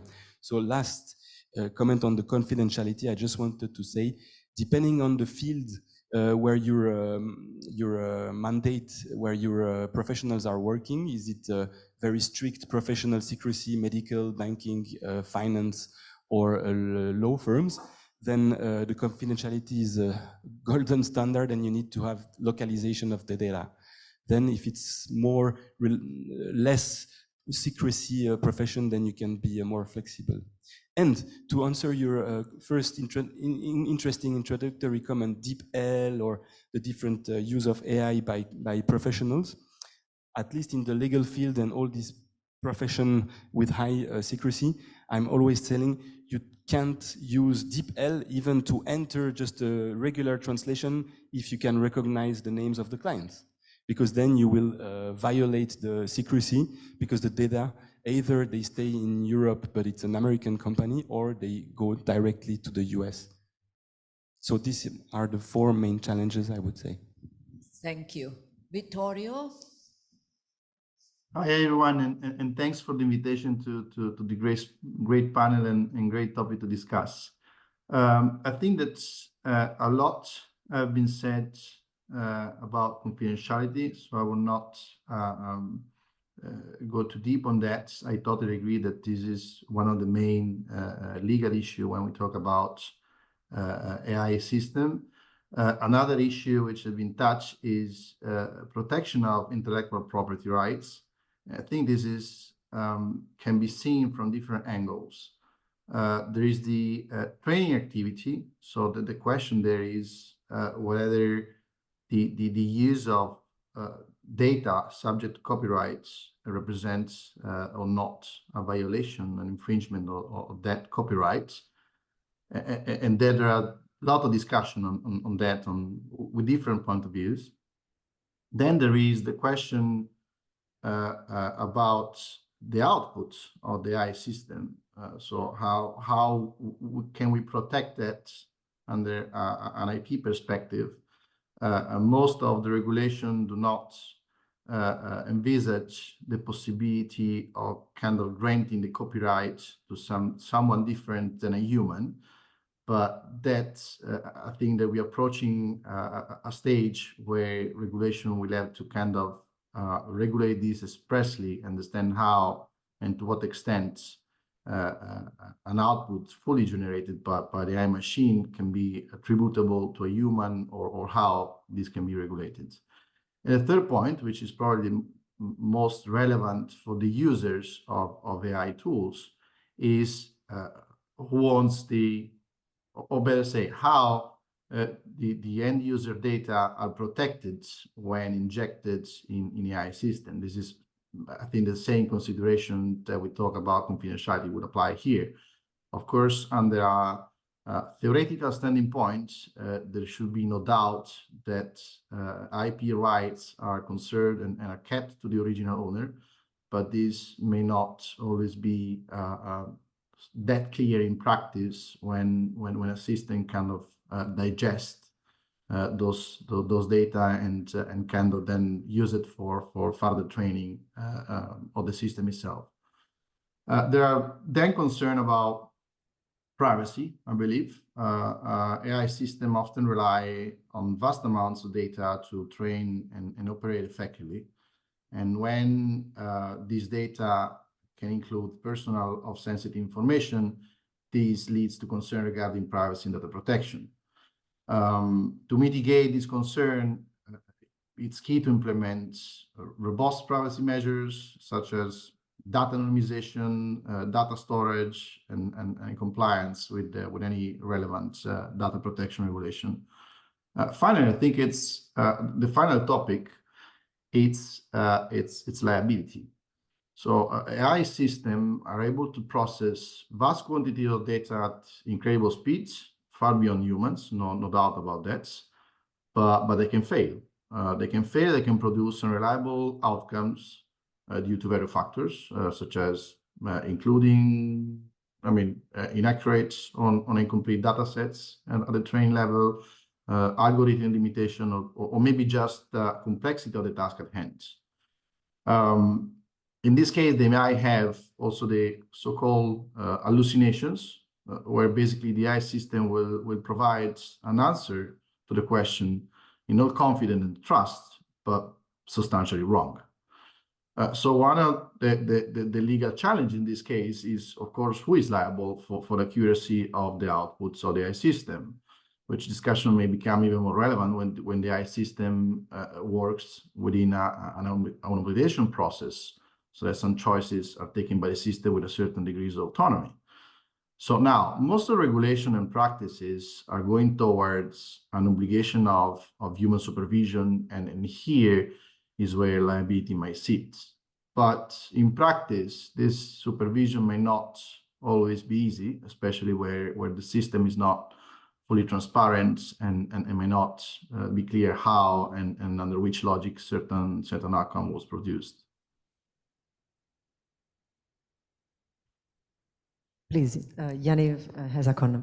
Very briefly, I just wanted to react to the hallucinations. I guess we've talked about that today. As an example of hallucination, which also includes in my view, the ethical and bias general problem.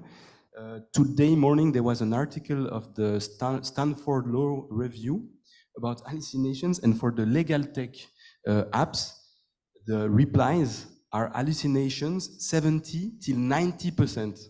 So can you imagine in our legal profession how not reluctant, but at least the added value of the human lawyers will be so important. So of course we can have an assistant, an AI as an assistant or a complementary tool, but with so much hallucinations, first we need to fix it with this question of bias training data sets. And second, the added value of the human lawyers, and I guess that's the same for human interpreters, is key. So it's a coexistence, it's a collaboration, it's not a replacement of job. I'm fully convinced. And if I may add to provide an example, which is very well known to, I think, most of the lawyers focus on AI. It's a case of hallucination in a US case, where basically a lawyer used a generative AI support to find use cases, precedents for supporting his thesis in his plaintiff.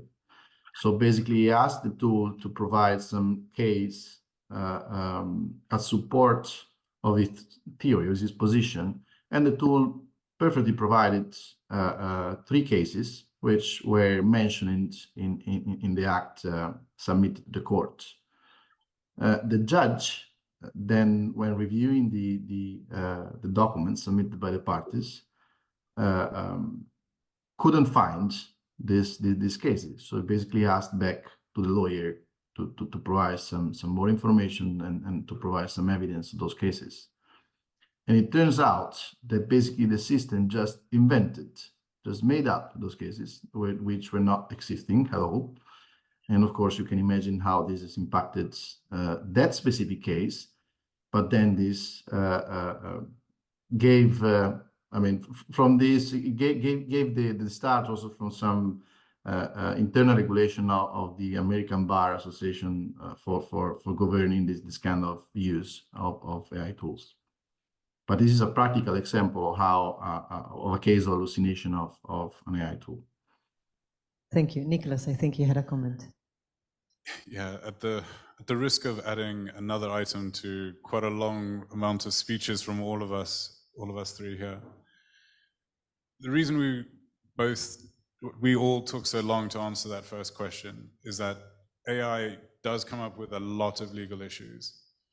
And I think each of us in our own individual ways are trying to do like a quick summary of all law, like in like 5 minutes to train a bunch of non-lawyers. So to add a slightly simpler legal risk issue, that's a kind of a practical issue with risk in AI. So in law, the way you deal with risk is you've got to mitigate it as much as possible, and then you allocate who's responsible, which of the two parties in a contract are responsible if something does go wrong. And the thing with AI and the use of AI in the modern world is that you guys will have a customer, like let's say it's someone from the mice industry is your customer and you're their service provider. You've got a contract with them and they've said you're going to do this interpretation. Or if anyone's doing a translation, you're going to do this translation. Then you go off and use ChatGPT, not your own personal ChatGPT, but just the freeware version on the internet, right? And accidentally release a bunch of confidential information or inappropriate stuff to the internet. Now, the same risk applies with Google Translate or anything else, or like iHeart PDF when you're converting a PDF into Word, whatever. Like, but you're suddenly, you service provider, or even, and particularly with AIC, where all your service providers are individual human beings rather than a corporation. We've now got a chain of contracts problem. Me, customer, have given you, I've lost my information through you to somebody else. You're an individual human interpreter, and you all get paid quite well, but equally, I'm sure you could release a lot more valuable confidential information than I could, even if I sued you for all the worth you had. You're not going to recompense me for my $100 million chip design software, right? And so you've released it to ChatGPT, but I, customer, have no contract with ChatGPT. So I can't even go to ChatGPT and be like, give me my confidential information back. And like the poster boy for this issue was Samsung, who had like 3 incidents of their employees like accidentally releasing confidential information to ChatGPT to do their own work. Like they were genuinely using ChatGPT to improve the quality of their work and accidentally release confidential information. So like it ended up being that the board members of Samsung called the board members of OpenAI on like a personal basis, like, can you give us our confidential information back, please? Like, but like all of that to say, that is like a real risk of how AI is involved in your lives. Like the risk is how are we allocating risk and how are we mitigating risk and how are we dealing with it. That's very interesting. Can I add something? Some clients, big international organizations are already aware of that risk. And that is making our lives more difficult because sometimes before they used to send the speeches by mail, right? They don't that anymore. So what we face now is that we have this president of this big organization that is going to give a speech that is going to be streamlined, and we get this speech on paper 2 minutes before he starts talking. So our job is now much more challenging. In this case, artificial intelligence is not helping us, you know? It's just the opposite. Okay, so. Let's start with the first round of questions because I think we've heard a lot, so you might want to react. Please. Hi, I was thinking about what our rendition can be used as. We are a potential data set producer because they might be using our interpretation in order to then train the models. And I thought we need a set of clauses specifically. One clause would be to protect ourselves against our rendition being used without our express knowledge and agreement. And one other one should be to be, in fact, remunerated for providing what is a potential data set. So I think our intellectual property should be recognized even further from now on as a possibility of training further sets. And this morning there was an issue mentioned with respect to Zoom. And that means that whenever we interpret on Zoom, I think Zoom can use the product of that interpretation in order to train its own possible automatic translation tool. So shouldn't we be charging on Zoom, specifically for Zoom, for that platform, another small fee or larger fee, depending, because it is training a future model? So, and there's one more question that comes up here, is recently I had an overzealous conference organizer actually recording my rendition, saying that it hasn't been requested, but just in case the client requests it afterwards, we will do it. But that actually does not allow me to be recompensed for that. So what do we do in such instances, and how can we best formulate all of those points? Sorry, if I may quickly add something to Katerina's question. You were talking about someone coming to the conference, recording your interpretation, but a lot of times interpreters' work is made public available, like UN conferences, plenary sessions of EU Parliament. So these are already streamed and made publicly available. And OpenAI or other company can get easy access to them.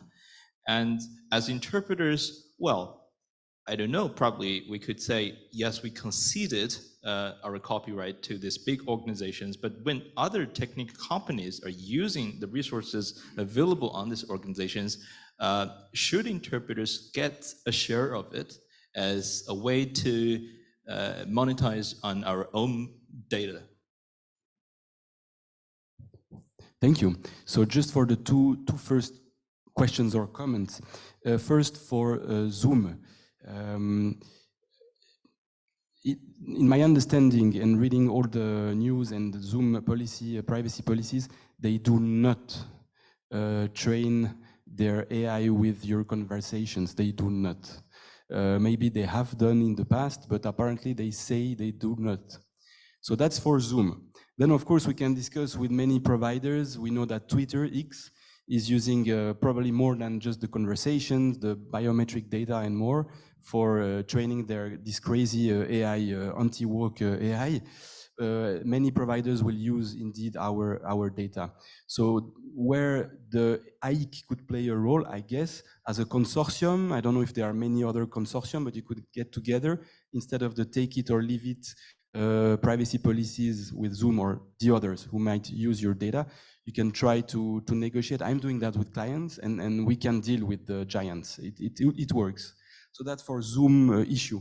Second, for the intellectual property training data sets, I'm sorry for the colleague from remotely. I really do believe, at least in Europe, we enter this era of the end of free training data. We enter into a new era of monetized data, at least in Europe, because Europe now there is a right to opt out if it's a privacy protection or a copyrighted work. So an artist, all the consortium in Europe, they all exercise their opt-out rights. So now, at least in Europe, the AI cannot use anymore the copyrighted work. And I guess it might come the same with the New York Times or the other ongoing lawsuits in the US. That's the billion-dollar question, but we'll see in 24.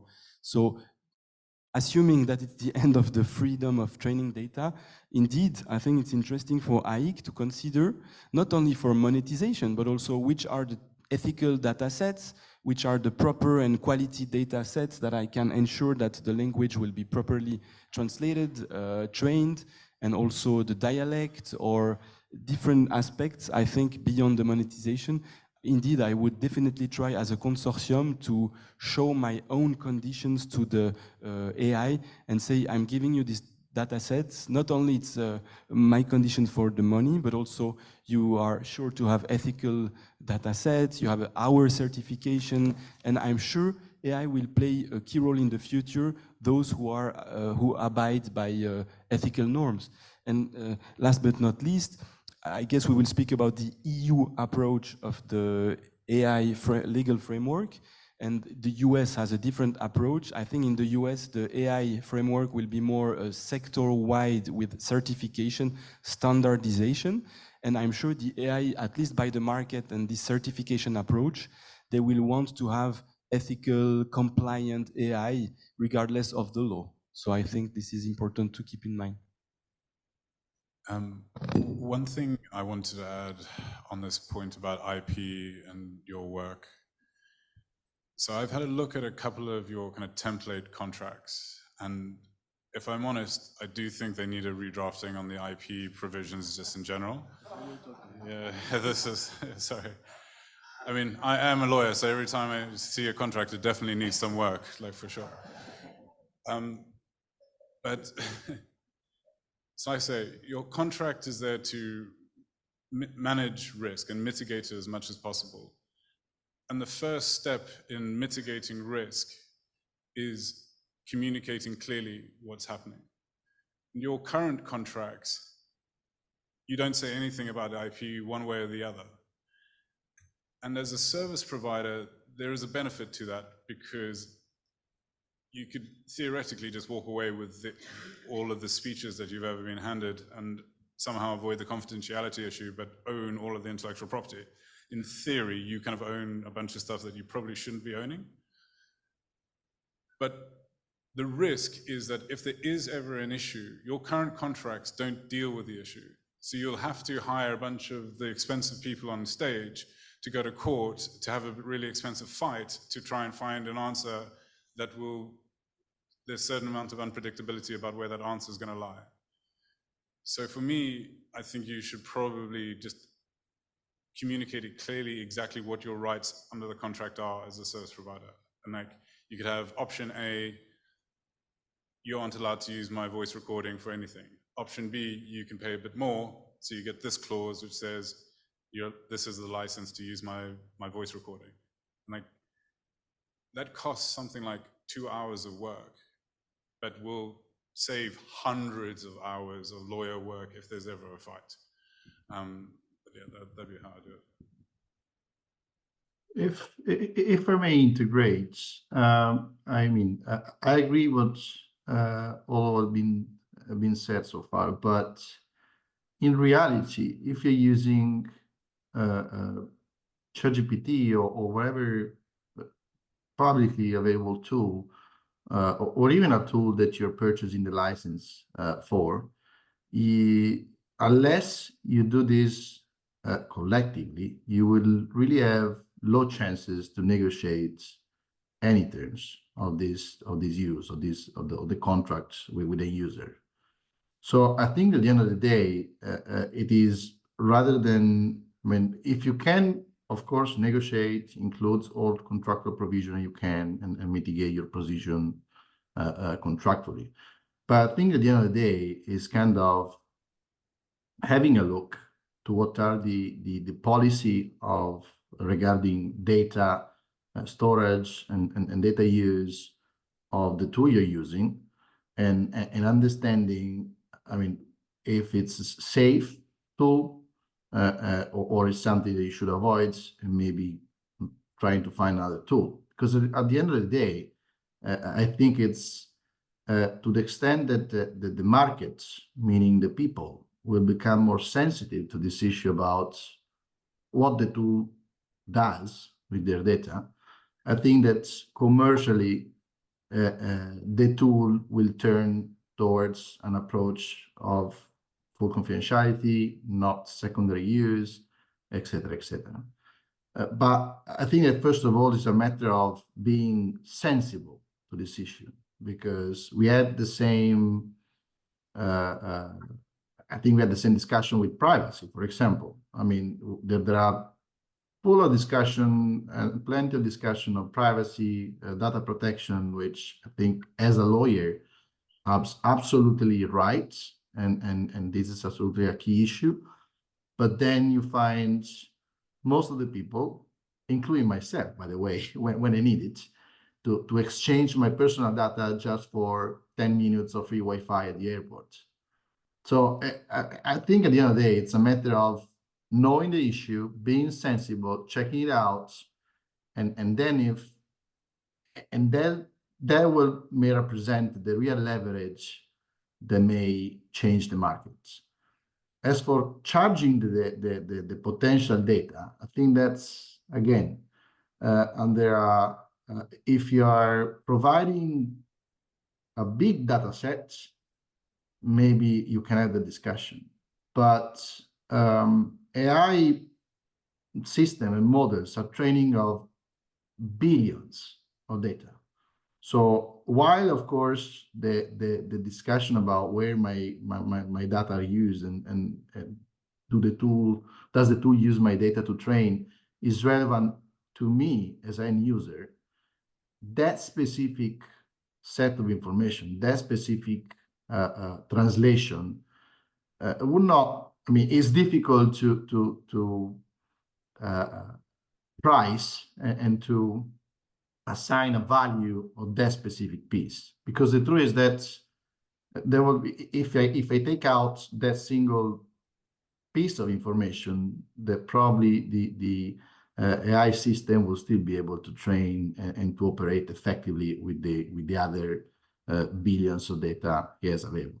Now, something different, of course, if you can do this a large scale, but that's kind of assume that you are able to do this discussion not as a individual, but probably as an association or a group of associations.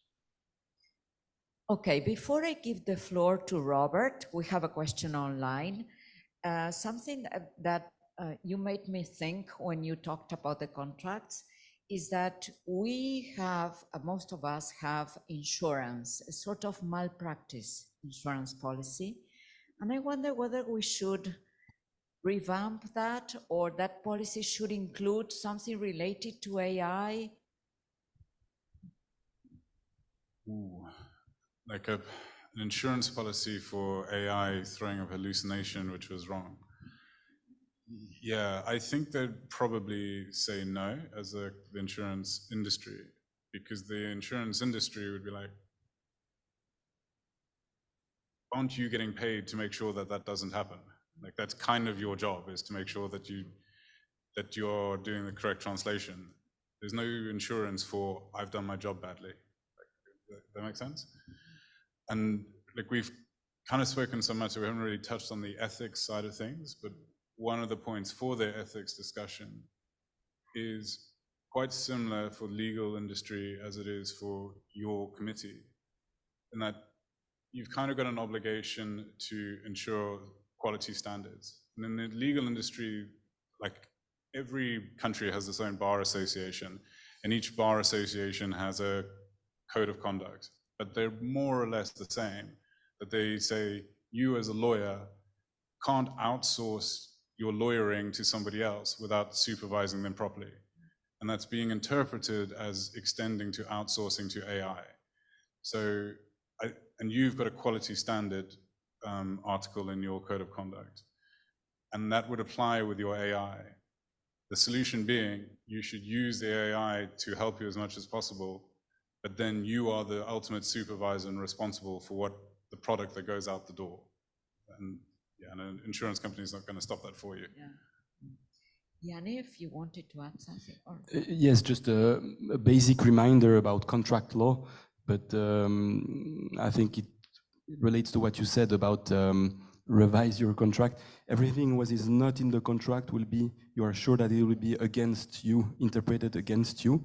We have the same in copyright. If it's not included that you don't give your copyright or that you own your own copyright, you are sure that there will be a litigation around that. In cyber insurance law, there is massive litigations because the insurance, be sure they will always claim is excluded from the cyber insurance coverage.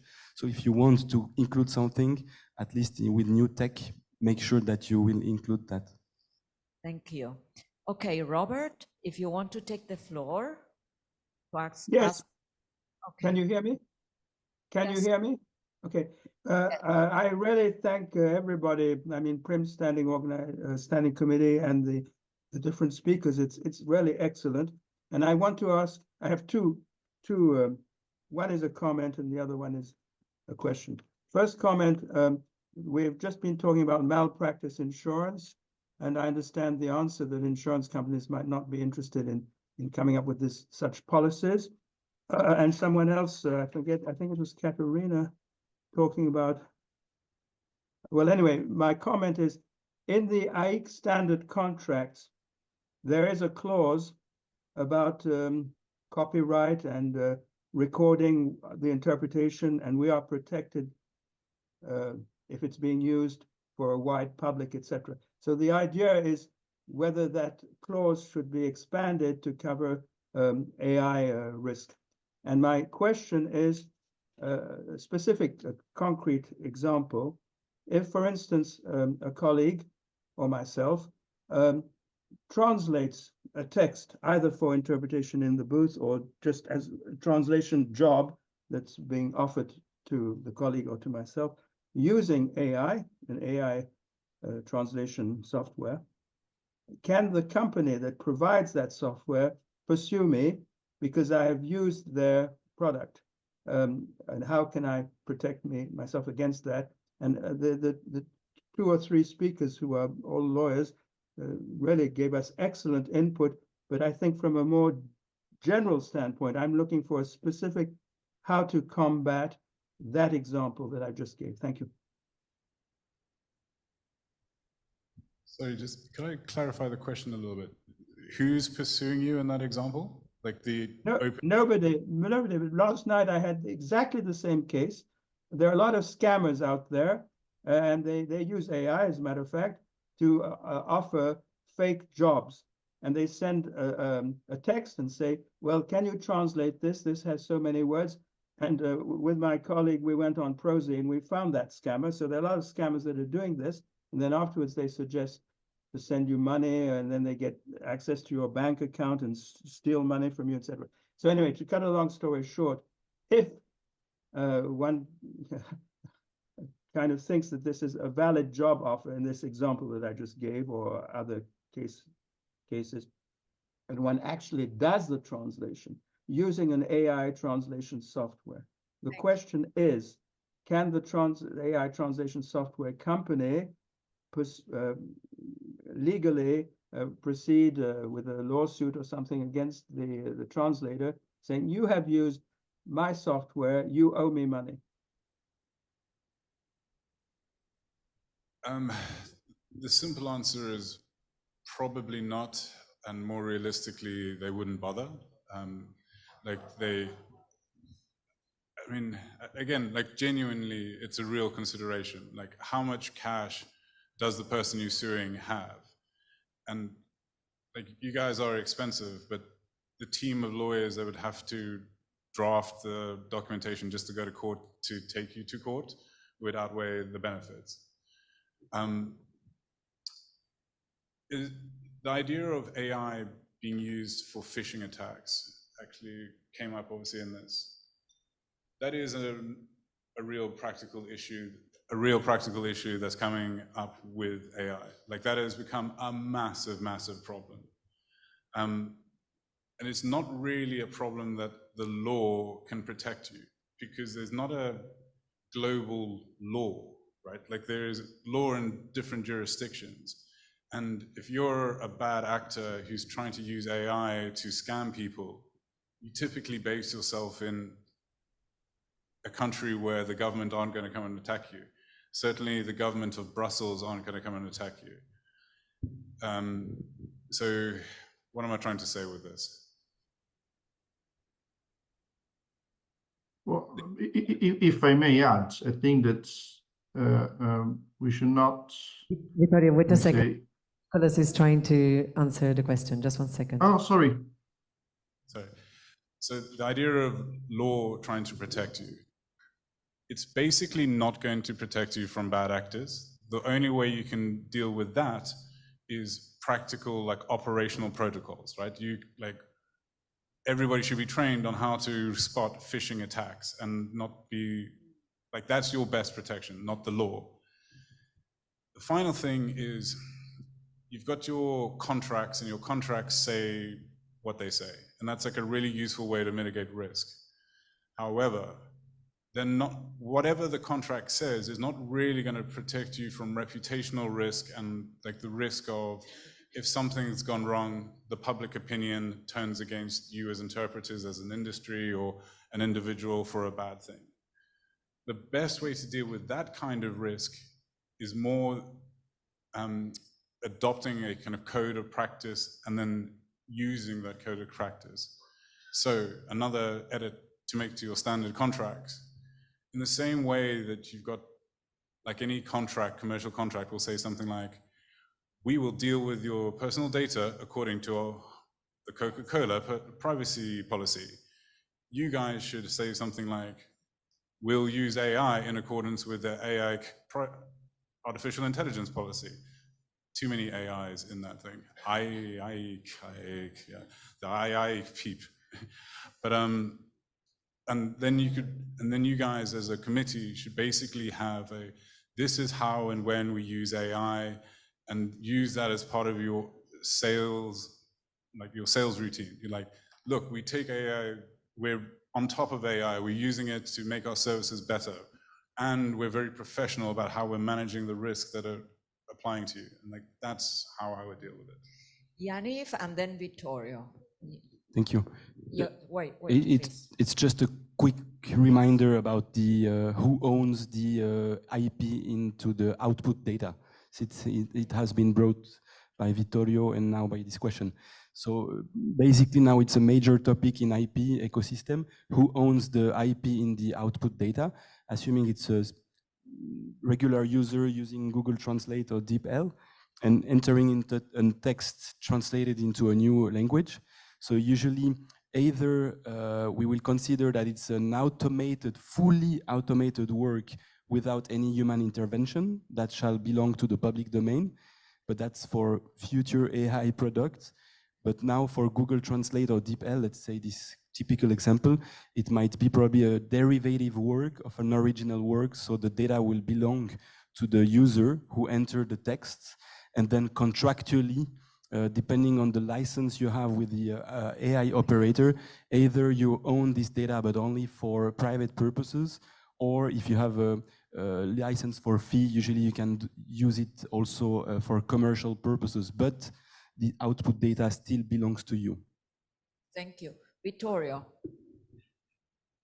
Two considerations on starting from the question. The first one is that, I mean, we should not confuse or overlap the AI concept as technology with the use of the AI. So if someone use an AI system to make some scamming activity, the problem is not and the conduct which can give rise to sanction is not the use of the AI, but rather the scamming. So I think that's kind of to focus the attention on which is the conduct which may give rise to liability. And the second one is very talking about policies. I think under a practical standing points, I think I would suggest you to start checking on whether your clients and entities you're working for do have specific policies on use on AI, because this is not that frequent yet in my experience, but companies are discussing it and expect an increase of policy in this area in the next future. So these policies may prohibit, for example, you to use AI tools with certain content or on certain context, or at least impose, for example, an obligation to disclose in advance any use of any AI tool, or provide guidance on which requirements you should comply with for using an AI tool. Another question, yes, please. Hello, I actually have two questions, but I'll make them brief. Hi, my name is Chris, and I'm based in Washington, D.C. The first question is, our computer application, our computer software landscape today is very plug and play. That is to say, let's think about a program such as Zoom. We use the main program, which has its own terms and services, and then Zoom comes and starts all these API, all these integrations. And I think Nay was telling us, hey, you guys gotta read the terms of service, read. So the question is very simple, and I apologize in advance for my ignorance, but am I reading the terms of services for the main program, for example, Zoom, and then the terms of services for, say, Otter AI, which will give me automatic transcription? Or does one supersede the other? That is the first question. Thank you. I actually have a slightly different view. Sorry, it's ringing too much. But I have a slightly different view about how to approach terms of service with software than most people, and certainly most lawyers.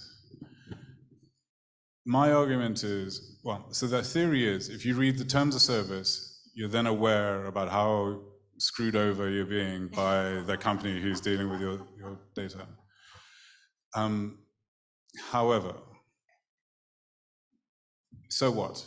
Like, you have no idea, like, you have no recourse anyway. Like, your recourse is, I don't use Zoom, in which case I'm going back to the 90s and I'm there by myself because everybody else is using Zoom and I can't operate anyway.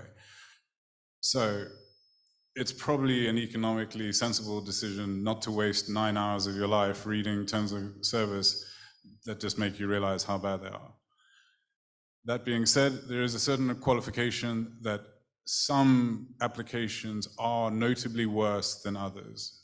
And just do a bit of Googling around your whatever particular application you're going to use to check if there's any warnings online. Because if there are some that are lots of warnings. So TikTok in particular is like the famously terrible terms of service because it means they can just take control of every device in your house, in theory. But other than basically Chinese applications, you're kind of mostly in good shape. And the flip side of that as well is that don't be shy that it's just you as individual human actors, like individual contractors of AIC.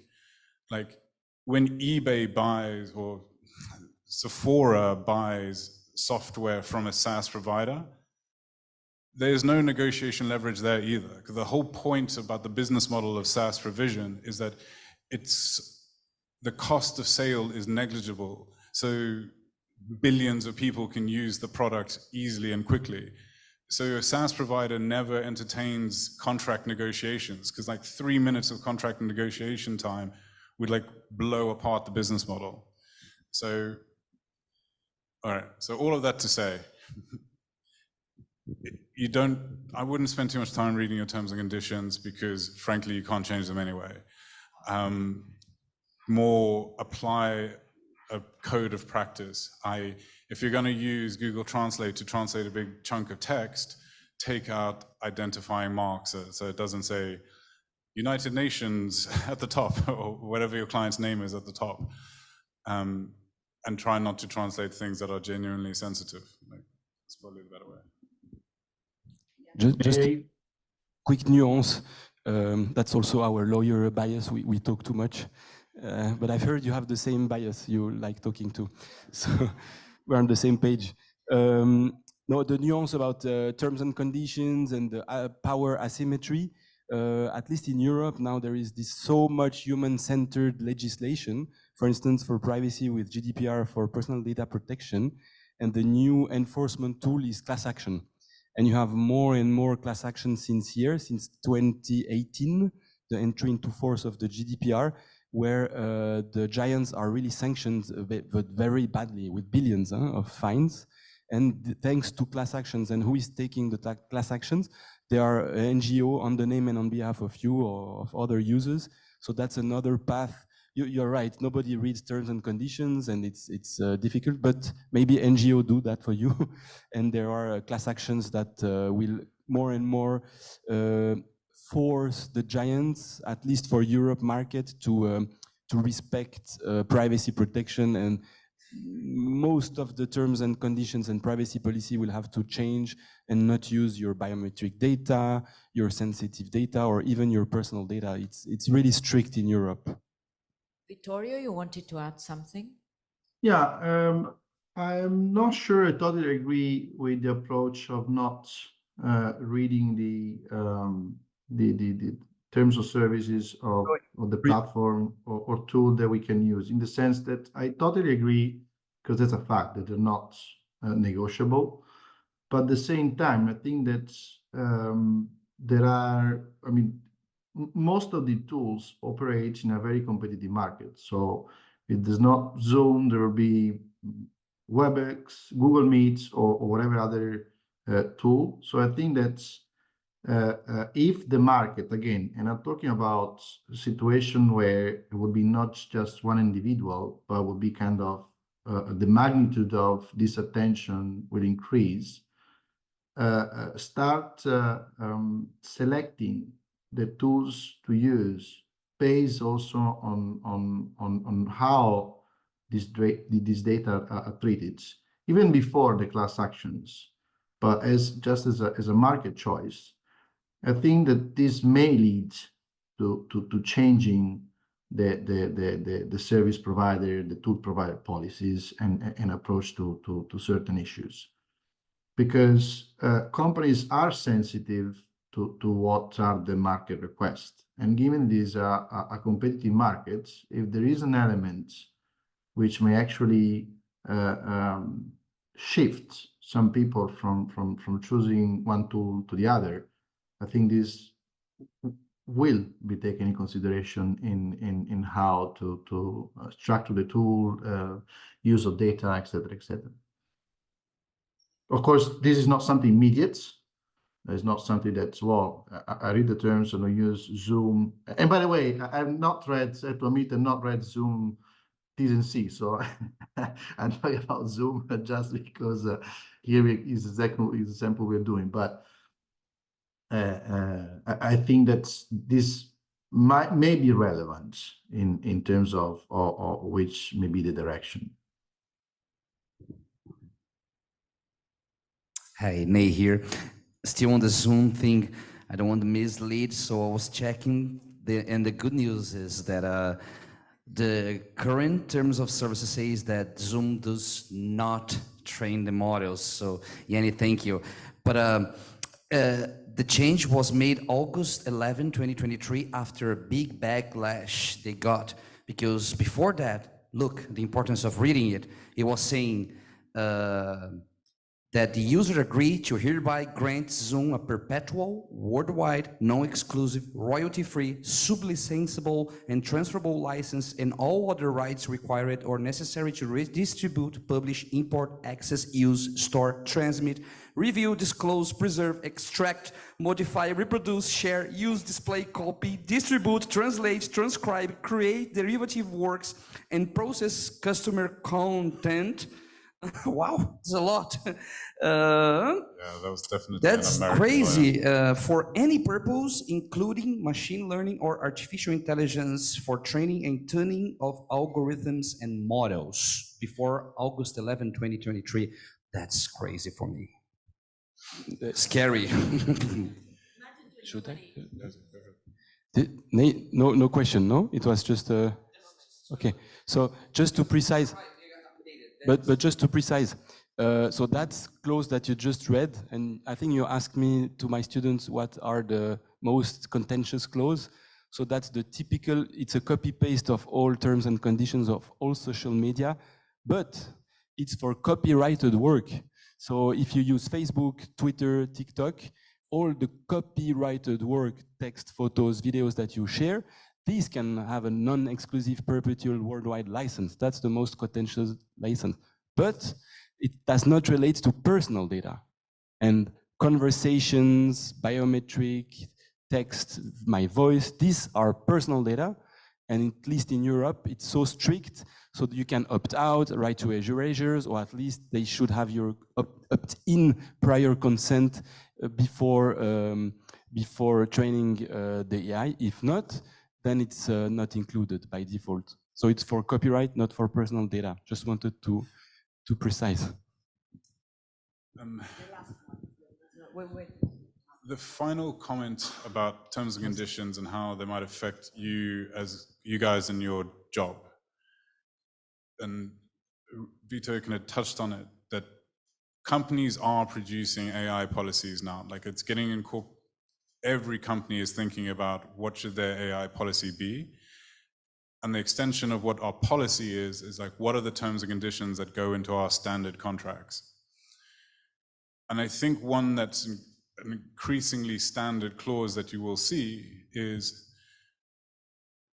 I'll use eBay as an example because this is the eBay clause, but they'll say, you service provider, you're not allowed to use AI unless I, eBay, give my express consent. And for me to give my consent, you need to provide X, Y, and Z information so I can make an informed decision about the AI system that you're going to use. And if I give my consent, you then need to get this clause inserted into your terms and conditions with the AI provider. And that clause will say, we AI provider are not going to use eBay's data. Now, whilst I'm on the eBay committee, this was not an argument that I won, but that requirement is basically impossible to achieve. Like we say, there's no negotiation of your terms and conditions. So you would have to be a pretty big company to be able to tell OpenAI to change their terms and conditions to accommodate eBay's required language, which basically means you're not allowed to use AI. So that is something that it seems like your customers generally don't care about their contracts when they're hiring interpreters because you behave so well and nobody's ever had a problem with interpreter. Like, no, genuinely, I think that's like the reason why your contracts are so light, because you guys behave professionally and nobody's ever had a problem, so there's not been a problem to solve with the contract. But something to keep an eye on for future contracts. You might find your customers trying to say, we need you to make sure that these are in your contracts. And can I just say something about the contracts? I'm saying this just because we've recently updated our contract. We clearly miss one bit out. We will add it. But the contracts are a sample that then is adapted by each conference interpreter according to their own need and use. Your suggestion is very relevant, so we will, of course, revise that as well. But this is also for you to know that this is a sample. So you're, of course, more than welcome to improve it, to add clauses, to leave out other clauses. The idea is to give a standard that people can follow. That's the main. But I do take your point, and I think it's very relevant. No, but absolutely. But my point is, like, for something for you guys to look out for in your commercial dealings is be a bit careful if you start finding conference organizers putting AI language in there, which you can't comply with because you don't have the leverage for it. Can we break now and then we'll take the question after the break? So we have half an hour break. We will reconvene at 5. Thank you.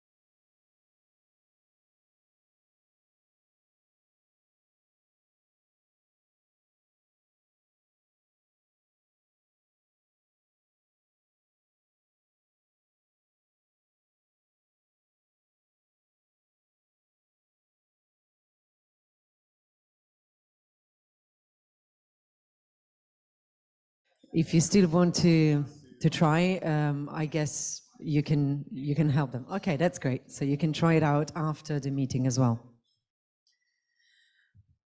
Anna, there was we left with one question. Yeah, Julia, please. Julia, rather, I'm pronouncing the Italian way. Oh, thank you. My question is very uninformed, so apologies for that. But right now, if there is no contract that explicitly states that such and such party owns interpretation, who does it belong to?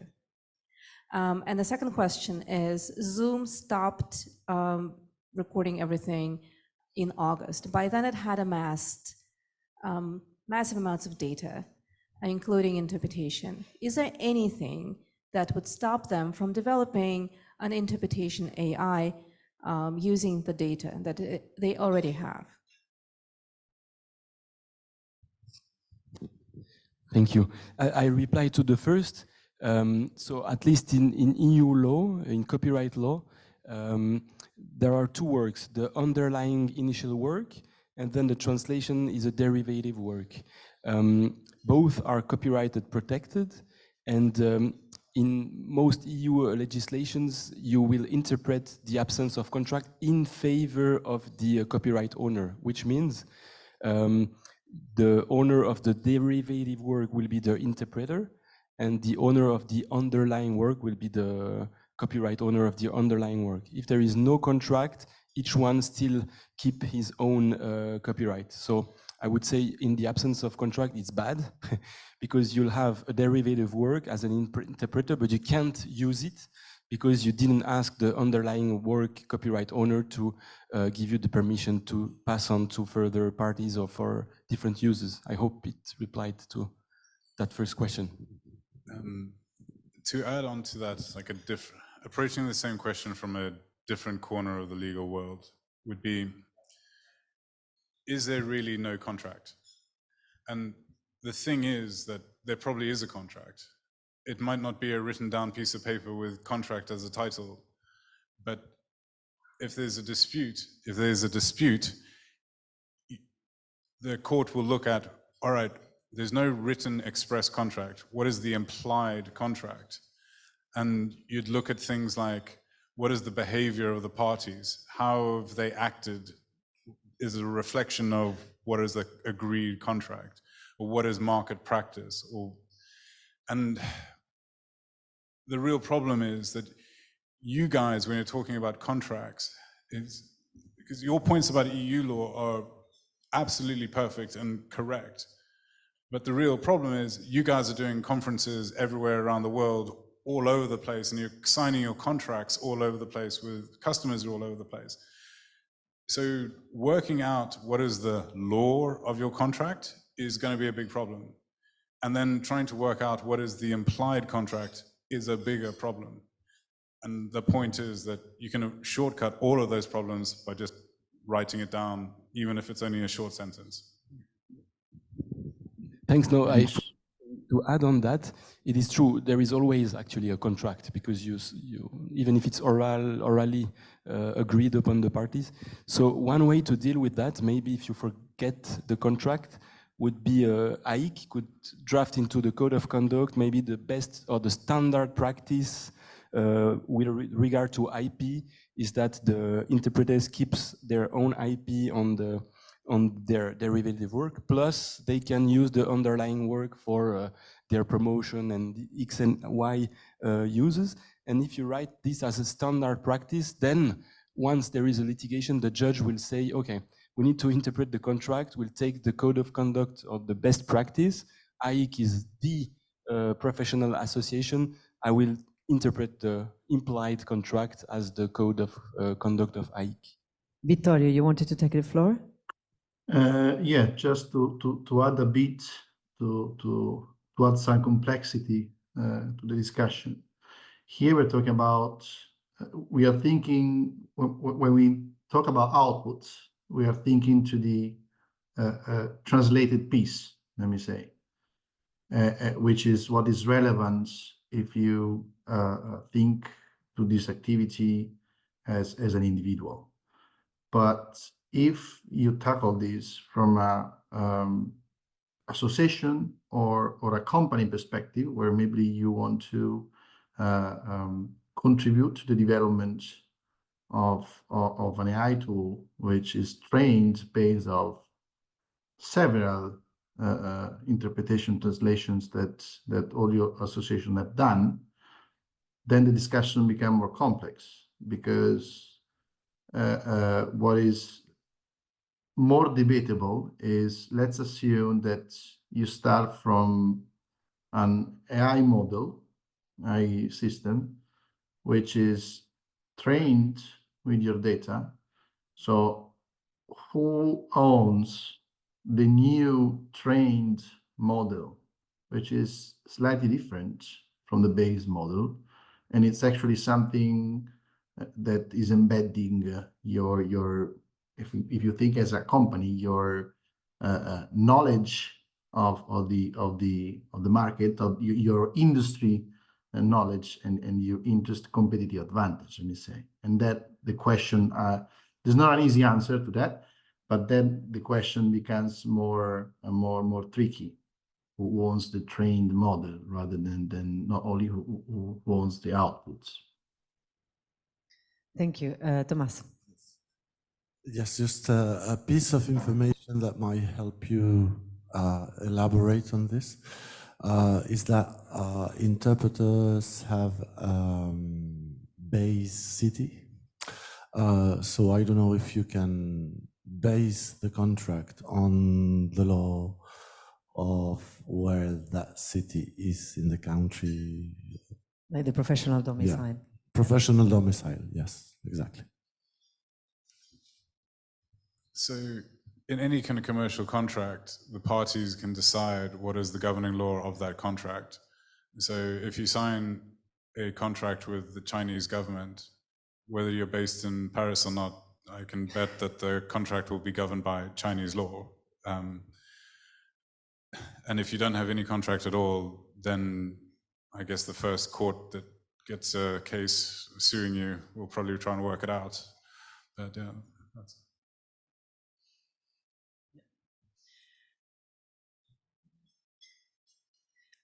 Let's give the floor to the moderator for some other questions. Yannick, do we you have wanted more to? questions from the floor? Just an additional comment on applicable law. That is for contract, and for privacy or IP protection is usually where the protection is sought. So for instance, assuming that you think your data are violated in the US, in Asia, wherever you are, you can still claim the European protection, for instance. Camille. So this is a question I asked a little earlier. Basically, is the IP rights battle a lost cause? Because in our case, I mean, in translation, it's too late. Well, it seems to be too late. And in Europe, as you were saying, with the possibility of opt-out, I've seen many corporations trying, professions trying to claim that opt-out. But to what extent is that just lip service to the opt-out, and to what extent will the large AI players actually take that into account? Hard to know how they're going to act, but I guess with the IP ownership thing, I think that the large AI systems are a real problem for intellectual property. To my mind, they're in effect like the equivalent of money laundering, but it's IP laundering. Like just huge buckets of IP go in, IP comes out, but it's somehow not owned by the person who created it, which I think like metaphysically is like an issue. However, that is pretty similar to how intellectual property works in individual human beings as well. Like words and kind of intellectual property doesn't just spring out of you from nowhere, it's like Inception style. Like you are like huge volumes of intellectual property are flowing in and out into your brain at all times. and you have a right to then interpret that and to create something new. So is it really that different from ChatGPT to do the same thing? I think probably it is somehow, but I can't really come up with a philosophy to explain why. And so what does that mean? In practice, I think it probably does mean that all the information that's in these large language models as of today, like you've lost. Like nobody's gonna go back and get a paid for license from ChatGPT now. Well, maybe Getty Images might, maybe, who knows. But that doesn't really help you decide what are you gonna do tomorrow. And I think what you guys need to do is govern your relationship with your customers through your contracts and identify the value of an intellectual property. So on one hand, you've got our governance. Are we going to use something that might breach confidentiality? We promise we won't, and then you as a person, you don't do it because that'd be bad. But then you've also identified that the recording of your voice has a value, and the customer might choose to buy that value or not. And you can set the license terms for that intellectual property in your contract. Now, if you set that license very broadly, you know, the customer might take that and put it into ChatGPT, and suddenly your voice is the voice of the next avatar than you didn't want it to be, which might be a problem. But realistically, at least you get paid in the first place. And how valuable is your voice, unless you're Shakira, I guess.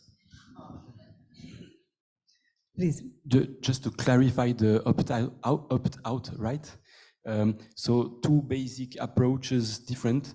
In the US, there will be soon reply to what extent the fair use exception is applicable for training data or not.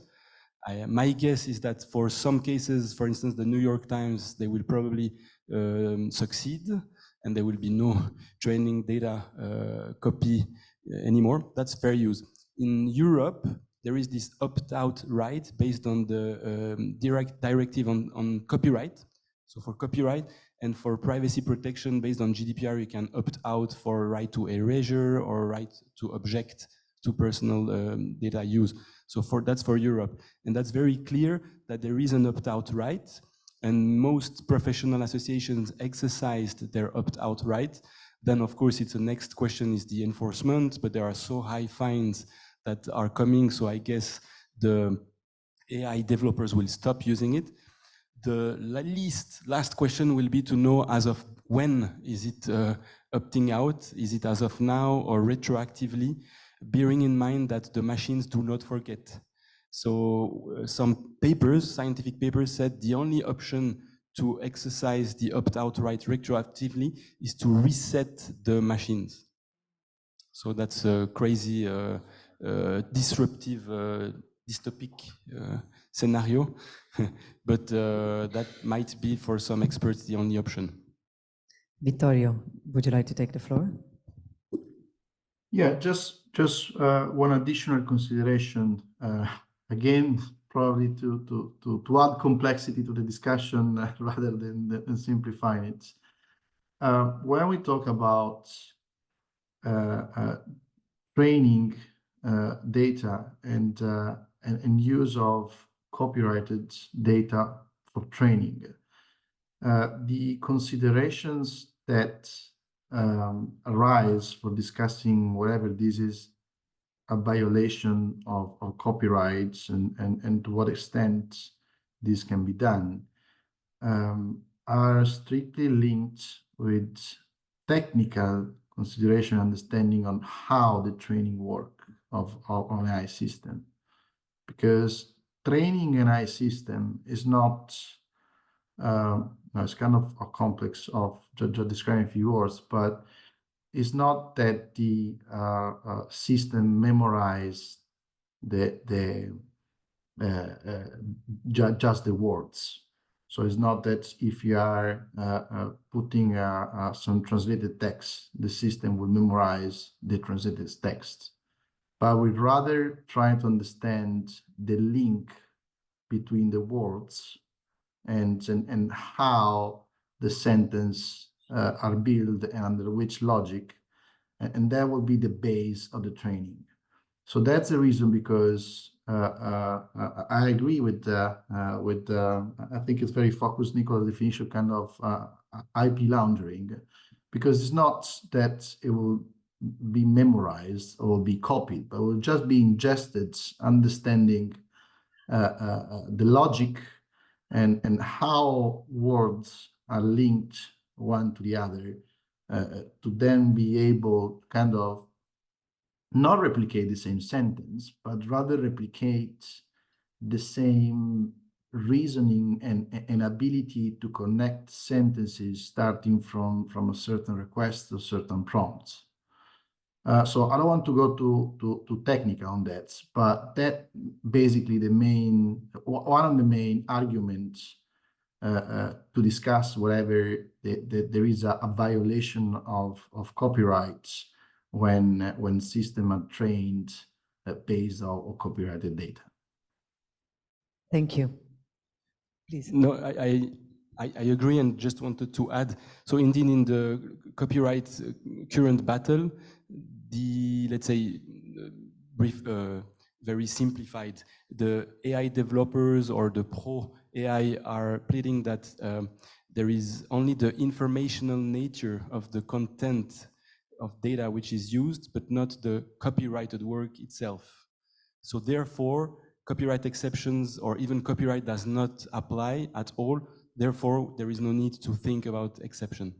While the copyright owners or the IP laundering for some experts is to say, no, the copyright applies as immediately, regardless of which small part of the data you are used, if it's an entire part or only a small part of the data. So that will be the next question. But I really think my understanding of case law in the US and in Europe is that courts are now very, very extensive with copyright protection, and they tend to apply copyright very extensively, even if it's only a transitional, only incidental, transitional part of the data used. But we will see indeed in 24. Are there any questions here? Yes. Please, Rachel. That was a close call. Okay? Yeah, just as a follow-up to what you were saying, I was thinking about the New York Times, and I was listening to your example, and as I was thinking about it, I was thinking, I'm pretty sure that some of the journalists from the New York Times are probably using ChatGPT themselves to write their own articles. So now that they've launched this action in the US, have they pledged not to use artificial intelligence at all while drafting their articles? Do you know? That's just out of curiosity. And if you transcribe this example to interpreters, if you don't want to be completely schizophrenic, you cannot try and protect your own work so that AI companies don't use it to train their models, but at the same time use DeepL to translate your texts and speeches 2 minutes before you take the floor. So I don't know, I'm a little puzzled by this whole conversation because it's a little bit like having your cake and eating it. So I don't know if you have an answer to that. No, it's an interesting comment. That's the whole value chain question also, and that maybe everyone in this room, when you use the CAPTCHA to train the model, we are all digital workers, and it's all the question of value chain, where it flows from where to where. No, but great comment, thanks. I just wanted to add for the New York Times, interestingly, and the lawsuits will be very much a procedural question, the evidence, the expertise brought by the lawyers, because interestingly, New York Times said, with ChatGPT, you come as outcome our plain text, entire text as output. And now OpenAI cleverly answered, no, you triggered the way to use ChatGPT to bring evidence, the way you brought the prompt, you triggered the machine so that as outcome you have entire plain text. So you see, it will be really a procedural evidence question. I guess something to think about in this kind of journey of intellectual property through a chain is, when is the value being created? And on one hand, if ChatGPT suddenly makes your speech worth $1 billion, then that's quite a nice thing to have happened. At least there's a chance that you can get part of $1 billion. But I guess, what am I trying to get to? For you, I think, am I right in saying that there's a very specific issue that you guys want to address, which is what happens to the voice recording of your interpretations? Like that's kind of really it, right? So the answer is you set the terms of that voice recording and give it a value, and then you all apply that value during your client interactions. So you should have literally just a tick box on customer gets my voice recording or not. And if they tick the box, then the price goes up. And you don't really need to deal with the nuances of IP law beyond that. Maybe add a sentence saying you can't use my voice recording to say something that is inappropriate, or like you can't use my voice recording to make a pornographic movie or something. But it's pretty easy just to set the terms, the commercial terms of a contract. You don't have to get deep into the case law of intellectual property to deal with it. You don't even need to get into the laws of different countries to deal with it, because you can just say, this is how much I'm valuing my voice recording at. Do you want to buy it or not? And if they buy it, then they bought it, and you move on and you sell your voice recording for the next conference to the next person. And I think that's probably the way to do it. Something like that. She's going to follow up, but I have a question about that too, because it's not, the voice recording includes the voice and the content, so the translation, the output that could be turned into a transcript. In fact, it happens often. So there's the two elements of our work that should be protected. And also, we used to, or we still have provisions in our contracts that say whether or not the recordings are going to be broadcast or not, and how much it's valued at. So we do have that already.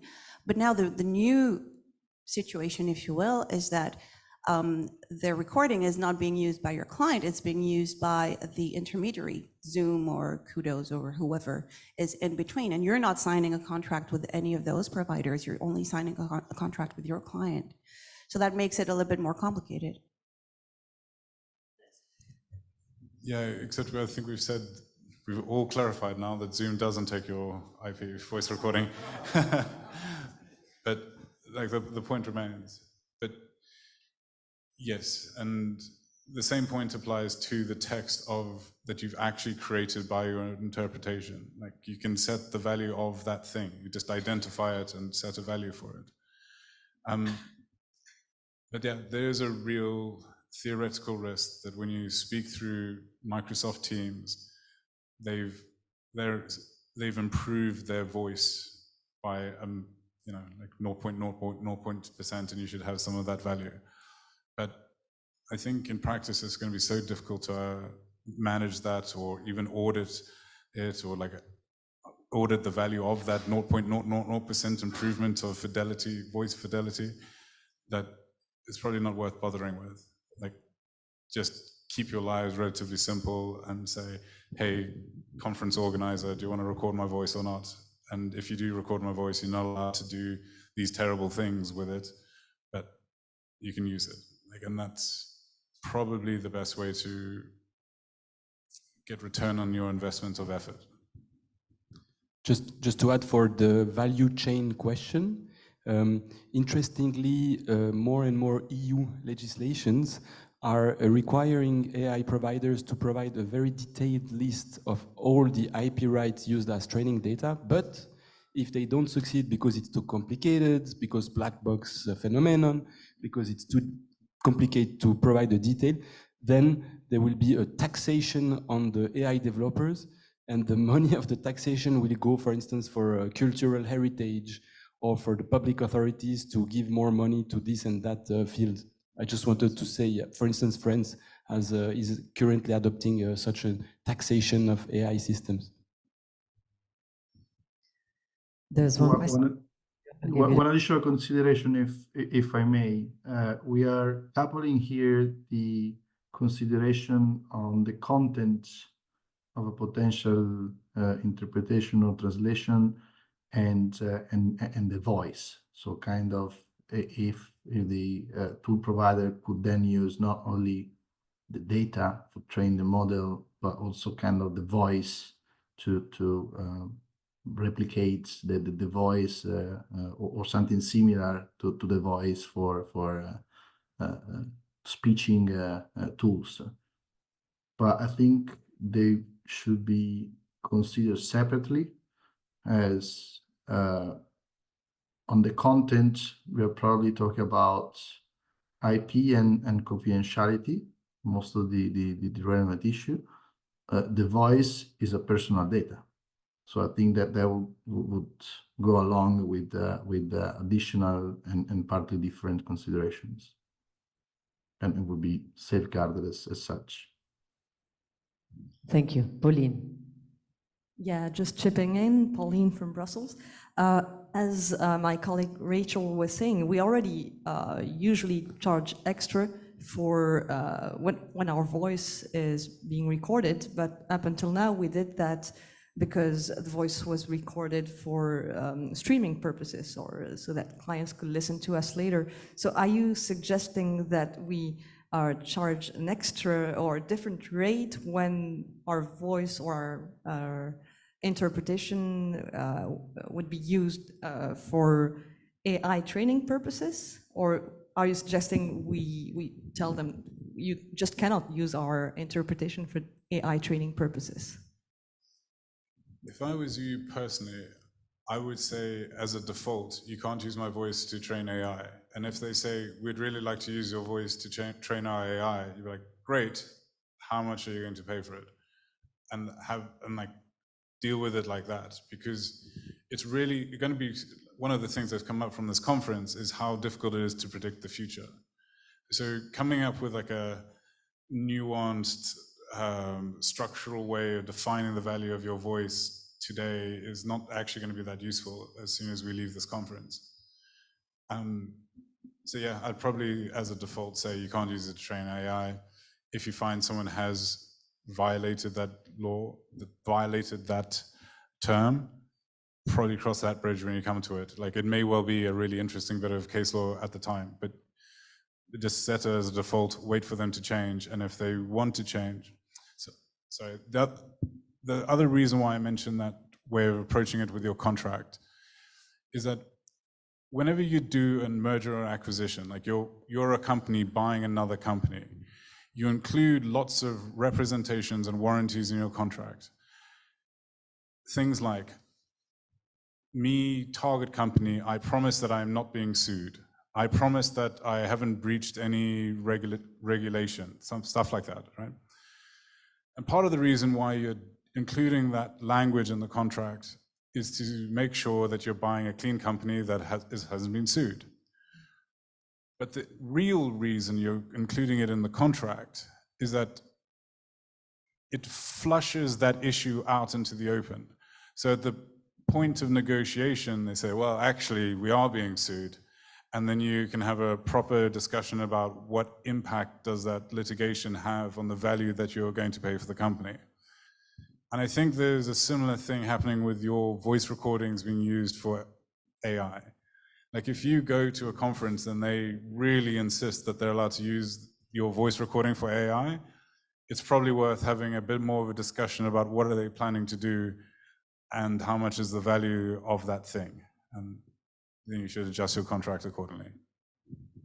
And just to say, the by default clause is useful because then you can impose or ask your own licensing conditions. But if you find AI developers that are very ethical or they work for cultural heritage, I'm always saying the same with museums. Please do not do a cultural heritage appropriation or IP laundering. So if you think it's for ethical and so on, and these reasons, you just impose your licensing conditions, but it can be for free. It's just that at least with the by default rule, you can say under which condition, for free, or only for this use, and you know. So I think this is important also in this audience. I hope the message was not, please make money with your training data sets. It's just at least try to see in which data sets you'd like to see your voices or your work, and decide. But I'm not pleading for paying all, for charging all training data sets that you may charge. I am actually saying that you should charge for it. No. Something that we were talking about in the break a little bit, that I think it'd be a genuine consideration for AIC, would not be, I think you should probably get a more direct revenue stream from the work that you're doing in relation to AI. Like, we're all talking about, okay, the conference organizer's contract, and like, are they going to use mine to accidentally give it via Zoom through Microsoft Teams, and then it's been laundered and somebody else is using it? Which is great, but you're not actually getting paid for it. But I think you probably do have a very genuine skill set that the developers of AI systems would really value, and you could sell it to them directly. Like, you should have an open dialogue and be trying to get OpenAI to hire you individually or as an association to help them improve the quality of their products. And in those cases, yes, there's intellectual property, but you're kind of selling the service that you're all professionals selling, right? So yeah, that's the kind of final point on AI training. Like, maybe you should sell your AI training directly to the people who want their AI to be trained. There's a question online. Robert, would you like to take the floor? Yeah, the two items. First item, going back to what I mentioned about scammers who offer translation jobs and send texts. And anyway, I just went through a scam which I avoided. And it's all, I mean, these scammers are all documented. Most of us know about this on Prosy. It's a website. And Prosy documents complaints by translators about these scammers. So that's my first comment, Prosy. And I think I've forgotten my second comment, but we've talked a lot about the AIC standard contract. That is my second comment. I think that the three IP lawyers here are really fantastic, excellent. And maybe AIC or the Standing Committee of PRIMS is already working with them to look at our AIC standard contract to see whether we can expand the clause about copyright, streaming, etc., to include considerations about AI and so on. That's a suggestion. Thank you. Thank you. I love it. My own understanding. What exactly is this scam? Like, how are you being? What is the scam? Like, well, we received. I passed it on to a colleague in California, but we received an email from some crook saying, "I'm offering you a translation job. I'm even going to pay you something upfront. Please send your details. Like that, I can send you a money order and all that." And obviously, what they wanted to do is get access to the bank account and then clean up the bank account of the translator, clean out the bank account. So we didn't follow up on that, but you know, we were interested. It seemed like work, but then we finally found out through Prosy that this was a scam, and the scammer was using some of the same sentences that other scammers are using. The exact number of words to be translated was there, 16,438 or whatever it was. And there were just a few minor English grammatical mistakes. So there again, AIC has done excellent work on helping members avoid another scam, which is agencies and fly-by-night black market intermediaries. Not all of them, of course, some of them are okay. They steal your resume, your CV. So AIC has done a lot of work recommending how we can say it's copyright protected or legally protected and stuff like that. So this is a different issue, but what I'm just saying again is that maybe these three fantastic lawyers can look at the AIC standard contract. Okay. I will ask a question. You addressed this subject. Vera, we can hear you. You address this subject. But perhaps you would like to expand on it. We have the EU Artificial Intelligence Act. So let's see. We can say that Europe is better protected than other countries and other regions and other latitudes. But do you think that current legal systems are all evolving towards that, or are they lagging behind? Towards the protection, better protection in terms of artificial intelligence. Vittorio, should I, or do you want? Okay. You can start, I can complete, no problem. Thank you. So yes, briefly, how the legislative pieces are ongoing. So EU recently wants to be a global leader in so-called trustworthy AI, and it's advocating to give the best conditions for AI systems while still protecting human rights, trust, and privacy. That's basically. However, for many experts, the legislative framework could be described as a legislative spaghetti, we call, because there are many instruments that deal with AI, starting from the GDPR for privacy protection, 2018, then the directive on copyright to protect the IP that we discussed, and then more recently, they might come in 2024 with the new AI Act that is a more product-based legislative instrument that will say for any product put on the market, any AI on the market shall comply with this and this and this requirement. Now, how it works, it's so-called risk-based approach. So the higher the risk is the AI, the stricter the rules are. Now, there are different risked AI. For instance, on the top of that, there are prohibited AI. So there is a total ban on having this kind of AI. For instance, social scoring, also facial recognition based on biometric data. And it was interesting with you, Ney, when you showed the EID blockchain service with biometric retina. So this could probably be banned, will be banned in Europe, and I think this will be geo-blocked in Europe. So prohibited use of AI, the very sensitive one. Then if you go lower, you have the high-risk AI, for instance, for AI that are chatbot, but you can be scammed, or you can think it's a human. And finally, the basic AI, which is only subject to basic transparency and quality data. Specifically, I will finish with that for training data. That's still for the AI Act. With respect to training data, there is a requirement to disclose full transparency, to indicate precisely which are the training data used, and potentially even the summary of all the training data used. And therefore, France is coming up with this new French specific AI Act, where they ask to have a full disclosure of each single IP data. Probably impossible to do it in practice. Therefore, the alternative is this taxation of AI. But I just wanted to try to summarize the AI Act. Vittorio, would you like to add to that? Yeah, let me also do a step back to kind of picture the context of the AI Act.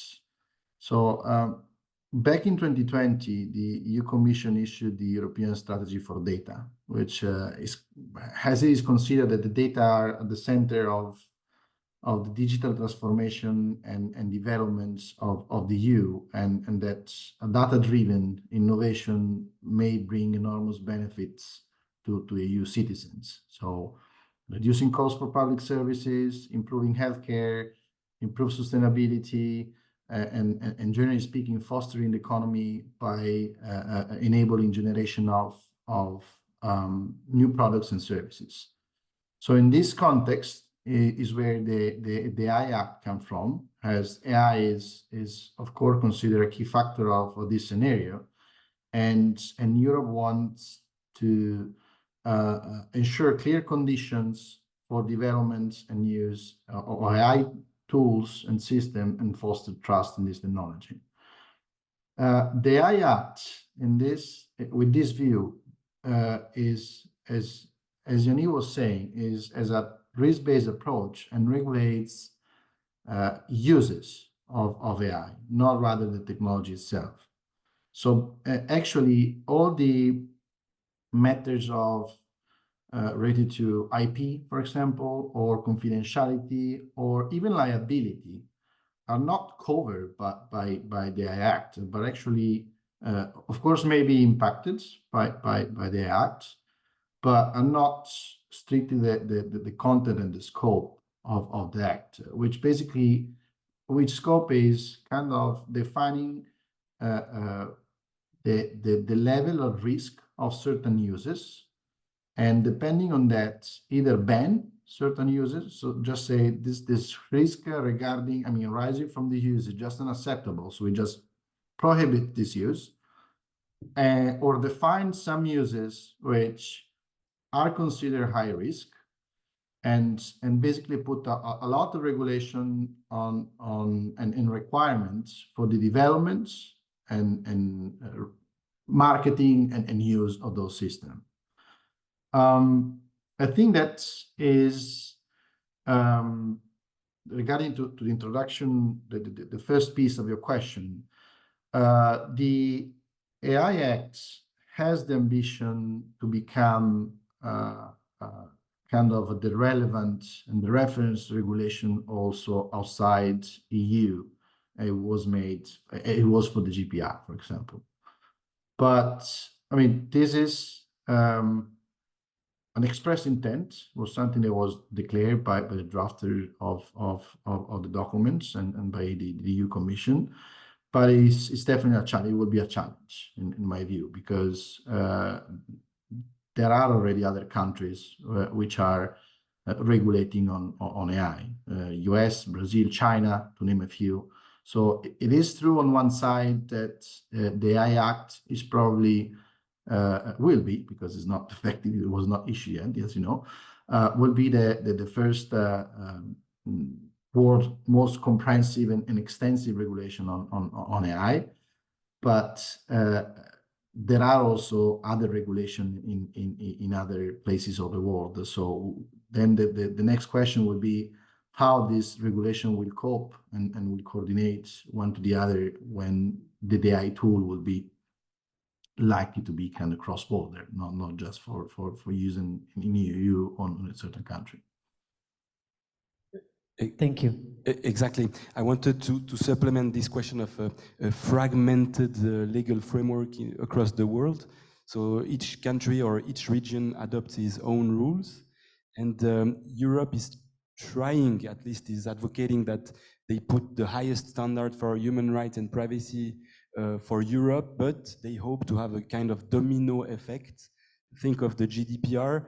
Many countries copied, pasted the GDPR, whether in Brazil or China, or get inspired by, or even the providers put the same terms and conditions with higher standards based on GDPR. And with the AI Act, it's very important because it will be the first detailed legislation on AI, and potentially it could have domino effect also because it has the so-called extra geographical scope, such as GDPR, which means that regardless where the AI operators is located, as soon as it has effect or it deploys in the EU market, it's subject to this AI Act.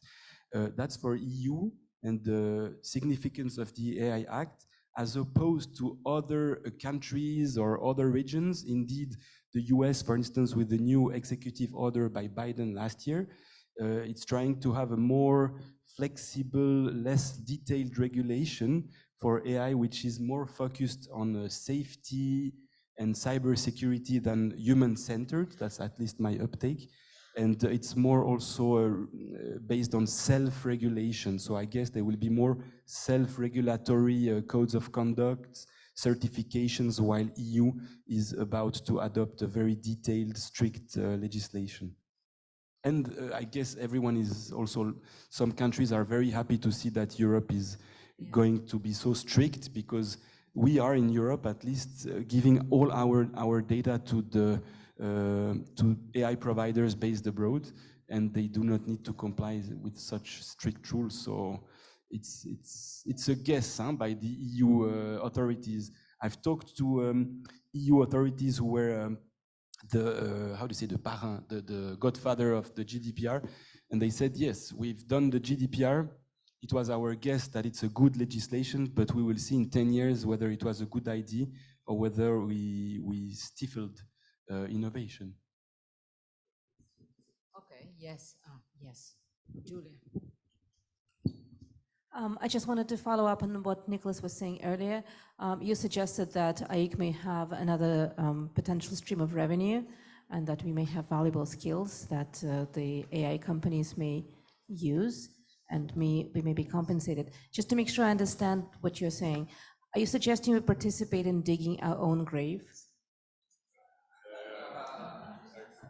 Honestly, I did write that down in my notes earlier, that like, there is that real kind of risk that you're facilitating the invention of the thing that replaces you.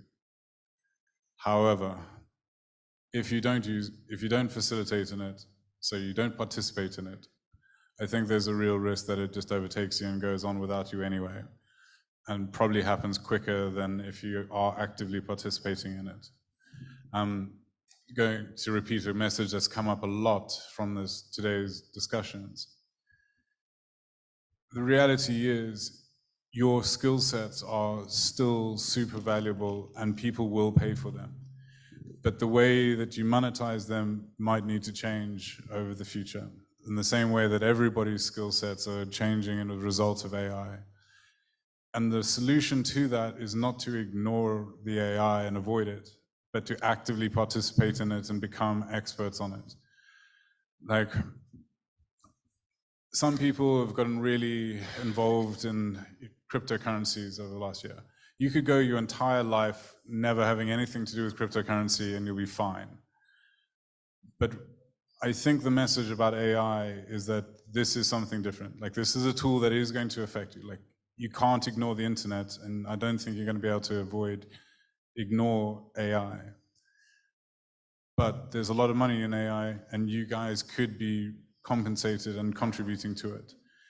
And it's definitely it's definitely better to be actively engaged and employed and paid by OpenAI so you can influence the way that the technology develops, rather than have OpenAI trying to create technology that's antagonistic to you. So yes, I think there is a paradox there, but it'd be a good one to go with. I think we can start to wrap up. I believe this has been extremely useful. I hope you have enjoyed it as much as we have. And I want to pick up on something that you all said different ways, especially Yanni, when you mentioned the museums, and now you and also Vittorio mentioned it at one point. We have to get involved. That's I see like a mandate coming out of this panel for us. We interpreters, translators, and artists in general are meant to protect the output of what makes us human: language, art, and what differentiates us from other creatures, let's say. And we will have to assume that role, I believe, going forward in the face of the development of artificial intelligence. We had to become the guardians of this cultural heritage, in our case, language. So, and because language is not only what makes us human, but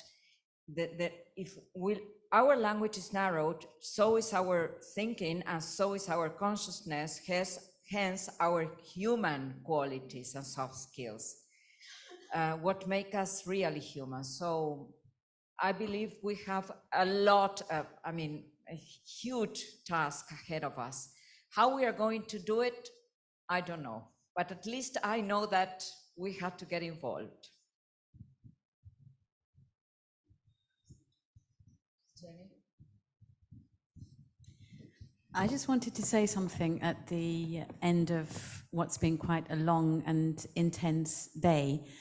It's moments like this that make me feel very proud of this association that we belong to, because I came here not really knowing what the message is that this association should be putting out there about AI and how we go about dealing with it.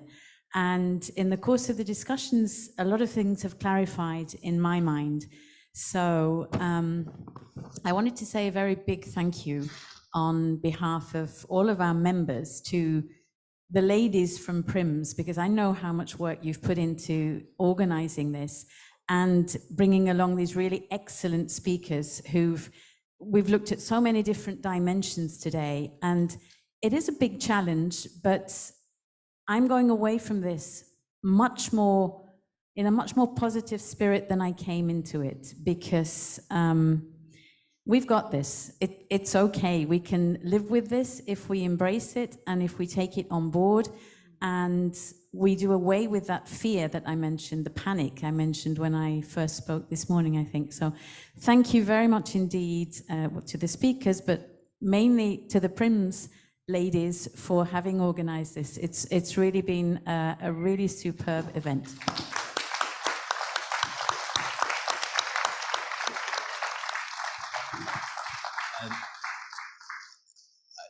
I think if I need to pick up one keyword from today's discussions, that would be collaboration. I believe some of you would agree with me, because we started from kind of a gloomy view, a gloomy look on everything. We said panicking, we said threatening, we said replacing, all those intimidating words, but I think we ended up with somewhat an upbeat tone and focus on collaboration instead. And I think this type of collaboration should happen as early as possible.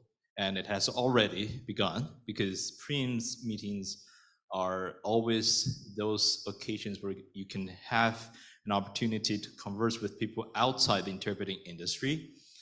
You step out of your comfort zones and talk to people who are relevant and who you're working with, so you can get fresh perspectives, so you can know how to work with them, while at the same time navigate the whole AI thing and steer it in a way that benefits yourselves. So I think this is a very fruitful discussion, and this is really absolutely not the end of it, but I would see it as a beginning of a more broader conversation through AIC around the topics of AI, how it will influence us, and how we can better harness the power and the potential of it. Thank you, Leo. You're right. This is just the first of many more meetings on AI. Well, first of all, thank you very much to Nicholas, Yaniv, and Vittorio online. A big applause to them. Thank you.